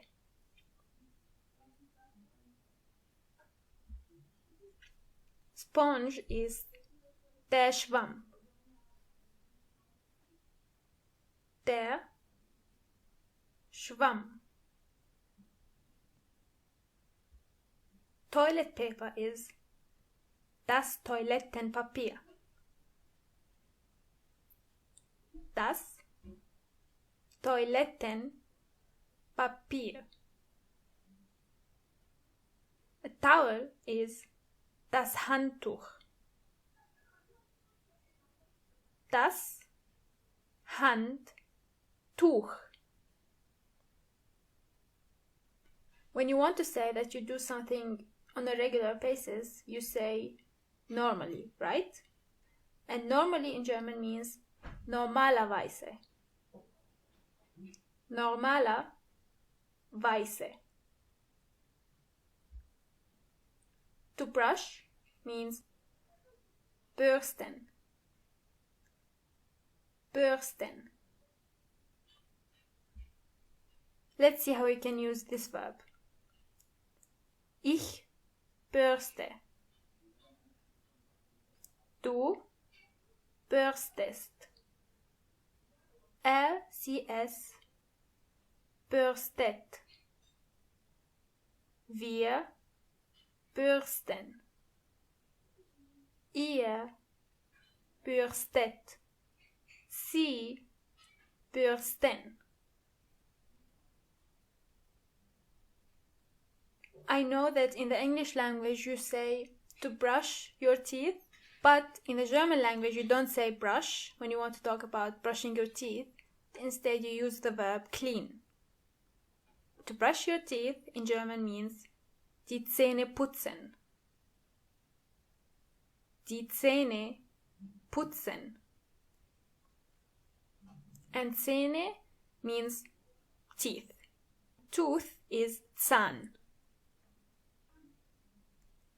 To shower is duschen. Duschen. And it's a normal verb. Ich dusche. Du duschst. Sie es duscht. Wir duschen. Ihr duscht.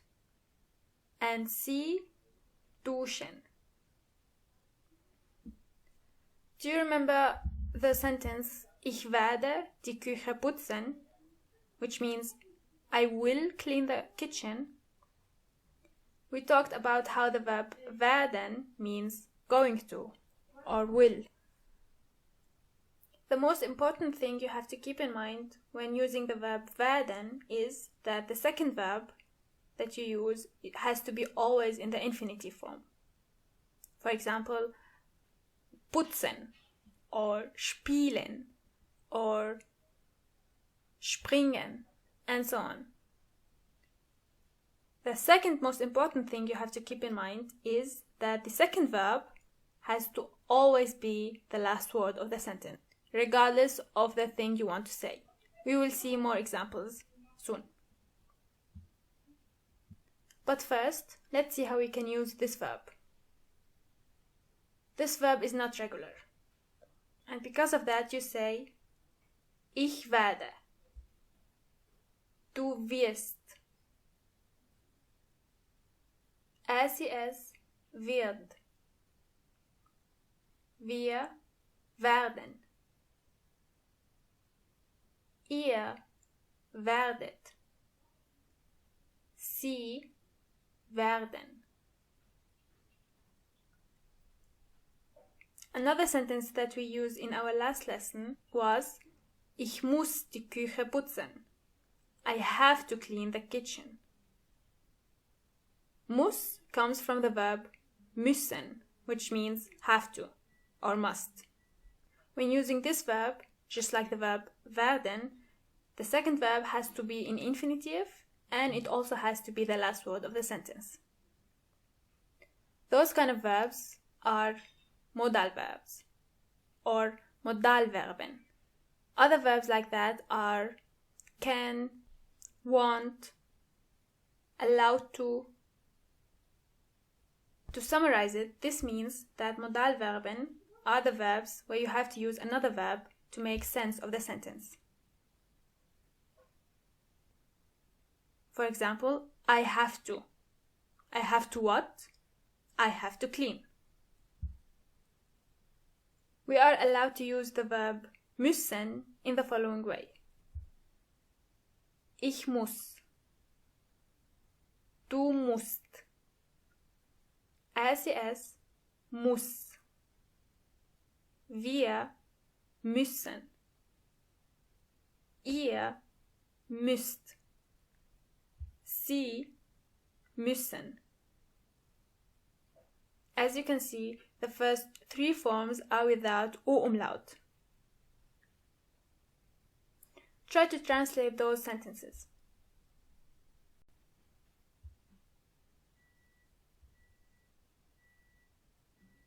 Ich dusche. I shower. Ich dusche. I am going to shower. Ich werde duschen. Ich werde duschen. And as you can see, the second verb, duschen, is in the infinitive. I need to shower. Ich muss duschen. Ich muss duschen. I normally shower at night. Normalerweise dusche ich in der Nacht. In the German language, when you have words like normally, usually, rarely, those words always come first. Normalerweise dusche ich in der Nacht. The reason why dusche comes before ich in this case is going to be discussed later, so don't worry about it for now. Try to translate those sentences one more time.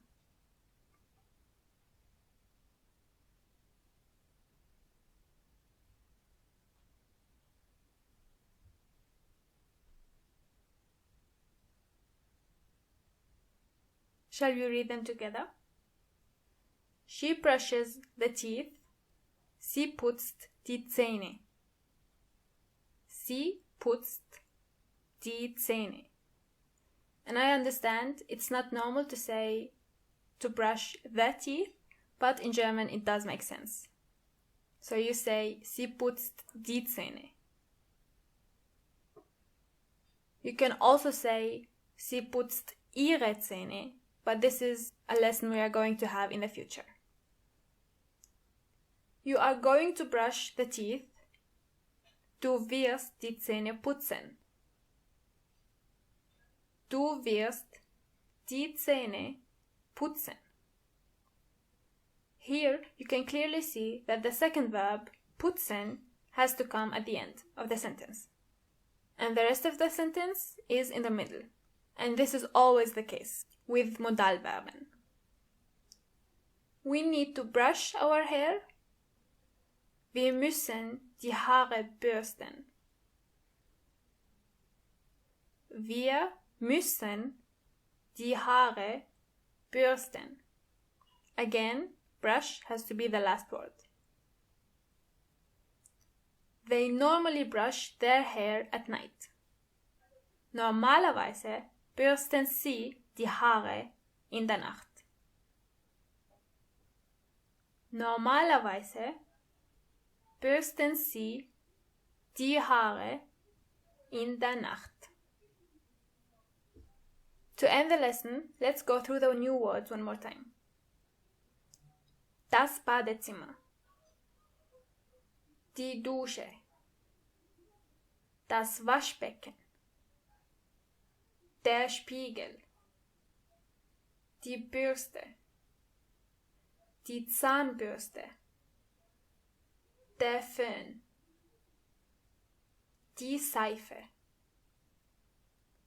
Das Shampoo. Die Zahnpasta. Die Toilette. Der Schwamm. Das Toilettenpapier. Das Handtuch. Normalerweise. Bürsten. Duschen. Die Zähne putzen. Werden. Müssen.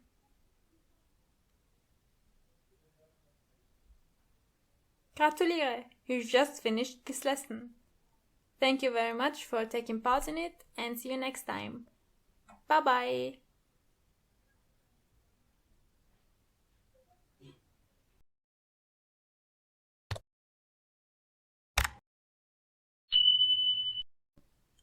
Willkommen and welcome back. Let's start with the words from our last lesson. Das Badezimmer. Die Dusche. das Waschbecken, der Spiegel, die Bürste, die Zahnbürste, der Föhn, die Seife, das Shampoo, die Zahnpasta, die Toilette, der Schwamm, das Toilettenpapier, das Handtuch, normalerweise, bürsten, duschen, die Zähne putzen, werden, müssen. If you are interested in working in a kitchen, for example, or in general, spending time in the kitchen, we are going to try to cover all the basic words you might need. The kitchen in German means die Küche. Die Küche. Breakfast is das Frühstück. Das Frühstück, which means the early piece. Das Frühstück. And try to pronounce the O-Umlaut. Das Frühstück.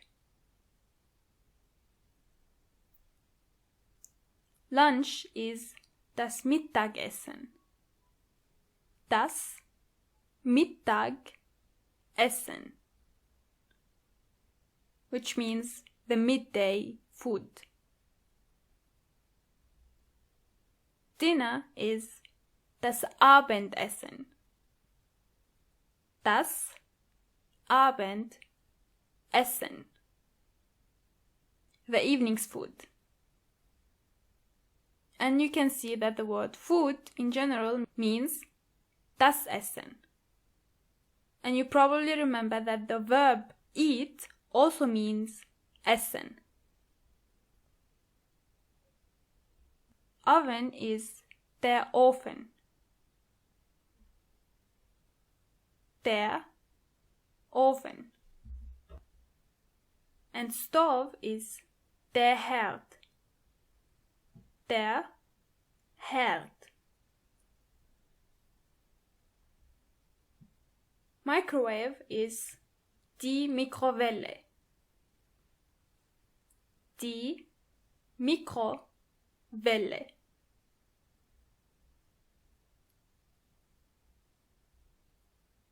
A garbage can or rubbish bin is die Mülltonne. Die Mülltonne.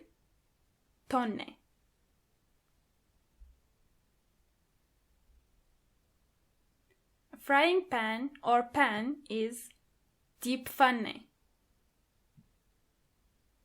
Die Pfanne.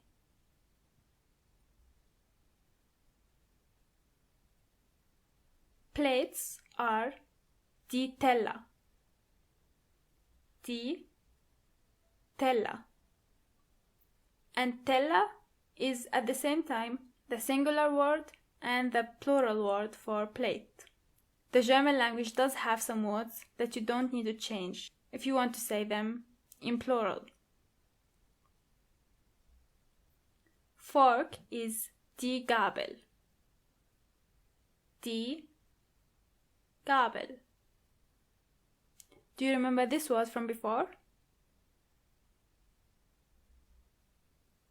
Knife is das Messer. Das Messer.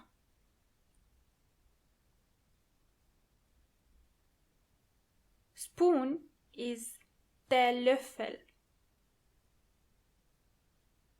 Der Löffel.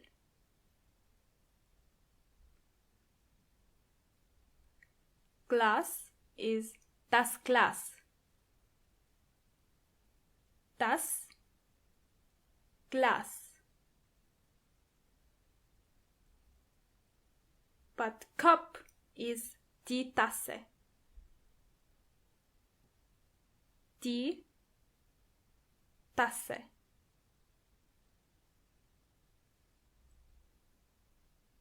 The taste sweet is süß. Süß, which also means cute. For spicy, you have two words. You can either say würzig, as in it has so many spices, or scharf, like when something tastes really hot, for example. Würzig, scharf.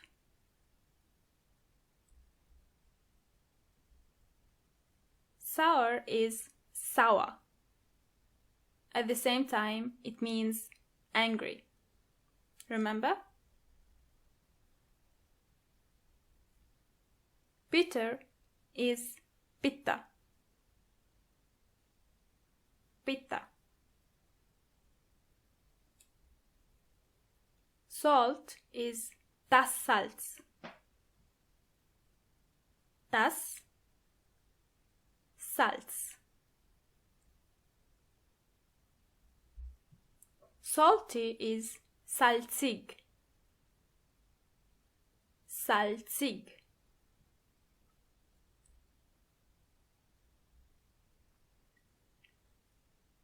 In the German language, we have one word for both cook and boil.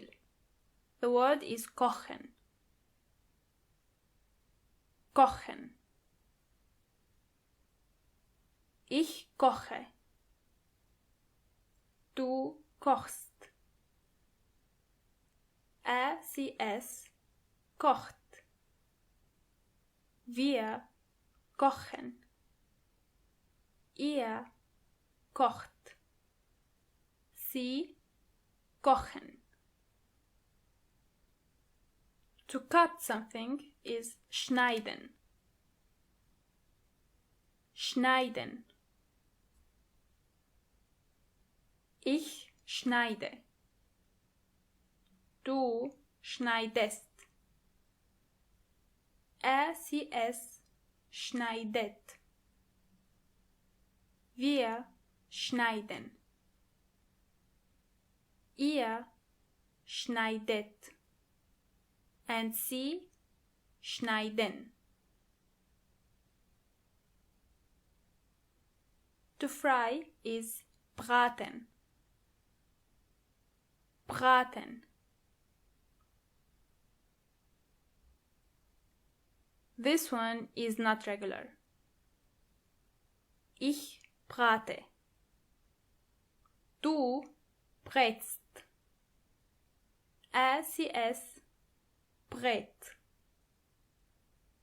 Wir braten. Ihr bratet. Sie braten. To bake is backen.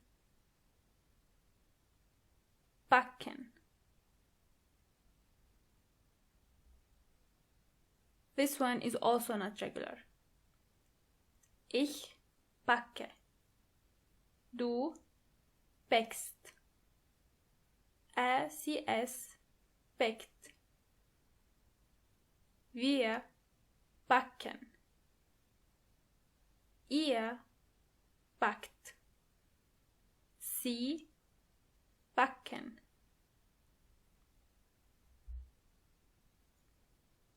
To peel is schälen. Schälen. This one, luckily, is normal. Ich schäle. Du schälst. Sie, es schält. Wir schälen.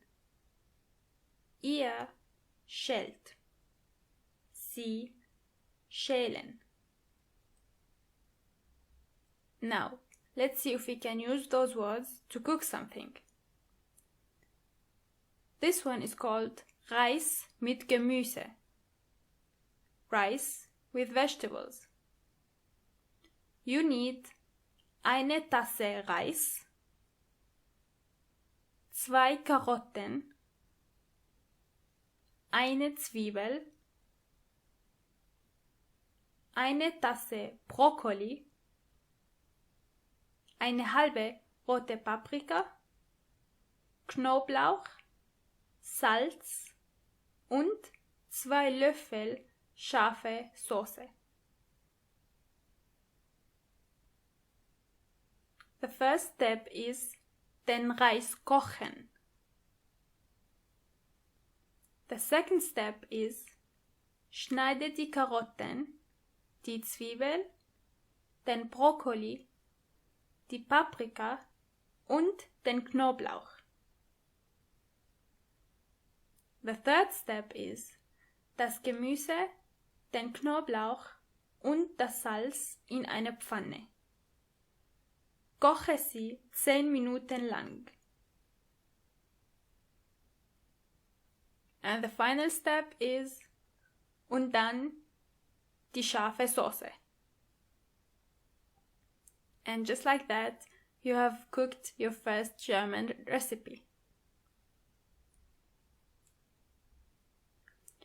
As a small homework, try to write your own recipe. Schreibe dein eigenes Rezept.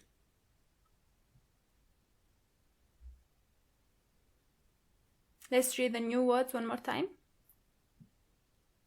Die Küche, das Frühstück, das Mittagessen, das Abendessen, das Essen, der Ofen, der Herd, die Mikrowelle, die Mülltonne, die Pfanne, die Teller, das Messer, der Löffel, das Glas, die Tasse, süß, würzig, scharf, sauer, bitter, salzig, das Salz, kochen, schneiden, braten, schälen and backen.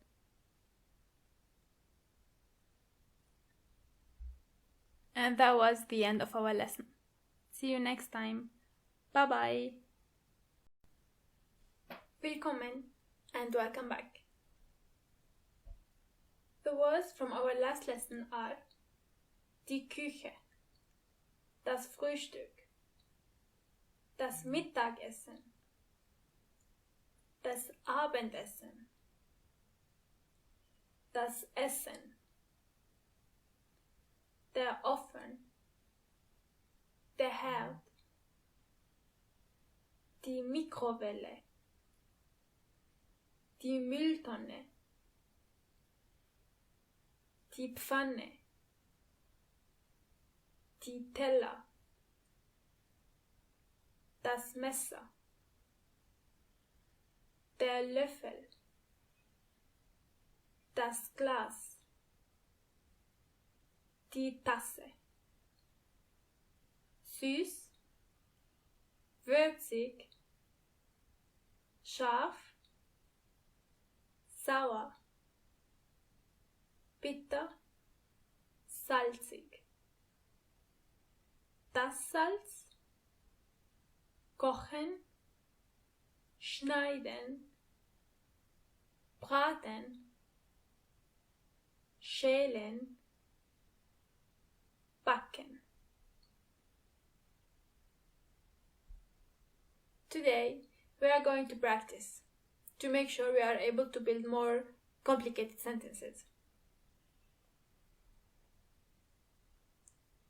For the first exercise, I'm going to read the black lines and you will read the red lines.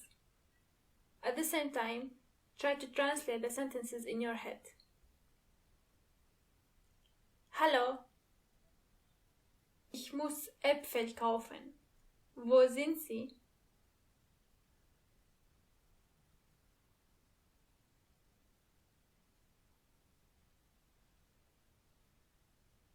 Danke. Und haben Sie auch grüne Äpfel?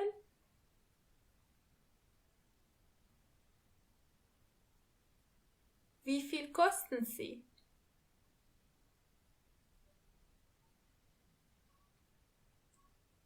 Good job. Let's try to translate it together.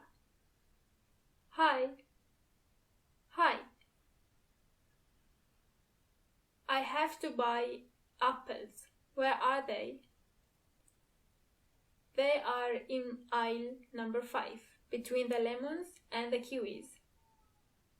Thank you. And do you have green apples too? Tu means auch. Yes, of course. How much are they? 3 euros per kilo.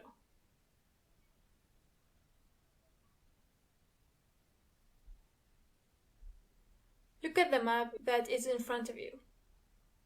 Try to find the kino. Try to describe the way from where you are to the cinema. If you need to pause, do so.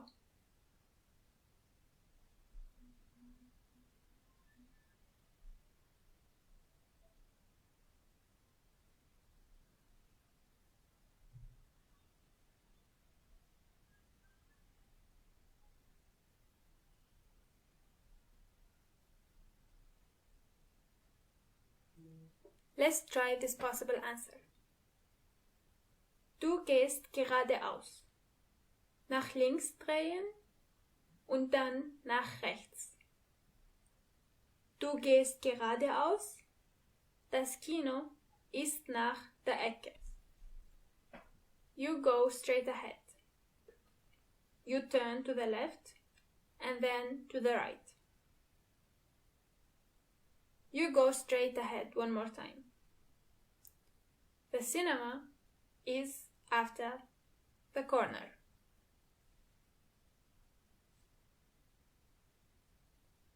This is only one of the many possible answers. If you've got something else, don't worry about it. The most important thing is that you are able to use the words you learned in building sentences.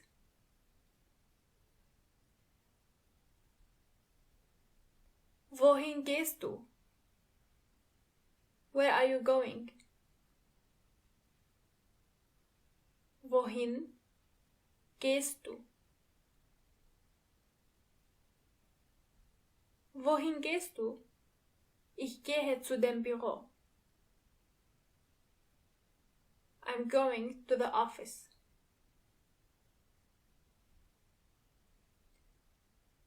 Ich bin in dem kleinen Park und möchte zu der Kirche gehen. Wie?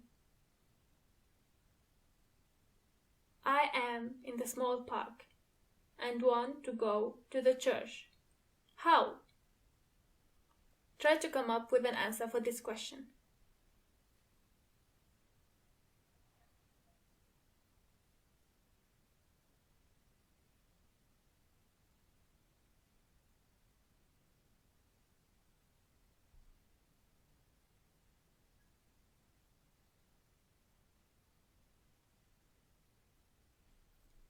Du bist in der Sidwellstraße. Du musst nach rechts drehen und geradeaus. Drehe nach links und gehe geradeaus.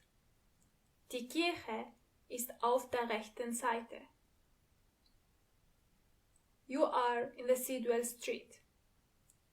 You have to turn to the right and then straight forward. Turn to the left and go straight forward. The church is on the right side.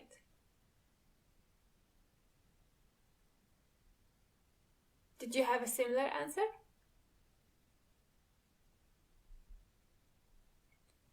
For this exercise, try to translate those German sentences into English.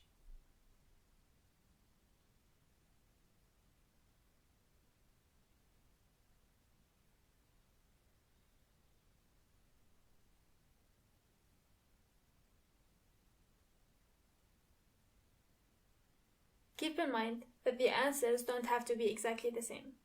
The goal of this exercise is that you get the main idea of the sentence. Rechts drehen. To turn right. Das Badezimmer putzen. To clean the bathroom. Die Hände waschen. To wash the hands. Gib mir das Salz. Give me the salt. Die Zähne nicht putzen. Not to brush the teeth. Die Zwiebel nicht schneiden. Not to cut the onion. Die Milch nicht kochen. Not to boil the milk.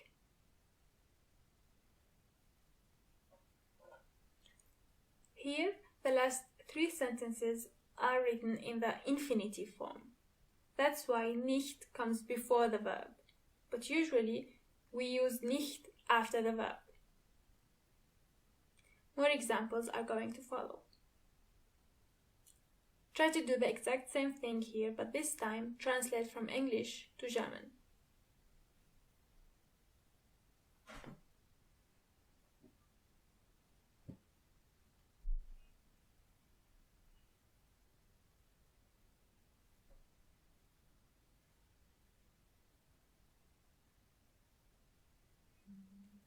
To cook dinner. Abendessen kochen. To clean the basement. Den Keller putzen. Take a shower. Duschen. We don't turn left. Wir drehen nicht nach links. To bake the bread. Das Brot backen. I don't boil the water. Ich koche nicht das Wasser. He doesn't peel the onion. Er schält nicht die Zwiebel. As you can see, when you want to say a sentence, you usually put nicht after the verb, in case the sentence is negative. Again, don't worry if you've got some mistakes. With time, those mistakes are going to vanish. And that was the end of our lesson for today. I hope you did well, and see you next time. Bye bye!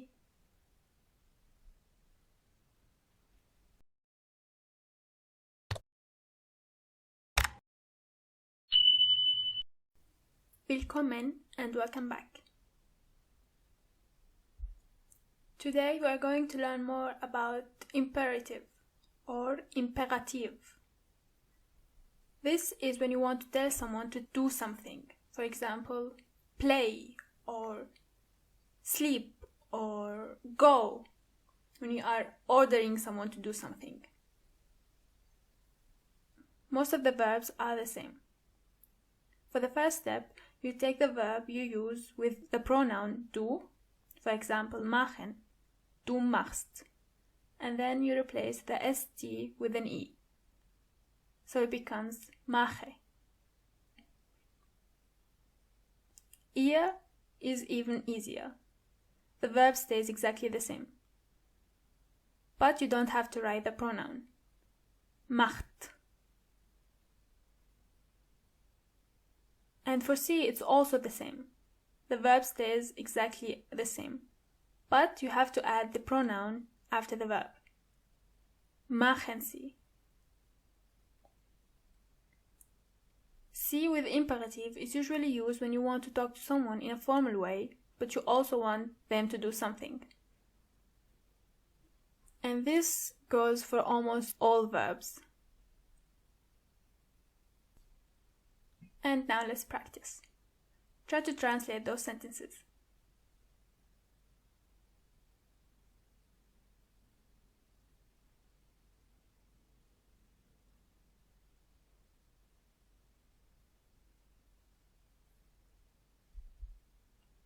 Let's read it together. Putze das Zimmer. Clean the room. Spielen Sie mit dem Kind. Play with the kid. Koche das Abendessen. Cook the dinner. macht Sport, play sport. In the English language, it's always the same. That could be hard to identify in which pronoun you are talking. But in German, it's pretty obvious. The first and the third sentence are in du form. The second one is with sie, the formal way. And the last sentence is with ihr. There are, however, some exceptions you have to keep in mind. For the time being, we are only going to learn the du exceptions, because those are the ones we use often. One can say that the verbs that are written with an umlaut in the du form are exceptions. When you want to say those verbs in the imperative, you say them without an umlaut. For example, du läufst in the imperative is lauf. Du schläfst, schlaf.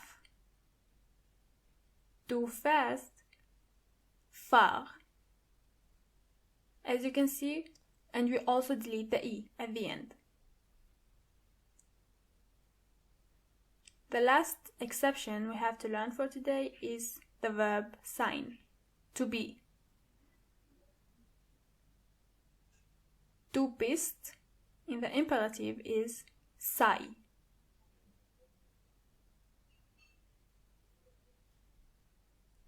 Now, try to translate those sentences and keep in mind the verbs that are exceptions.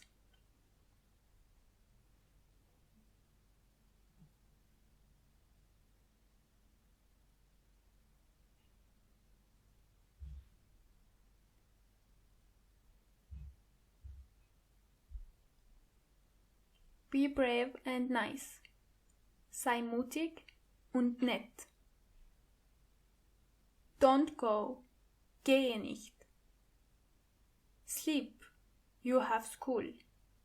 Schlaf. Du hast Schule. Those three sentences are written in the du form. The first one and the second one are the exceptions. And if you want to make a sentence negative, you also have to put nicht after the verb.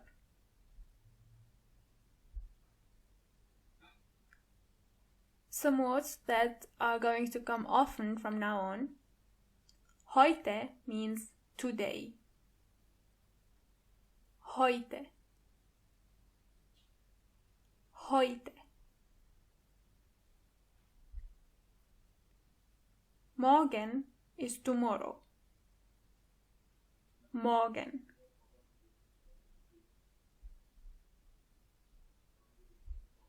And finally, gestern means yesterday. Gestern.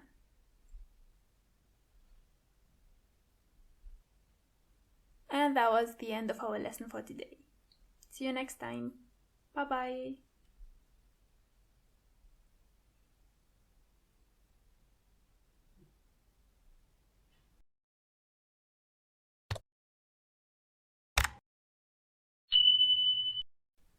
Willkommen and welcome back. Today is mainly about translation.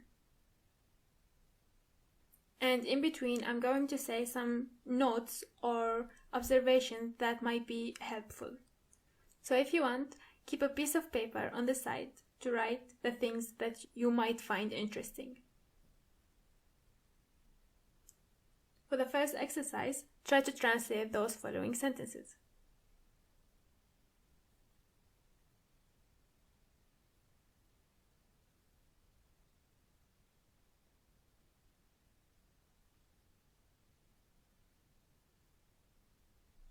Let's read them together. I feel scared. Ich habe Angst. I feel scared is one of those sentences that are completely different in German. I am very happy. Ich bin sehr glücklich. Sehr is used to say very. Sehr glücklich, very happy. I am a funny, kind and brave person. Ich bin eine lustige, freundliche und mutige Person. In this case, you say eine because the word Person is feminine. Die Person. That's why, regardless of your gender, you say eine Person. In my family, I have 6 brothers. In meiner Familie habe ich 6 Brüder. Brüder is the plural form of brother. Bruder. You just replace the O with the O umlaut. Try it one more time.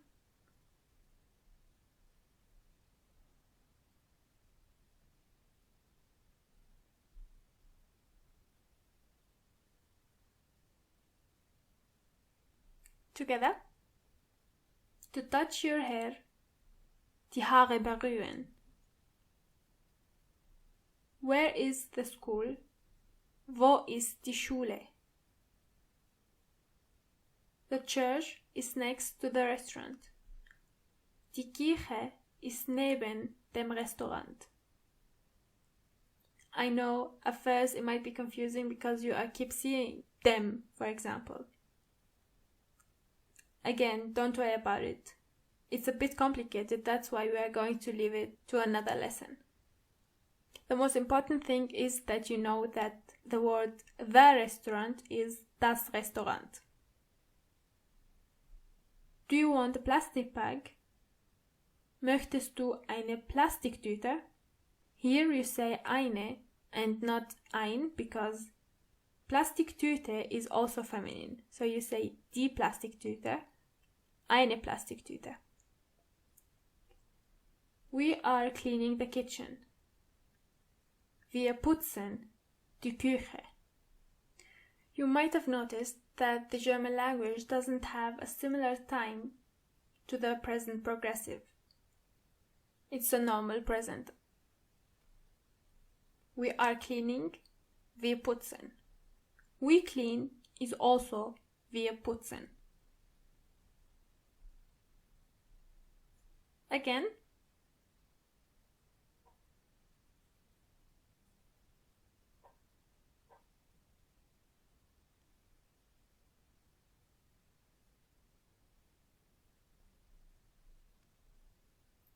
Ich brauche es. I need it. Sie kennt es. She knows it. Sie sieht es an der Schule. She sees it at school. Haben Sie es? Do you have it? Ich mag es sehr. I like it very much. A couple of things to keep in mind. In the third sentence, an means at, but it's only used with places. The fourth sentence, haben Sie es, doesn't mean do they have it. Even though sie means they, sie is always the way to talk to someone in a more formal way. How can you find out which sie is written here? It's simple. When the S is written as a capital letter, then that sie is in the formal way. When sie is written with a small letter, then it's the normal they. Here, haben Sie es, the S is written as a capital letter.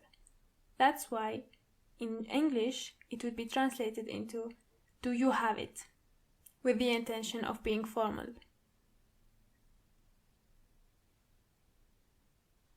Let's try it again.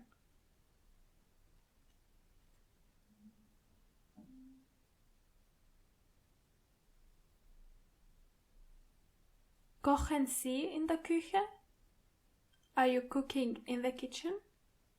Here, it's also a formal way. because C is written with a capital letter. Abendessen kochen. To cook dinner. Ich gehe zu der Schule. I go to the school. Sie haben Brot im Haus. They have bread in the house. In this case, it is impossible to know which C I'm talking about. It depends mostly on the context.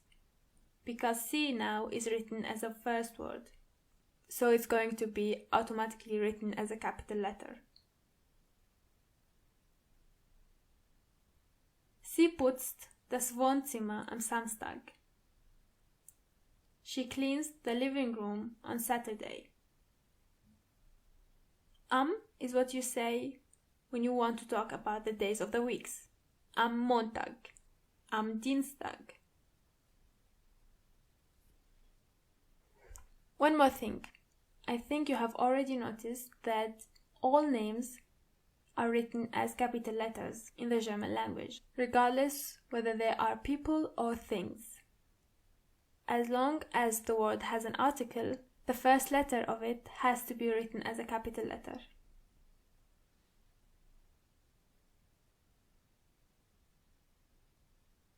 And that was the end of our lesson for today.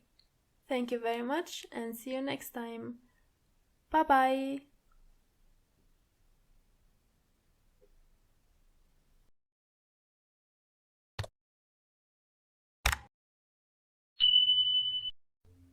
Willkommen and welcome back.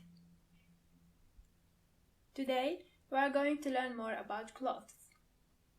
In German it means die Kleidung. Die Kleidung.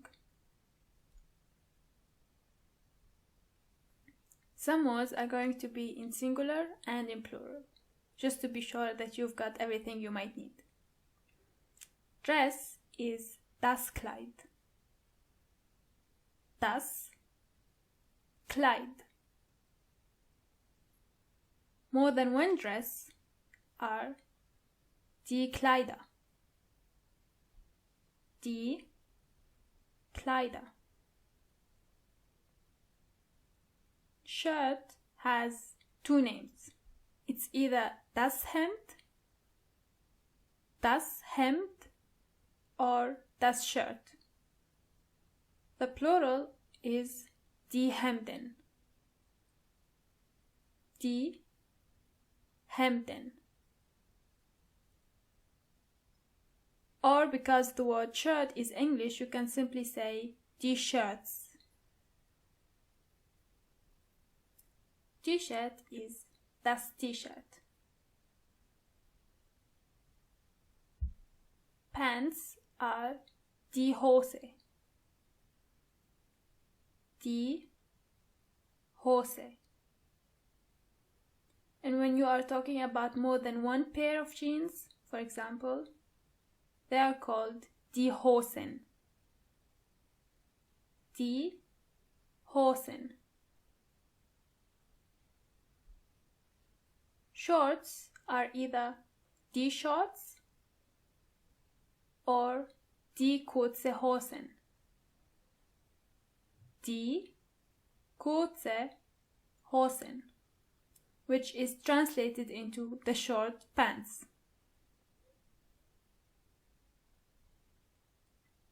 Underwear is die Unterwäsche. Die Unterwäsche.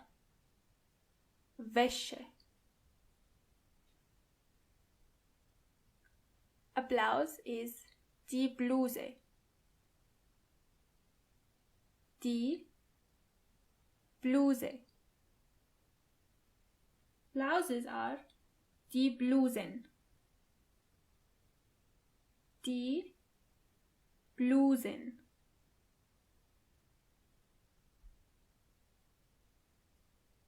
Skirt is der Rock. Der Rock. Skirts are die Röcke. Die Röcke. suit is der Anzug. Der Anzug. Suits are die Anzüge. Die Anzüge. A bathing suit is der Badeanzug. Der Badeanzug.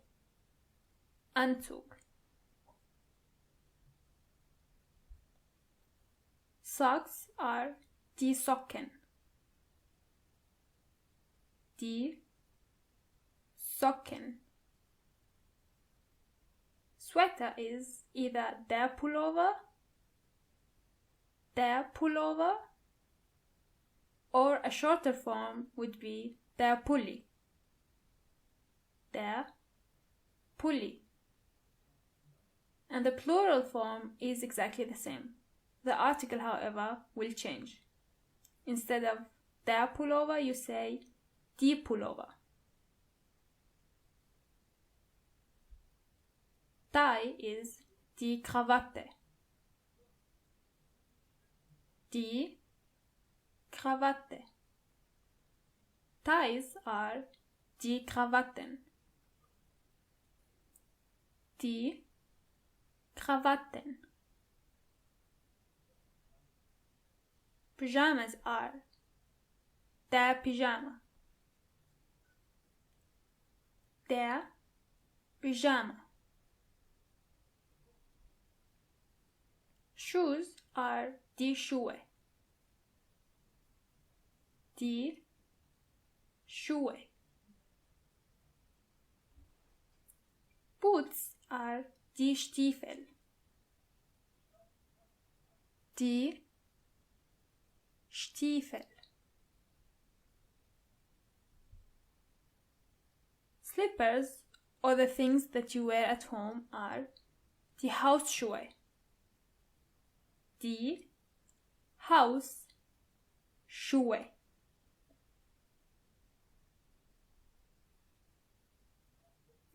The word hat has many meanings in German, but for today you are going to learn die Mütze. Die Mütze. Hats are die Mützen. Die Mützen.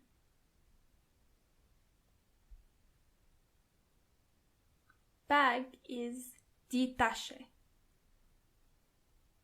or die Taschen. And a purse or a smaller one is die Handtasche. Die Handtasche.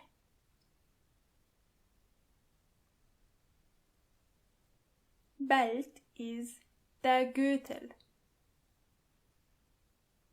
Der Gürtel. Belts are also die Gürtel.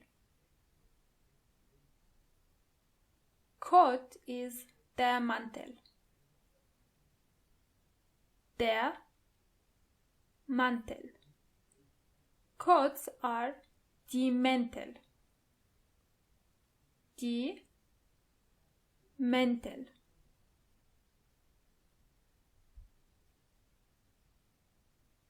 Mall is das Einkaufszentrum. Das Einkaufszentrum. Again. Das Einkaufszentrum.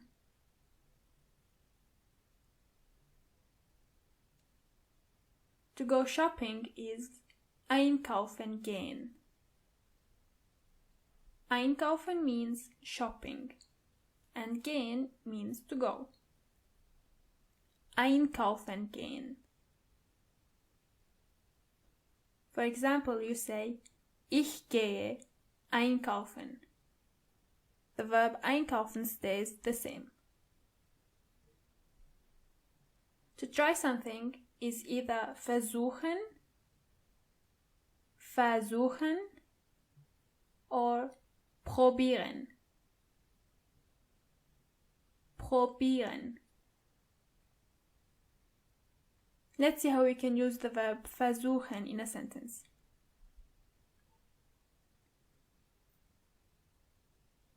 Ich versuche.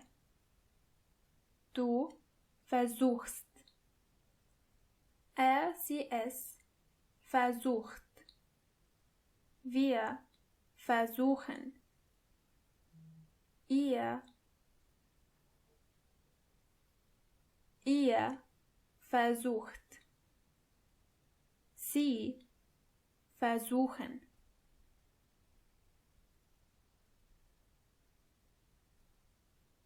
Übersetze die Fragen. Translate the questions.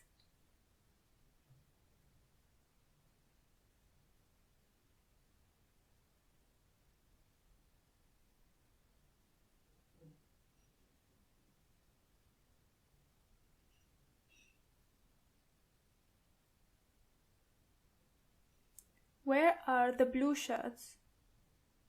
Wo sind die blauen Hemden? How much are the dresses? Wie viel kosten die Kleider?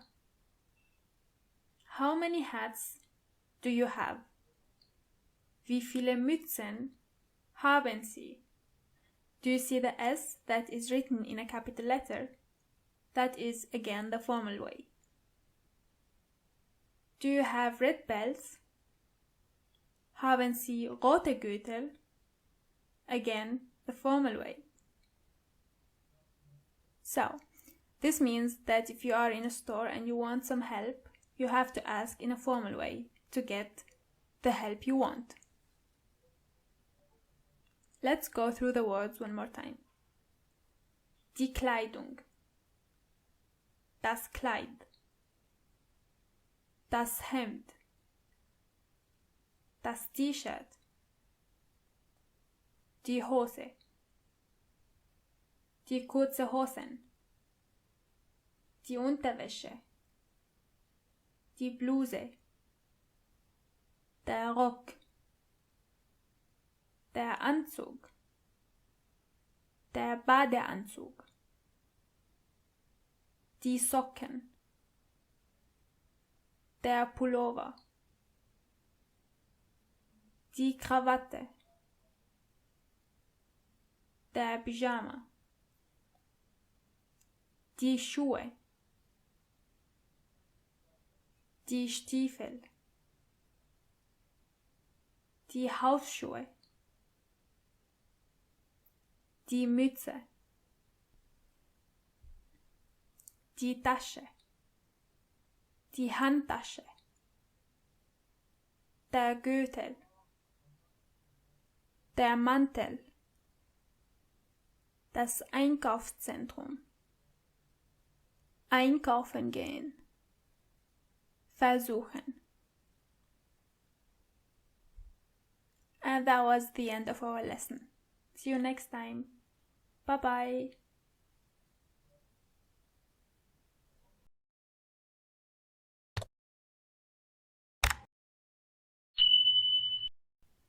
Willkommen and welcome back. The words we learned from our last lesson are die Kleidung, das Kleid, das Hemd, das T-Shirt, die Hose, die kurze Hosen, die Unterwäsche, die Bluse, der Rock, der Anzug, der Badeanzug, die Socken, der Pullover, die Krawatte, der Pyjama, die Schuhe, die Stiefel, die Hausschuhe, die Mütze, Die Tasche. Die Handtasche. Der Gürtel. Der Mantel. Das Einkaufszentrum. Einkaufen gehen. Versuchen. Today our topic is the weather. In German you say das Wetter. Das Wetter. It's hot means es ist heiß. Es ist heiß. It's cold. Es ist kalt. Es ist kalt. The weather is nice. Das Wetter ist schön. Das Wetter ist schön. In German, we don't say nice to the weather. Instead, we say beautiful. Das Wetter ist schlecht. The weather is bad. Das Wetter ist schlecht. It's sunny. Es ist sonnig. Es ist sonnig. Cloudy. Bewölkt. Bewölkt.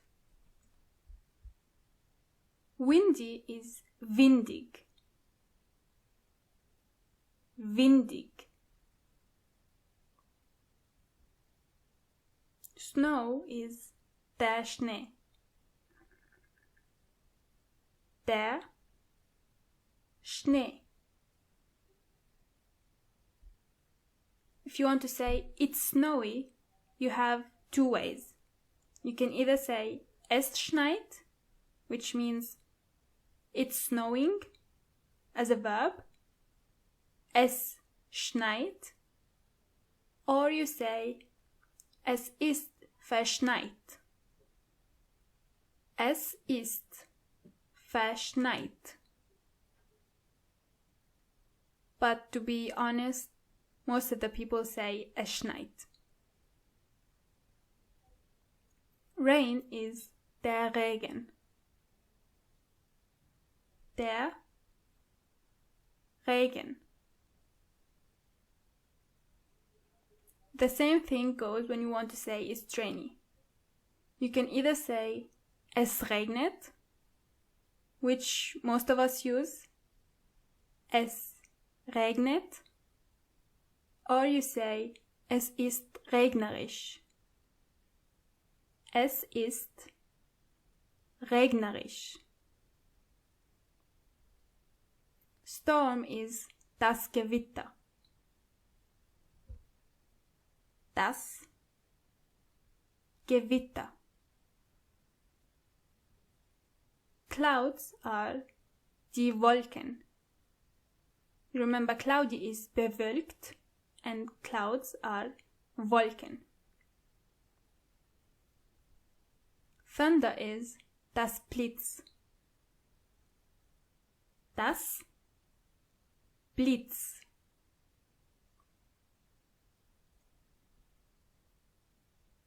Lightning is der Blitzschlag.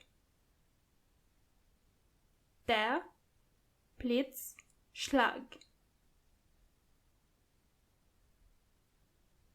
The four seasons are, starting from spring, der Frühling.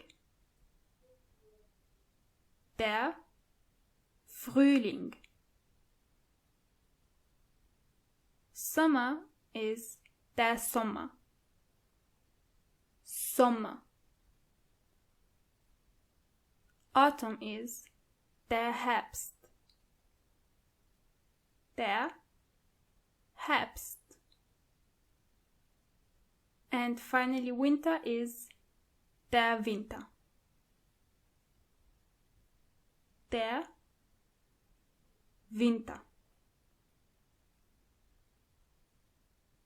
The sun is die Sonne.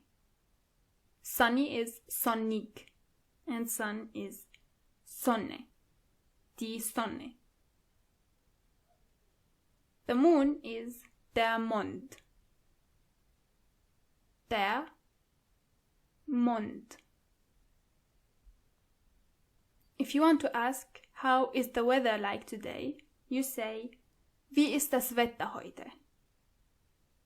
Wie ist das Wetter heute? Try to describe this picture.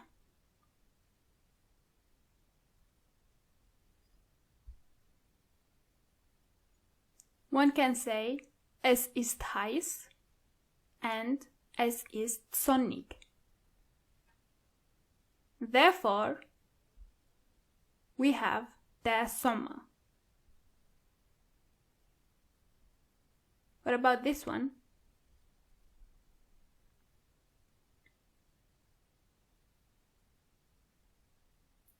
Es regnet. And this one?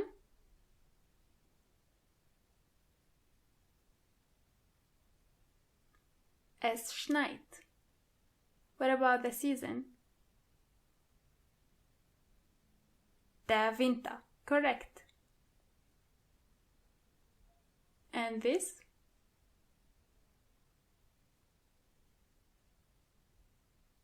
Der Herbst. What do you see here?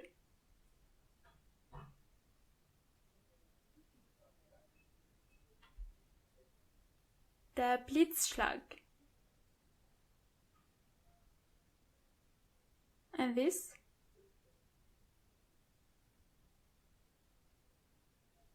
Der Frühling. Exactly. Let's go through the words one more time. Das Wetter. Es ist heiß. Es ist kalt. Das Wetter ist schön. Das Wetter ist schlecht. Bewölkt. Windig. Sonnig. Der Schnee. Es schneit. Es ist verschneit. Der Regen. Es regnet. Das Gewitter. Die Wolken. Das Blitz. Der Blitzschlag. Der Frühling. Der Sommer. Der Winter. Der Herbst. Die Sonne. Der Mond. Wie ist das Wetter heute? Excellent! That was the end of our lesson. See you next time. Bye bye!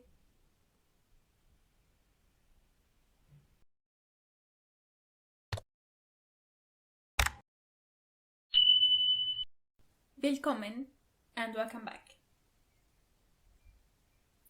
The words we learned from our last lesson are das Wetter. Es ist heiß. Es ist kalt. Das Wetter ist schön. Das Wetter ist schlecht. Bewölkt. Windig. Sonnig. Der Schnee. Es schneit. Es ist verschneit. Der Regen. Es regnet. Das Gewitter. Die Wolken. Das Blitz. Der Blitzschlag. Der Frühling. Der Sommer. Der Winter. Der Herbst. die Sonne, der Mond, wie ist das Wetter heute? And for our lesson for today, we are going to talk more about sports. Sports in general are die Sportarten. Die Sportarten.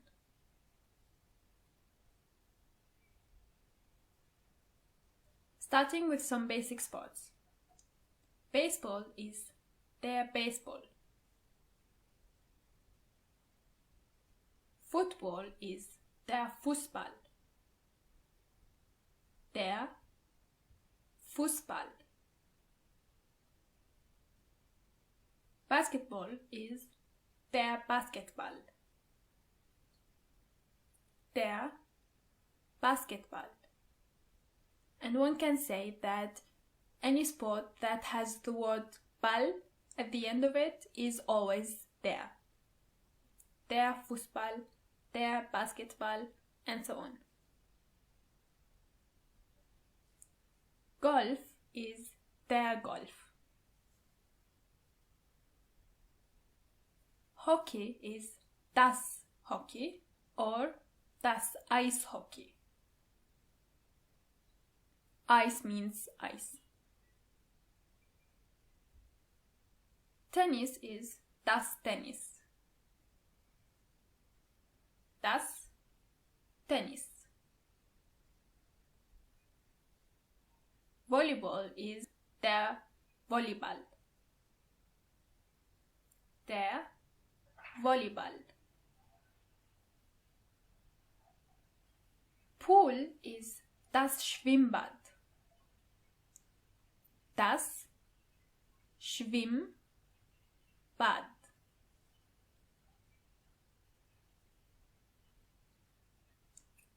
Stadium is das Stadion.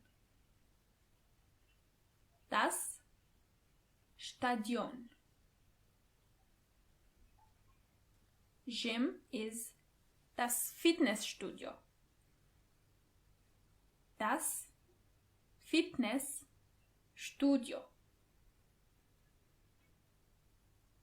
A game or a match is das Spiel. Das Spiel. For the word team, you can either say das Team or die Mannschaft. Die Mannschaft. Race is das Rennen. Das Rennen. Racket is der Schläger. Der Schläger. A net is das Netz. Das Netz.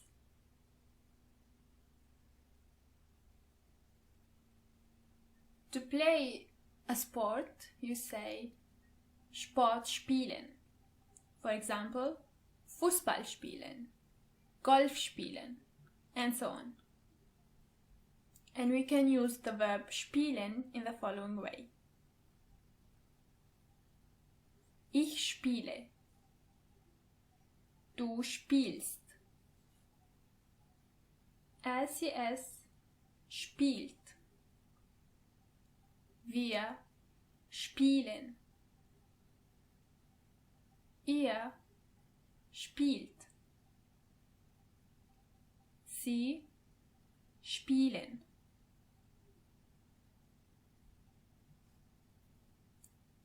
Something that is really important in Austria, for example, is ski.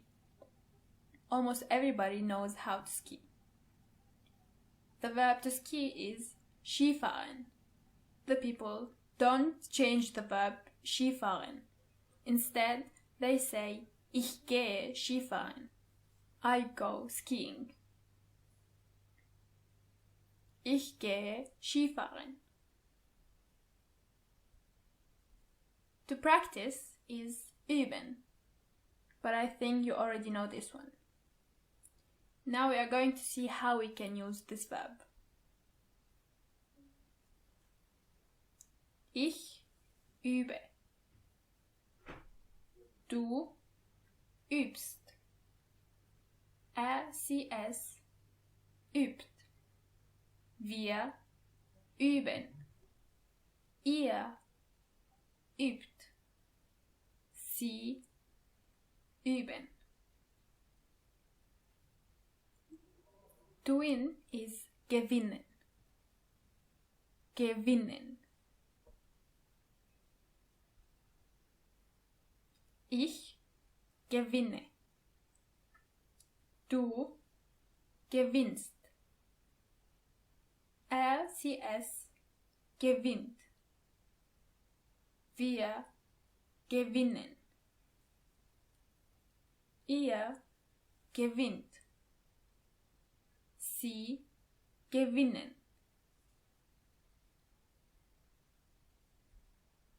And the opposite, to lose, is verlieren. Verlieren. Ich verliere. Du verlierst. Sie, es verliert. Wir verlieren.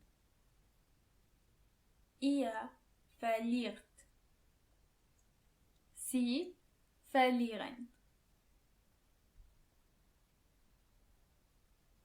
To throw is werfen. Werfen.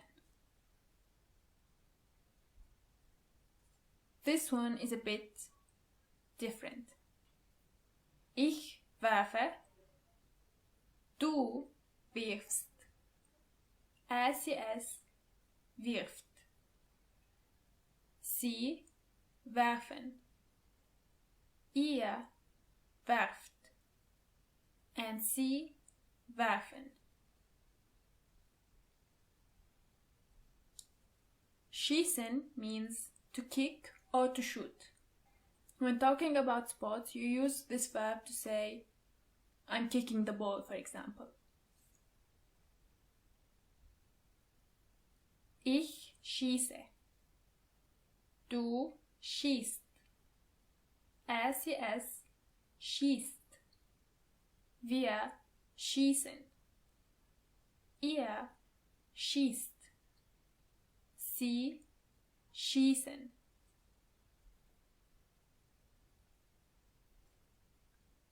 Try to translate those sentences.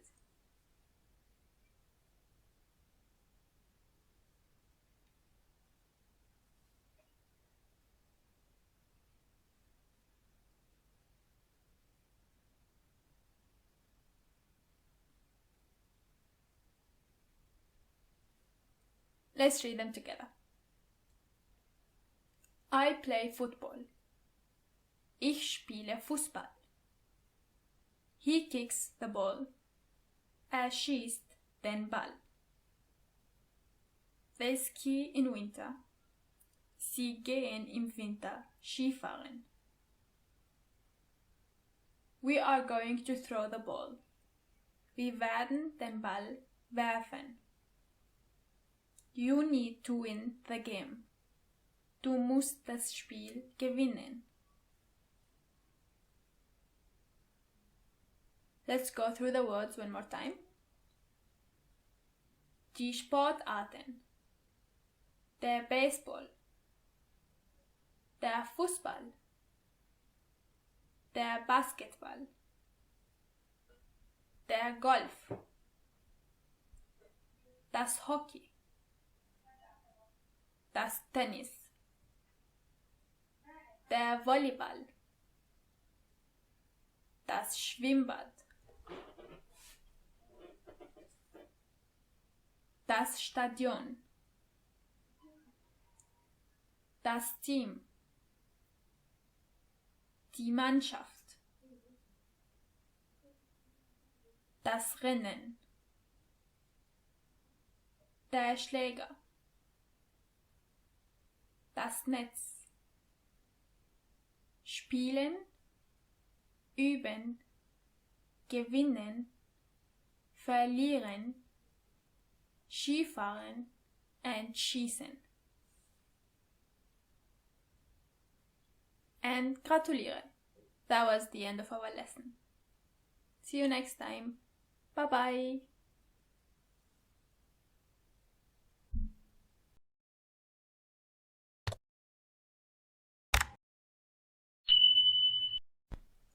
Willkommen and welcome back.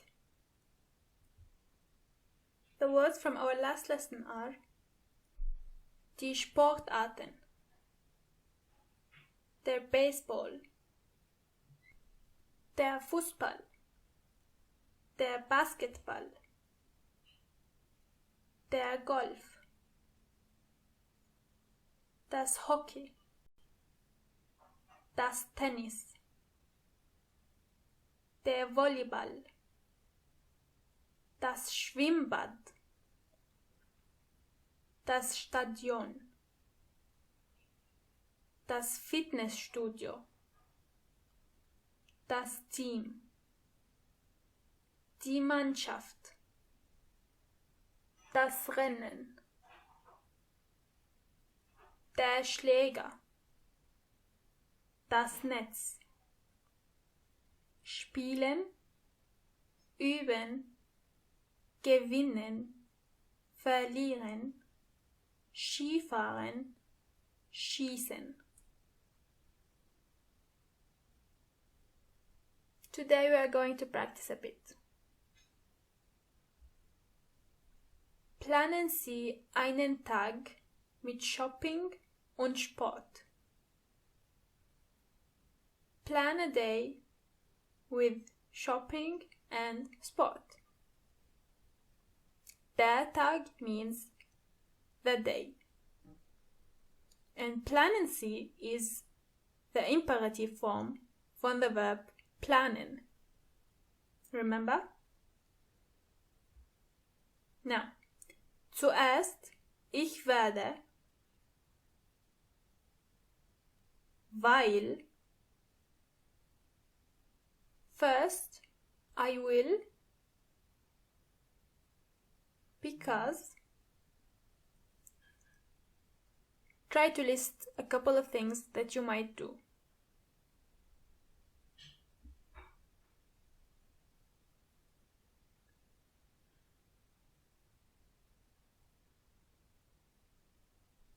For example, zuerst, ich werde zum Einkaufszentrum gehen. Or, ich werde zum Geschäft gehen. Zum is the same as zu dem. This is something that could be a bit complicated for now. We are going to leave it for future lessons. If you've written something else, that's completely fine. Let's continue. Weil ich muss kaufen. Ein Kleid, ein Hemd und neue Schuhe.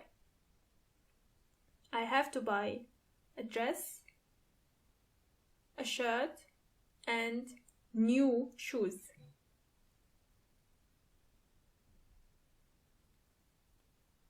Dann werde ich mit meinen Freunden und now list the things that you might do after that and the things you might do with your friends.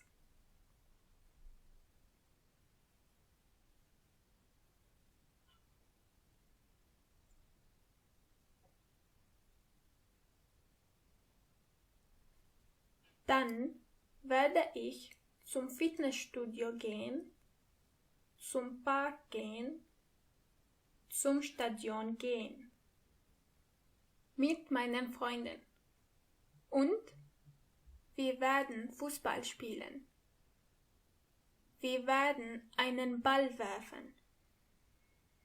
Wir werden Basketball spielen. As you can see, when you have two verbs, in this case werden and spielen, the second verb has to be the last word of the sentence. Am Ende werden wir, at the end we are going to,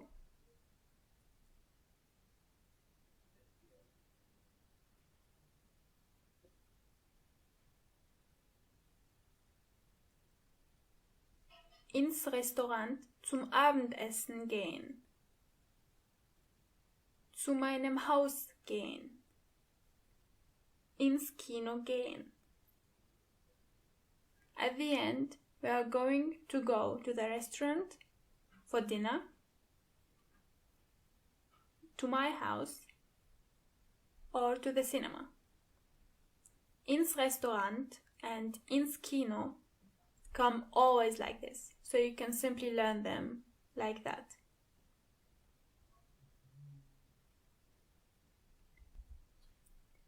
Let's read this text together and try to translate it at the same time in your head. Heute habe ich Pläne.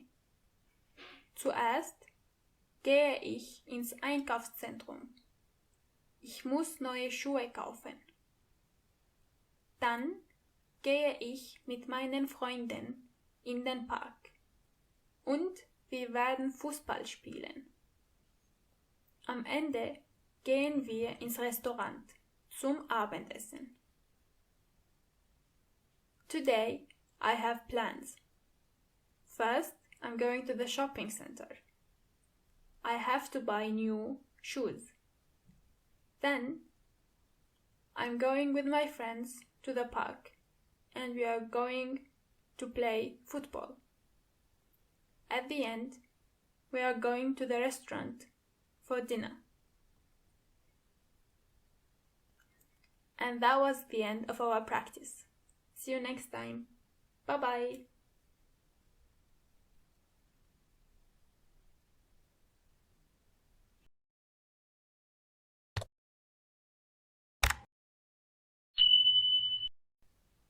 Willkommen to our last lesson. Today we are going to practice to make sure we've got everything.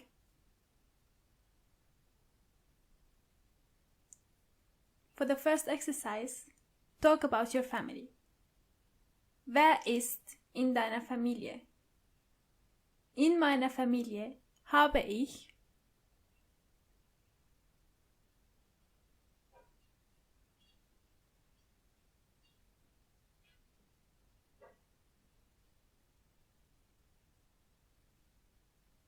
A possible answer would be in meiner Familie habe ich 2 Eltern, 0 Geschwister, 4 Großeltern, 0 Urgroßeltern, 7 Onkel und Tanten, 9 Cousins und eine Neffe. Excellent. Here I want you to talk about the way you feel. Wie fühlst du dich?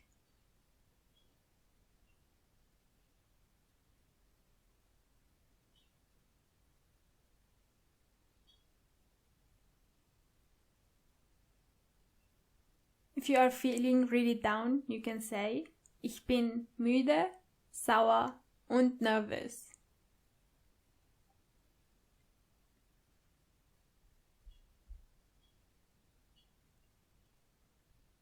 Wer bist du?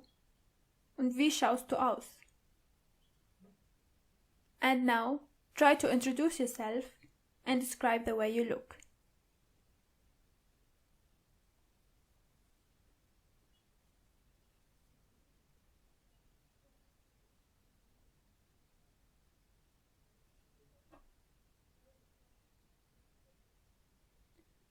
A possible answer is, mein Name ist Isabella und ich bin 24 Jahre alt, mit blauen Augen.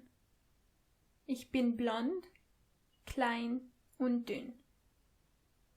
Ich bin eine freundliche und lustige Person, aber faul. Heute fühle ich mich müde, aber glücklich. Today I feel tired, but happy.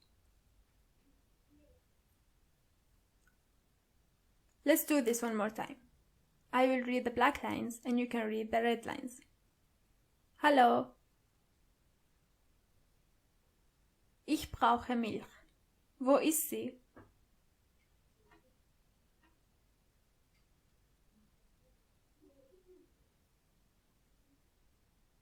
Danke. Und haben Sie gelbe Äpfel?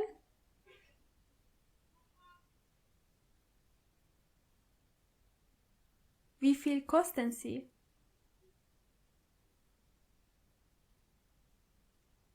Danke.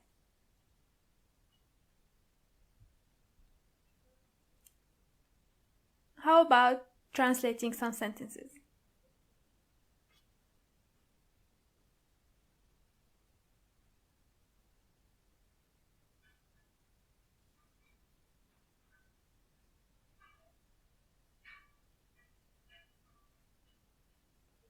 Let's read it together.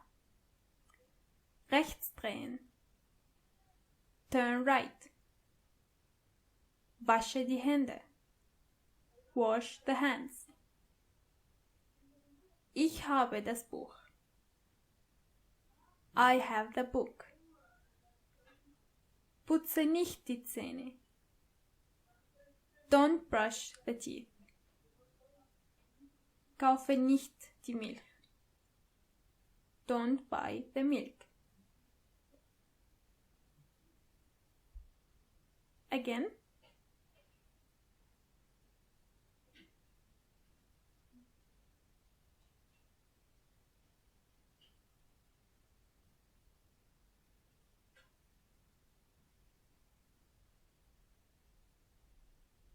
Touch the hair. Berühre die Haare. Where is the school? Wo ist die Schule? The church is next to the restaurant. Die Kirche ist neben dem Restaurant. Do you want a plastic bag? Möchten Sie eine Plastiktüte? I'm cleaning the kitchen. Ich putze die Küche.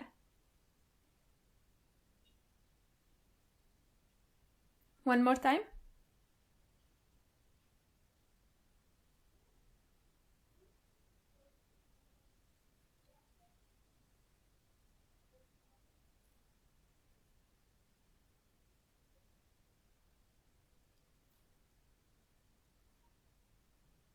Where are the green pants? Wo sind die grüne Hose? How much are the shoes? Wie viel kosten die Schuhe? How many dresses do you have? Wie viele Kleider hast du? Do you have yellow socks? Haben Sie gelbe Socken?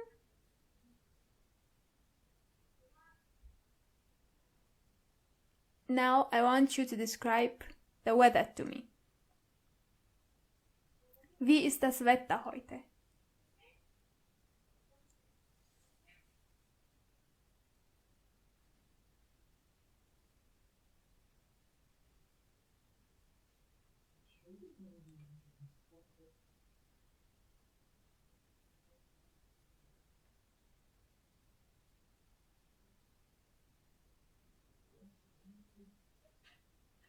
Heute, es ist heiß. Or, es ist kalt. You can also say, heute, es ist sonnig, es schneit, or, es ist regnerisch.